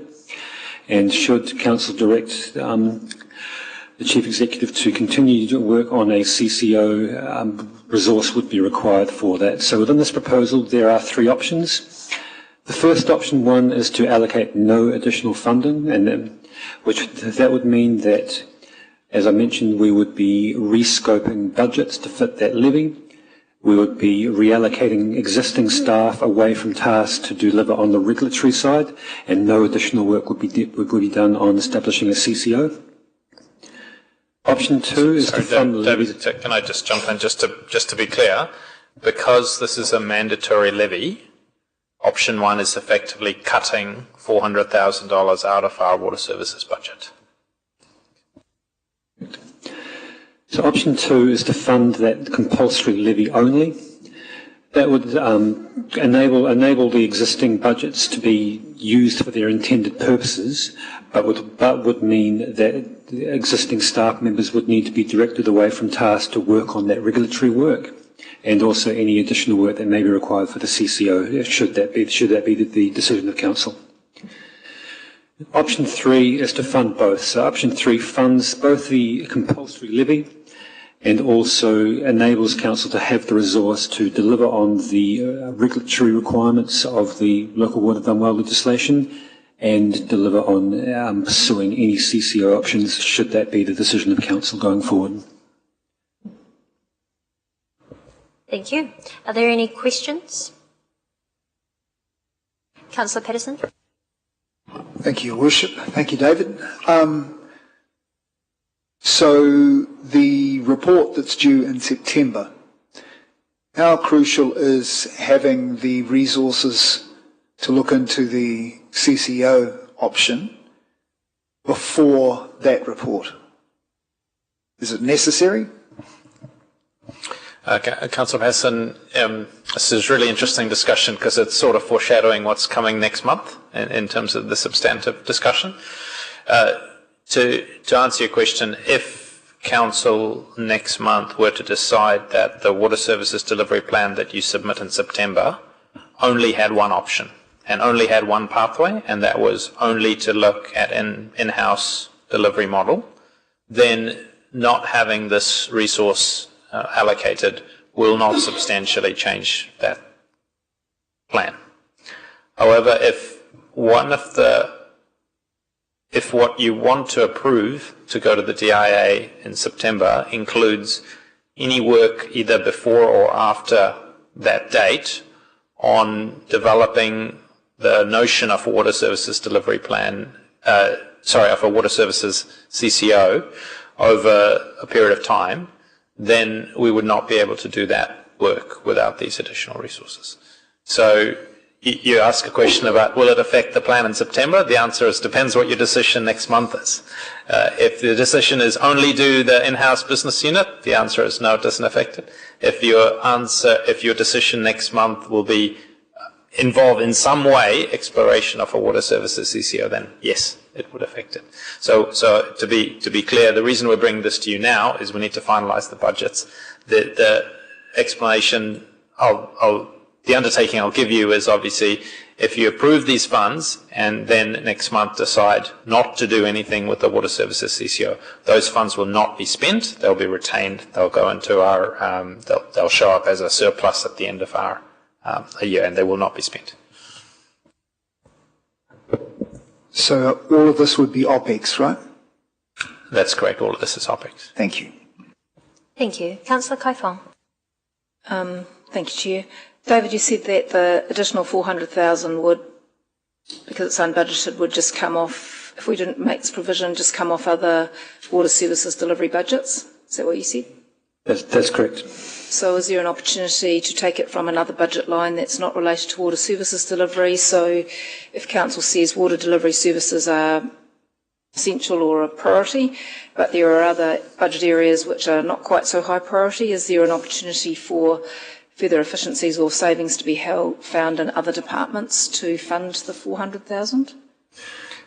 Councillor, firstly, I'd say there's a requirement under the legislation to ring fence water from non-water expenditure. So this would fall foul of that. If we took money from non-water and put it towards water, that wouldn't be permitted.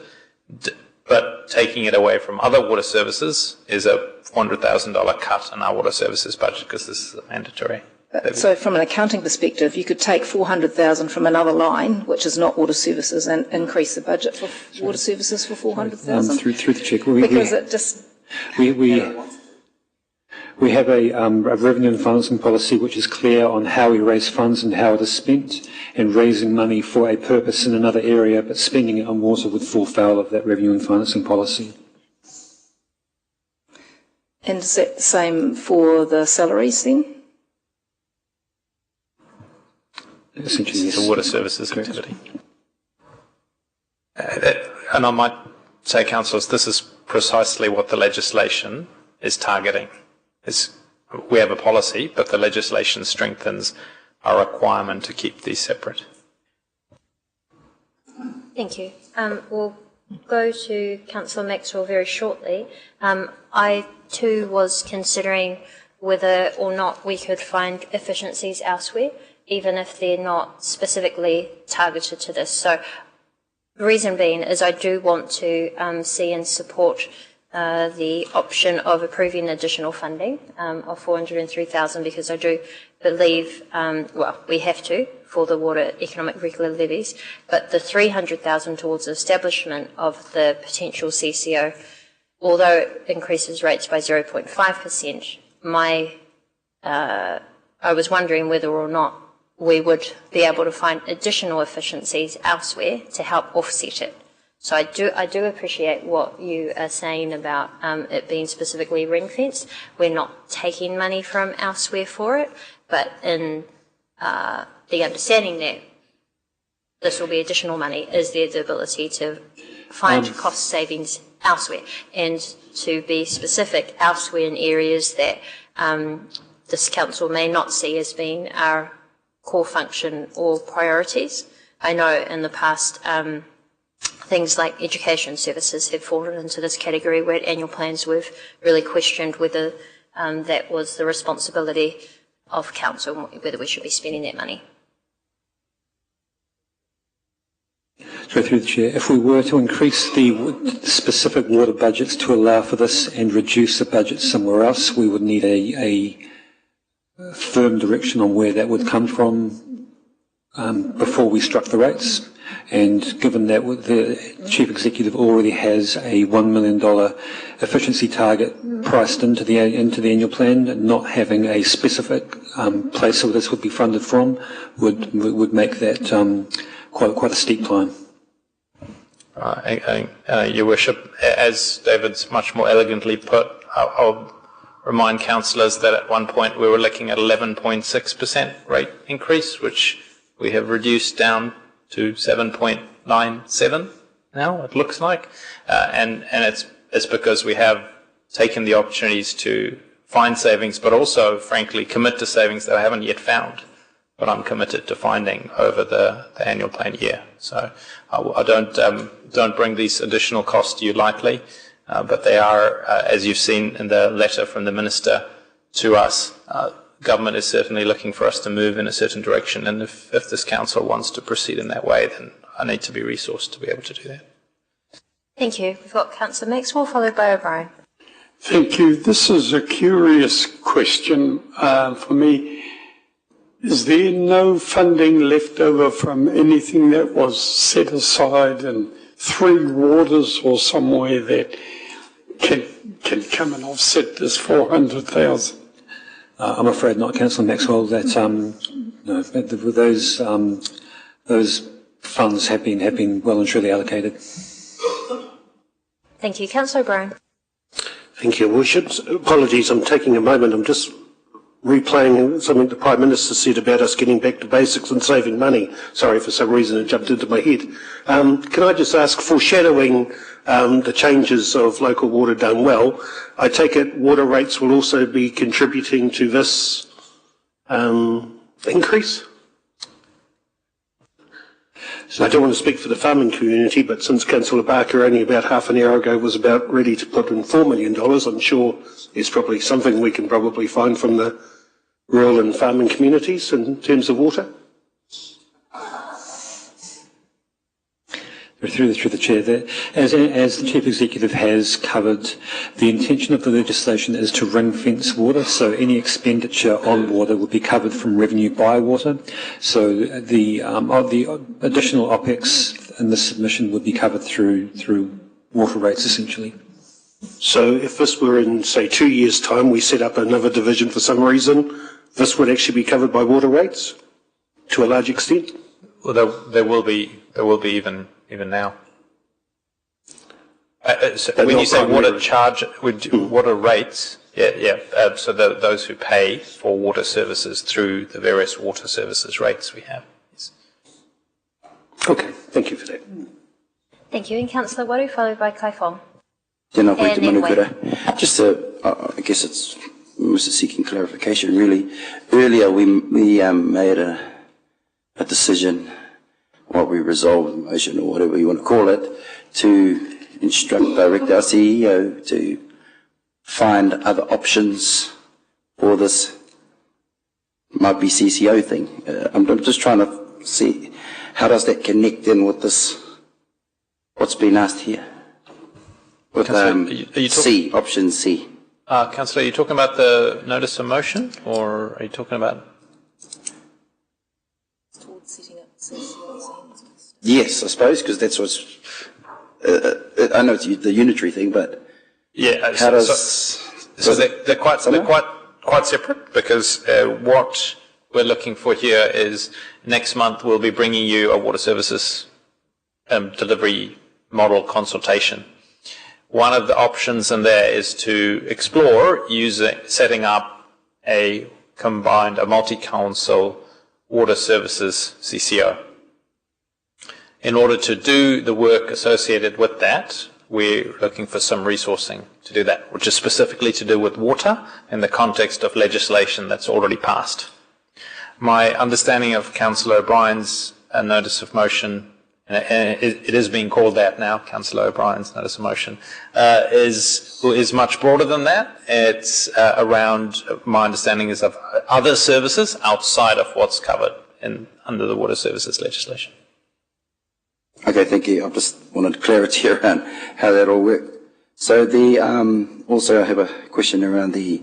Sorry, David, did you have further answer to that? Oh, sorry. So just to avoid confusion, the additional resource being sought is not purely to pursue any potential CCO options. So even retaining water in-house is not just status quo, it's an enhanced status quo with significant additional regulatory reporting. And so the resourcing included in option 3 is intended to cover that resource, that obligation, as well as any CCO investigation. Thank you, David. There must have been some Jedi mind trick there, because that was my question. So you just answered it, Ngami. Thank you. I am aware that Councillor Maxwell needs to head off in 10 minutes, so I just ask Councillor Kai Fong and Councillor Wang for your questions, but we'll keep them brief, please. Just wanting to go back to that question, you said we can't offset the budgets in one area and another, but you just said we could make a decision at an annual plan if we gave direction about stopping something else. So is there still an opportunity to, if we were to add on a 0.5% here, to look at taking off 0.5% somewhere else if we gave direction at the 30 June or 26 June council meeting? In order to prepare a rate strike, have a legal review of the document before it's struck, we're seeking direction at this meeting so that we have time to prepare everything we need to adopt on the 26th. So do we know where the rates number's sitting? Because I think you mentioned 7 point. Did that include the 1.1 for Rotorua? We're just going to get that clarified. Just a moment.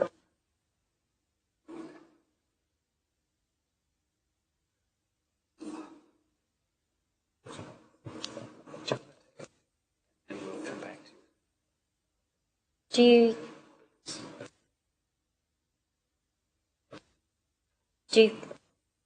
sorry, Councillor Kai Fong, what is it that you're asking for? We want a number?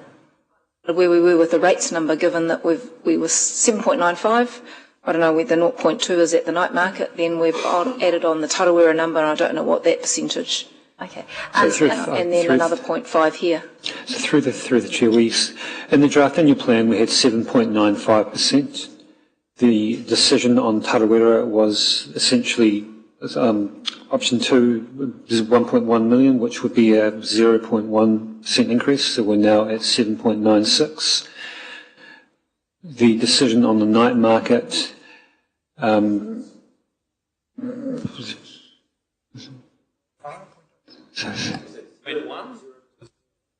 Sorry, 8.05, my apologies. And we're now at 8.07 with the decision, with the impact of the night market, so 8.07. Thank you. I would like to just encourage councillors that while we are adding this up, we should take each decision on its own merit. So, Councillor Wang, a quick question. Thank you, Madam. Thank you, Your Worship. That's okay. My question was asked by Councillor Kaifong and Councillor Waru. Okay, thank you. Well, that's all the questions. I'd like to put this to the vote before Councillor Maxwell needs to leave. I have indicated my support towards option C to ensure that work can continue to get underway. Do I have a seconder? Seconded by Councillor Waru. So what we'll do is I'll ask for a raise of hands if you do support this. If you do not, if it is lost, then we'll open to the floor for another option and so on. So I'll read it out. Point C, approve additional funding of $403,000 towards the Water and Economic Regulator levies and $300,000 towards the establishment of a WSCCO, Water Services CCO, delivery team, increasing rates by approximately 0.5%. All those in favour, please raise your hand. And any against? That is 1 by 5-4. Councillor Wang was voting in favour. Thank you. So that concludes our annual plan deliberations. Thank you very much, everyone. What I'd like to do is continue on the financial update, the Rotorua Partnerships Progress Report. We can mostly take that as read, and then we'll have a short break before we go on to public excluded.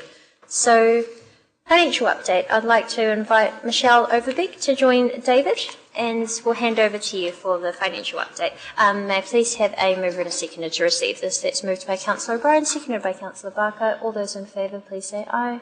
Any against? That's carried. Thank you, guys. Over to you.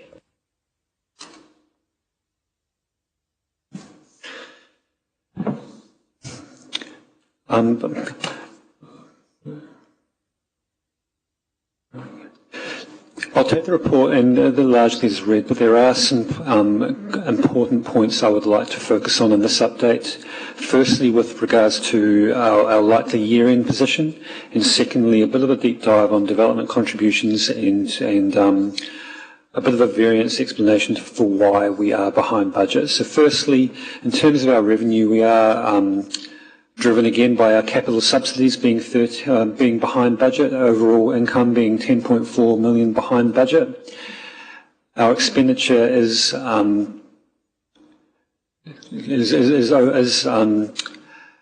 slightly above budget as well, driven primarily by the Works Department. We've talked before a little about the complexities of trying to merge two businesses together partway through a year when we have the obligations of reporting against what we have struck rates on.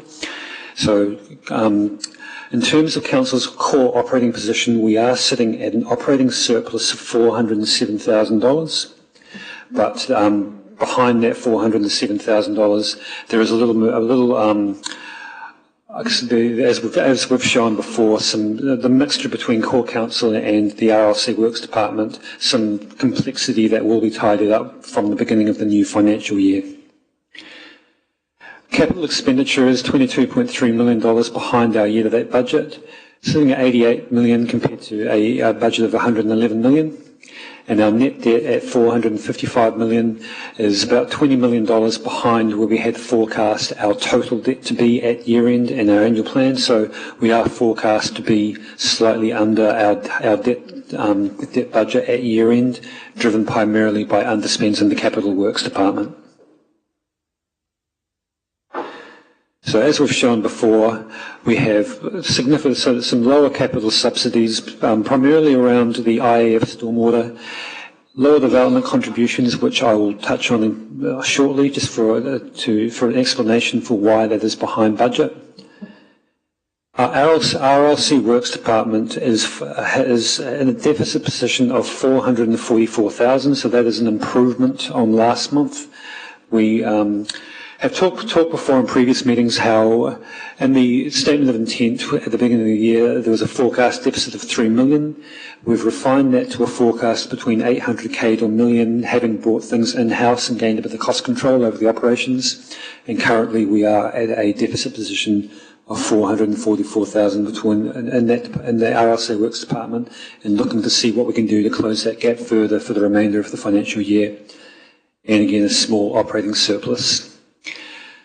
Now, I want to take an opportunity here just to discuss the implications of a decision we made earlier in the day around Tarawera. So we mentioned before around the escalation costs and the expensing of $1.5 million of escalation costs.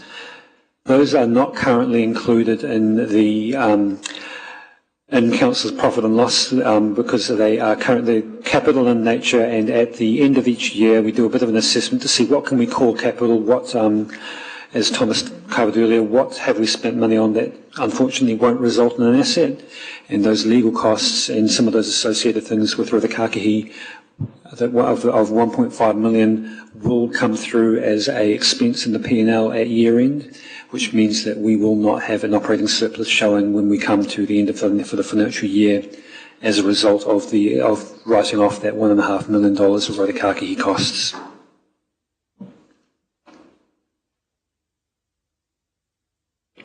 So, just a bit of an illustration there that for Core Council being $407,000 positive, and RLC Works Department being $444,000 in a deficit. What I wanted to focus on in this update is just so we've talked about how development contributions are behind budget. So what we've done is a deep dive into why we're behind budget and what the implications are for where we would be at year end. And the answer lies in how the way in which Council processes consents that were received and approved before the introduction of a DC policy. So Council had a DC policy 10 years ago, which was nullified and let go of. We went for a long period without any DC policy, and then we reintroduced one in 2013. However, in the period where there was no policy, we received and approved quite a large number of consents which take time to flush through the system. So in the top left-hand side there you can see, it's a little bit hard to see, so it might be clear on your individual screens. That is the number of consents that have been approved by Council since 2022, 23, 24, and what's in progress.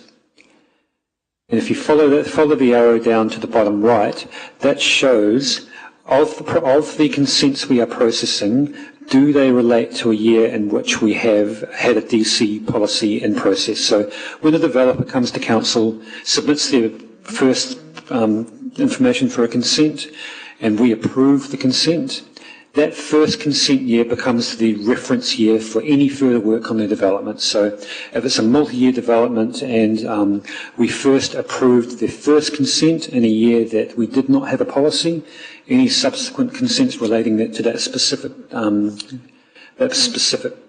project are treated as being the same year in the DC policy. So while the building team are flat out, while the consenting team are busy, while there's no shortage of activity, we A lot of the consents they are working on relate to years in which we did not have a policy and will not be attracting a DC charge. So what this means for council is that there will be a number of years while some of those consents are flushed through the system, dealt with, and before we can get to a point where every single consent we work on attracts a DC charge. And the implication for council means that we will need to do some work refining on what a realistic budget is in those just in the short term while we flush through those old consents. And it means that it will take council probably a year or two longer than we had planned or budgeted to recover the full cost of growth. So it'll take a little longer to recover all of that growth-related capital expenditure through development contributions. Now, I appreciate it's probably quite a technical concept. I'm happy to take questions on any of the report or the presentation, or if there's any lingering questions you have around our DC revenue and why we are currently behind budget.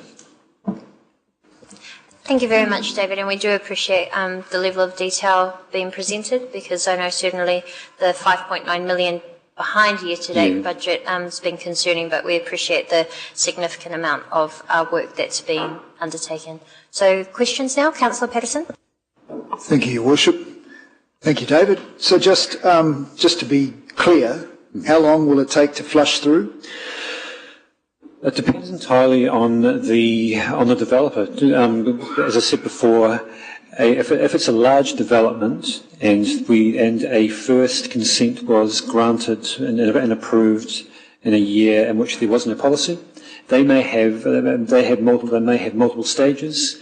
If it's a small development, it'll be dealt with in one consent. If it's a very large development, it may take several, and it'll depend entirely on, I guess, the nature of the developer and the development and the scale of what's intended.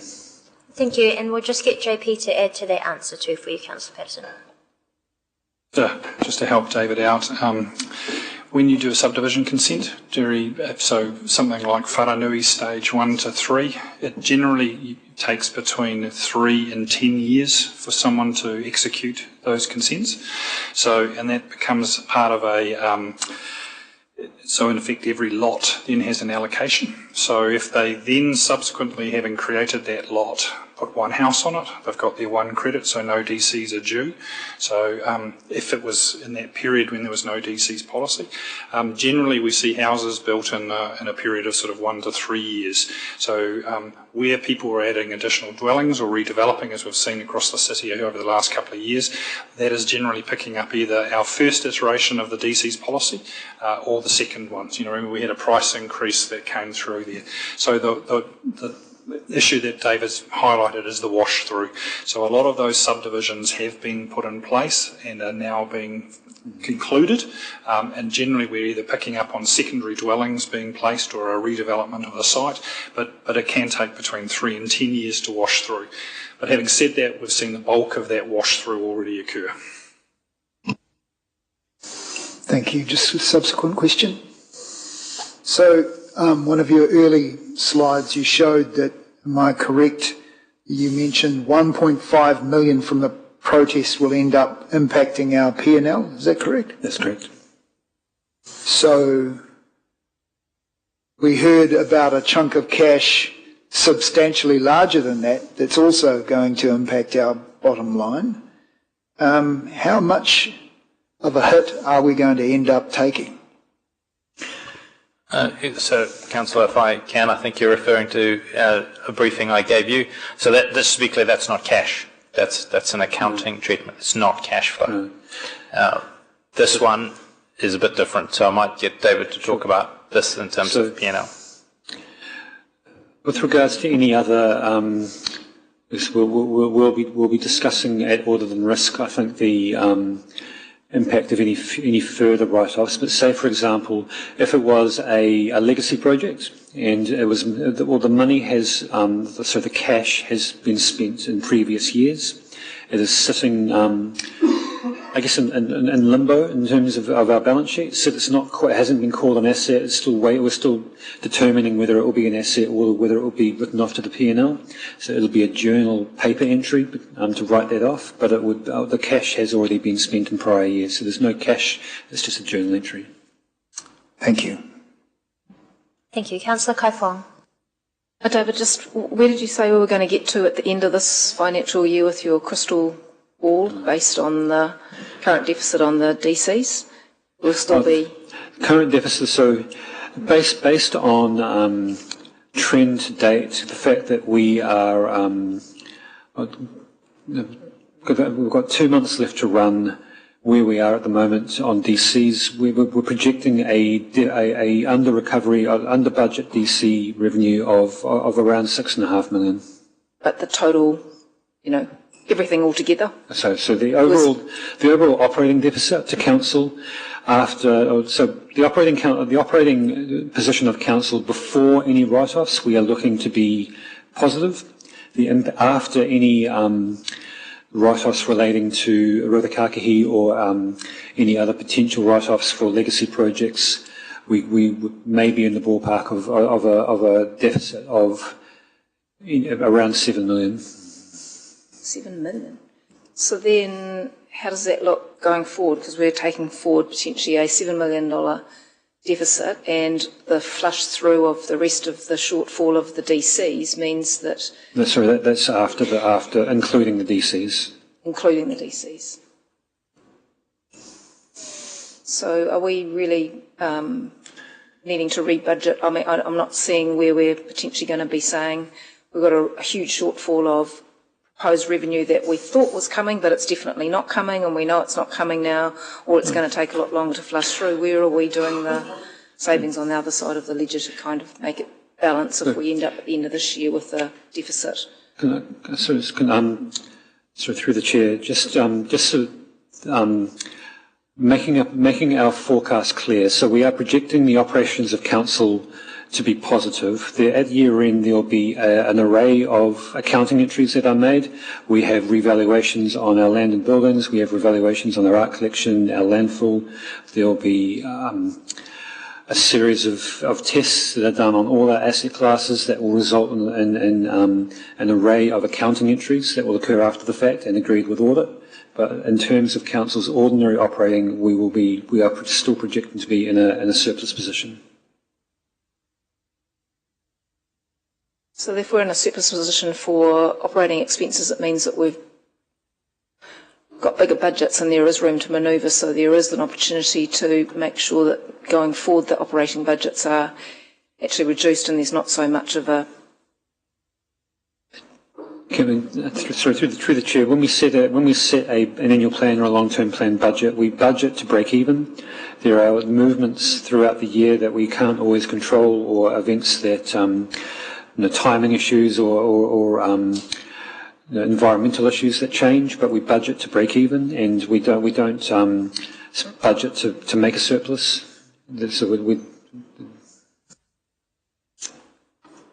I think I was just looking at the previous decision that we've just made, and is there an opportunity, given that you've just mentioned that we've just absorbed a whole lot of unexplained or unexpected expenditure and we still break even?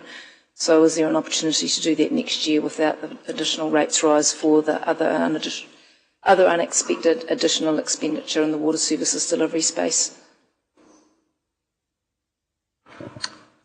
I think if I could, this might be a discussion we might be better equipped to have at audit and risk, because we're talking about end of year positions and final positions, accounting adjustments, etc. I wonder if that might be an opportunity to pick this up. Okay, let's do that and we'll see if there's any other opportunity to provide some information beforehand. But thank you for your questioning, Councillor Kaifong. We'll take one final question from Councillor Waru. Tēnā koe te manukura, just a quick question. Tēnā koe. Thank you for the update and the detail. It does get a bit tricky to keep a track of. But my question is to do with the capital subsidies that's been behind. Eventually they will be caught up. How do we, I suppose, account for those? So a number of subsidies can occur in a number of ways. So some subsidies we receive after we have completed certain waypoints on capital projects. So we have to spend the money to receive the money. So the fact that we are behind, some of our capital projects are behind budget suggests that we haven't yet reached those milestones. There's also a number of grants, particularly for the museum, we received well ahead of time, but contractually they are tied to the achievement of certain project milestones. So we can't call it revenue until we can prove to the funders that we have done certain things. So there's a test that occurs once a year for money that we've actually already received. It's just on our balance sheet. If we can prove that we've met the funders' requirements, we can move it up and call it revenue. So there's a number of ways we can collect that money. Thank you. Clear now. Thank you. Thank you. Well, that concludes our... Sorry, was there anything? That concludes our financial update. Thank you. We'll now move to our Rotorua Partnerships Progress Report. I'd like to invite Paul Warbrick up to overview the report. And just a heads up, following this we'll have a quick 5-minute break before I pass the resolution to go over 6 hours and we go on to confidential. Can I please have a mover and a seconder to receive this report? That's moved by Councillor O'Brien, seconded by Councillor Waru. All those in favour, please say aye. Any against? That's carried. Thank you, Paul. Tēnā koutou te whare. The afternoon is upon us. Through you, Te Manukura, I'll take the report as read. A couple of key highlights that have come through in this reporting period. For your information, we'll be working with Ngāti Whakaue for the community hautapu event, which will be part of Rotorua NZ's drone show. So on the Friday, the 20th of June, an invitation to yourselves and your families in the community, which will be extended very shortly through comms to join Ngāti Whakaue down the waterfront. So our teams, Rotorua NZ and Te Amorangi, have been working with Ngāti Whakaue, so that's a highlight. I do want to make mention of the Trends week in particular. Probably the council teams from Rotorua NZ staff and actually the wider tourism industry that got behind a significant welcome to Trends. That my understanding is that's the largest one where actually operators joined in with the pōheri and they trained for weeks. So there's another highlight, and probably the other key point that I'd like to raise and just flag with you is regarding the indication of a fourth piece coming of a piece of work that's forthcoming for us, which is Te Tuamaka, our Māori relationship strategy. Otherwise, I'll take questions. Ngā mihi. Ngā mihi, thank you very much, and exciting about the hautapu ceremony to be finalised. Are there any questions? I did just have one, just regarding the Māori relationship strategy. Do many other councils have something similar? Through you, Te Manukura, yes, the majority of many councils and Crown agencies and other agencies use, they used to be called Māori responsiveness strategies, they've now moved to Māori relationship strategies. Essentially, it's acknowledging this particular work stream and following the same fundamental business practices of having strategies, making sure that efficiencies, identifying risks, and that it's much more planned, structured in order to give effect and to deliver on. Thank you very much. Councillor Patterson. Thank you, Worship. Through you, thank you, Paula. Just a comment you made before about the drone show, and you had Rotorua NZ's name next to that. They're not funding that, are they? Through you, Te Manukura, I'm not sure who's funding it. Apologies, I don't know.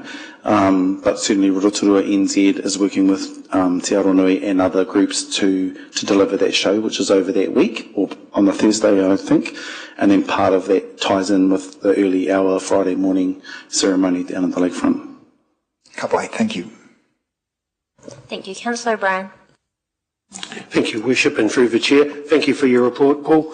Paul, could I just clarify something with you that was brought up at our last Te Arawa meeting? There was an issue brought up around, say, Datacom. Could I just ask, could you explain for me what, under the process that we have with the 2050, our obligations, with a project like that, or something similar, where's our cut-off point? Is there commitment there that we would obviously support it, if possible, but are we talking about financial contributions or something like that down the line? Through you, Te Manukura, thank you, Councillor. We have been, just yesterday, we were in conversation with Te Tatau to define that. There is a piece that they're working on at the moment. As you have probably picked up, there's a little bit of lack of clarity about where the innovation and tech key outcome might be heading and what was expected and what's our role as council. I've asked them to go back and define that and make sure that it aligns with our outcomes and the aspirations of 2050. So I'm expecting that to come through in the next few days, and we'll elevate that up before the next July meeting. Thank you. I look forward to receiving that. If I could just give you a little bit of feedback, and maybe this is misunderstanding on my part, I was under the impression that with the partnership that we were here to help support in any way we could for our processes, i.e. consents, etc. like that, land, whatever we could do to help. But when it comes to actually putting money or etc. in, I'm a bit cautious on that now. I appreciate it's election time soon, so we probably won't get those options. But I just feel that that's probably something we need to talk about at some point before the end of our triennium. I don't know if that will be what the new council would think, but I would have concerns if it's moving in from support role to active investments. I think I understand the question, Councillor Bryan, and I think we've clarified in the Te Arawa 2050 Vision Committees that there's no new budgets associated with the work that's discussed there. It's more about getting better outcomes with the same budgets that we've got that are aligned to council-approved work programs. For sure, but I would also be concerned then that, say, existing budgets outside of council, i.e. RNZ, etc., under the economic development, I'm only speaking for myself, my other colleagues might have a different opinion, but I just hope that where certain projects are named, that we approach cautiously, especially when these things have been tried before and our track record isn't always the best. So I just hope we treat cautiously until the next council comes in. You're talking about events, Councillor? Okay, thank you. Got it. I could talk about a lot of things, Mr. Moraes, but we'll leave it there. Thank you. Thank you. Councillor Lee? Thank you, Your Worship. Thank you for your report, Paul. I'm interested in 3.3 here, RLC Cultural Competency and Capability Training. Tau has completed the second and third training modules for our first cohort of Te Hiwi o Taroa, the new training framework.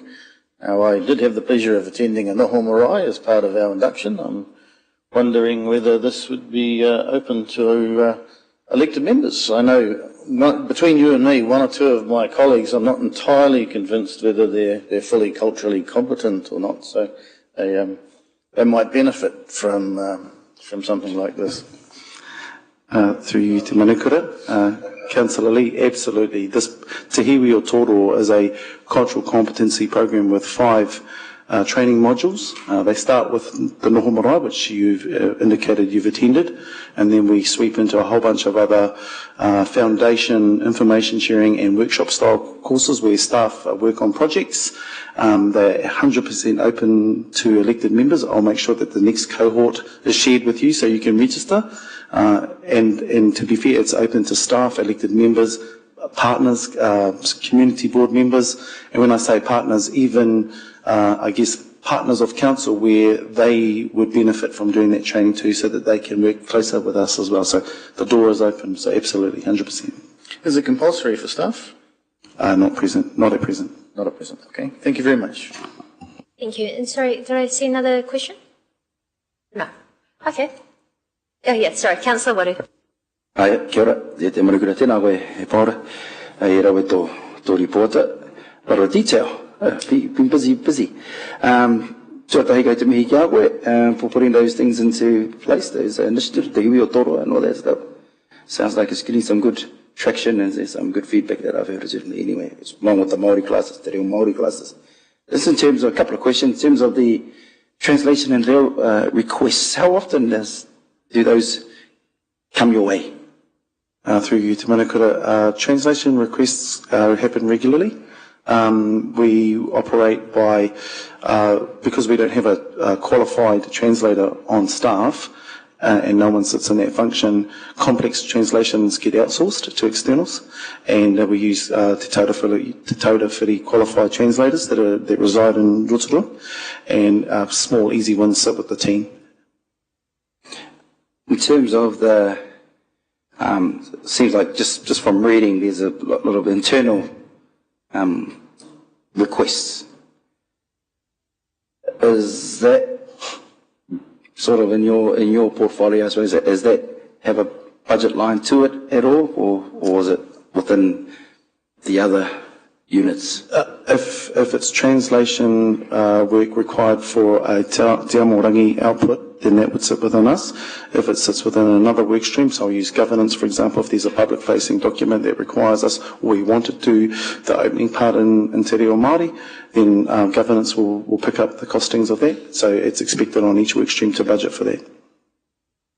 Ka pai, tēnā koe. Mihi ana kia koe, o te raki a te Amorangi. Kia ora.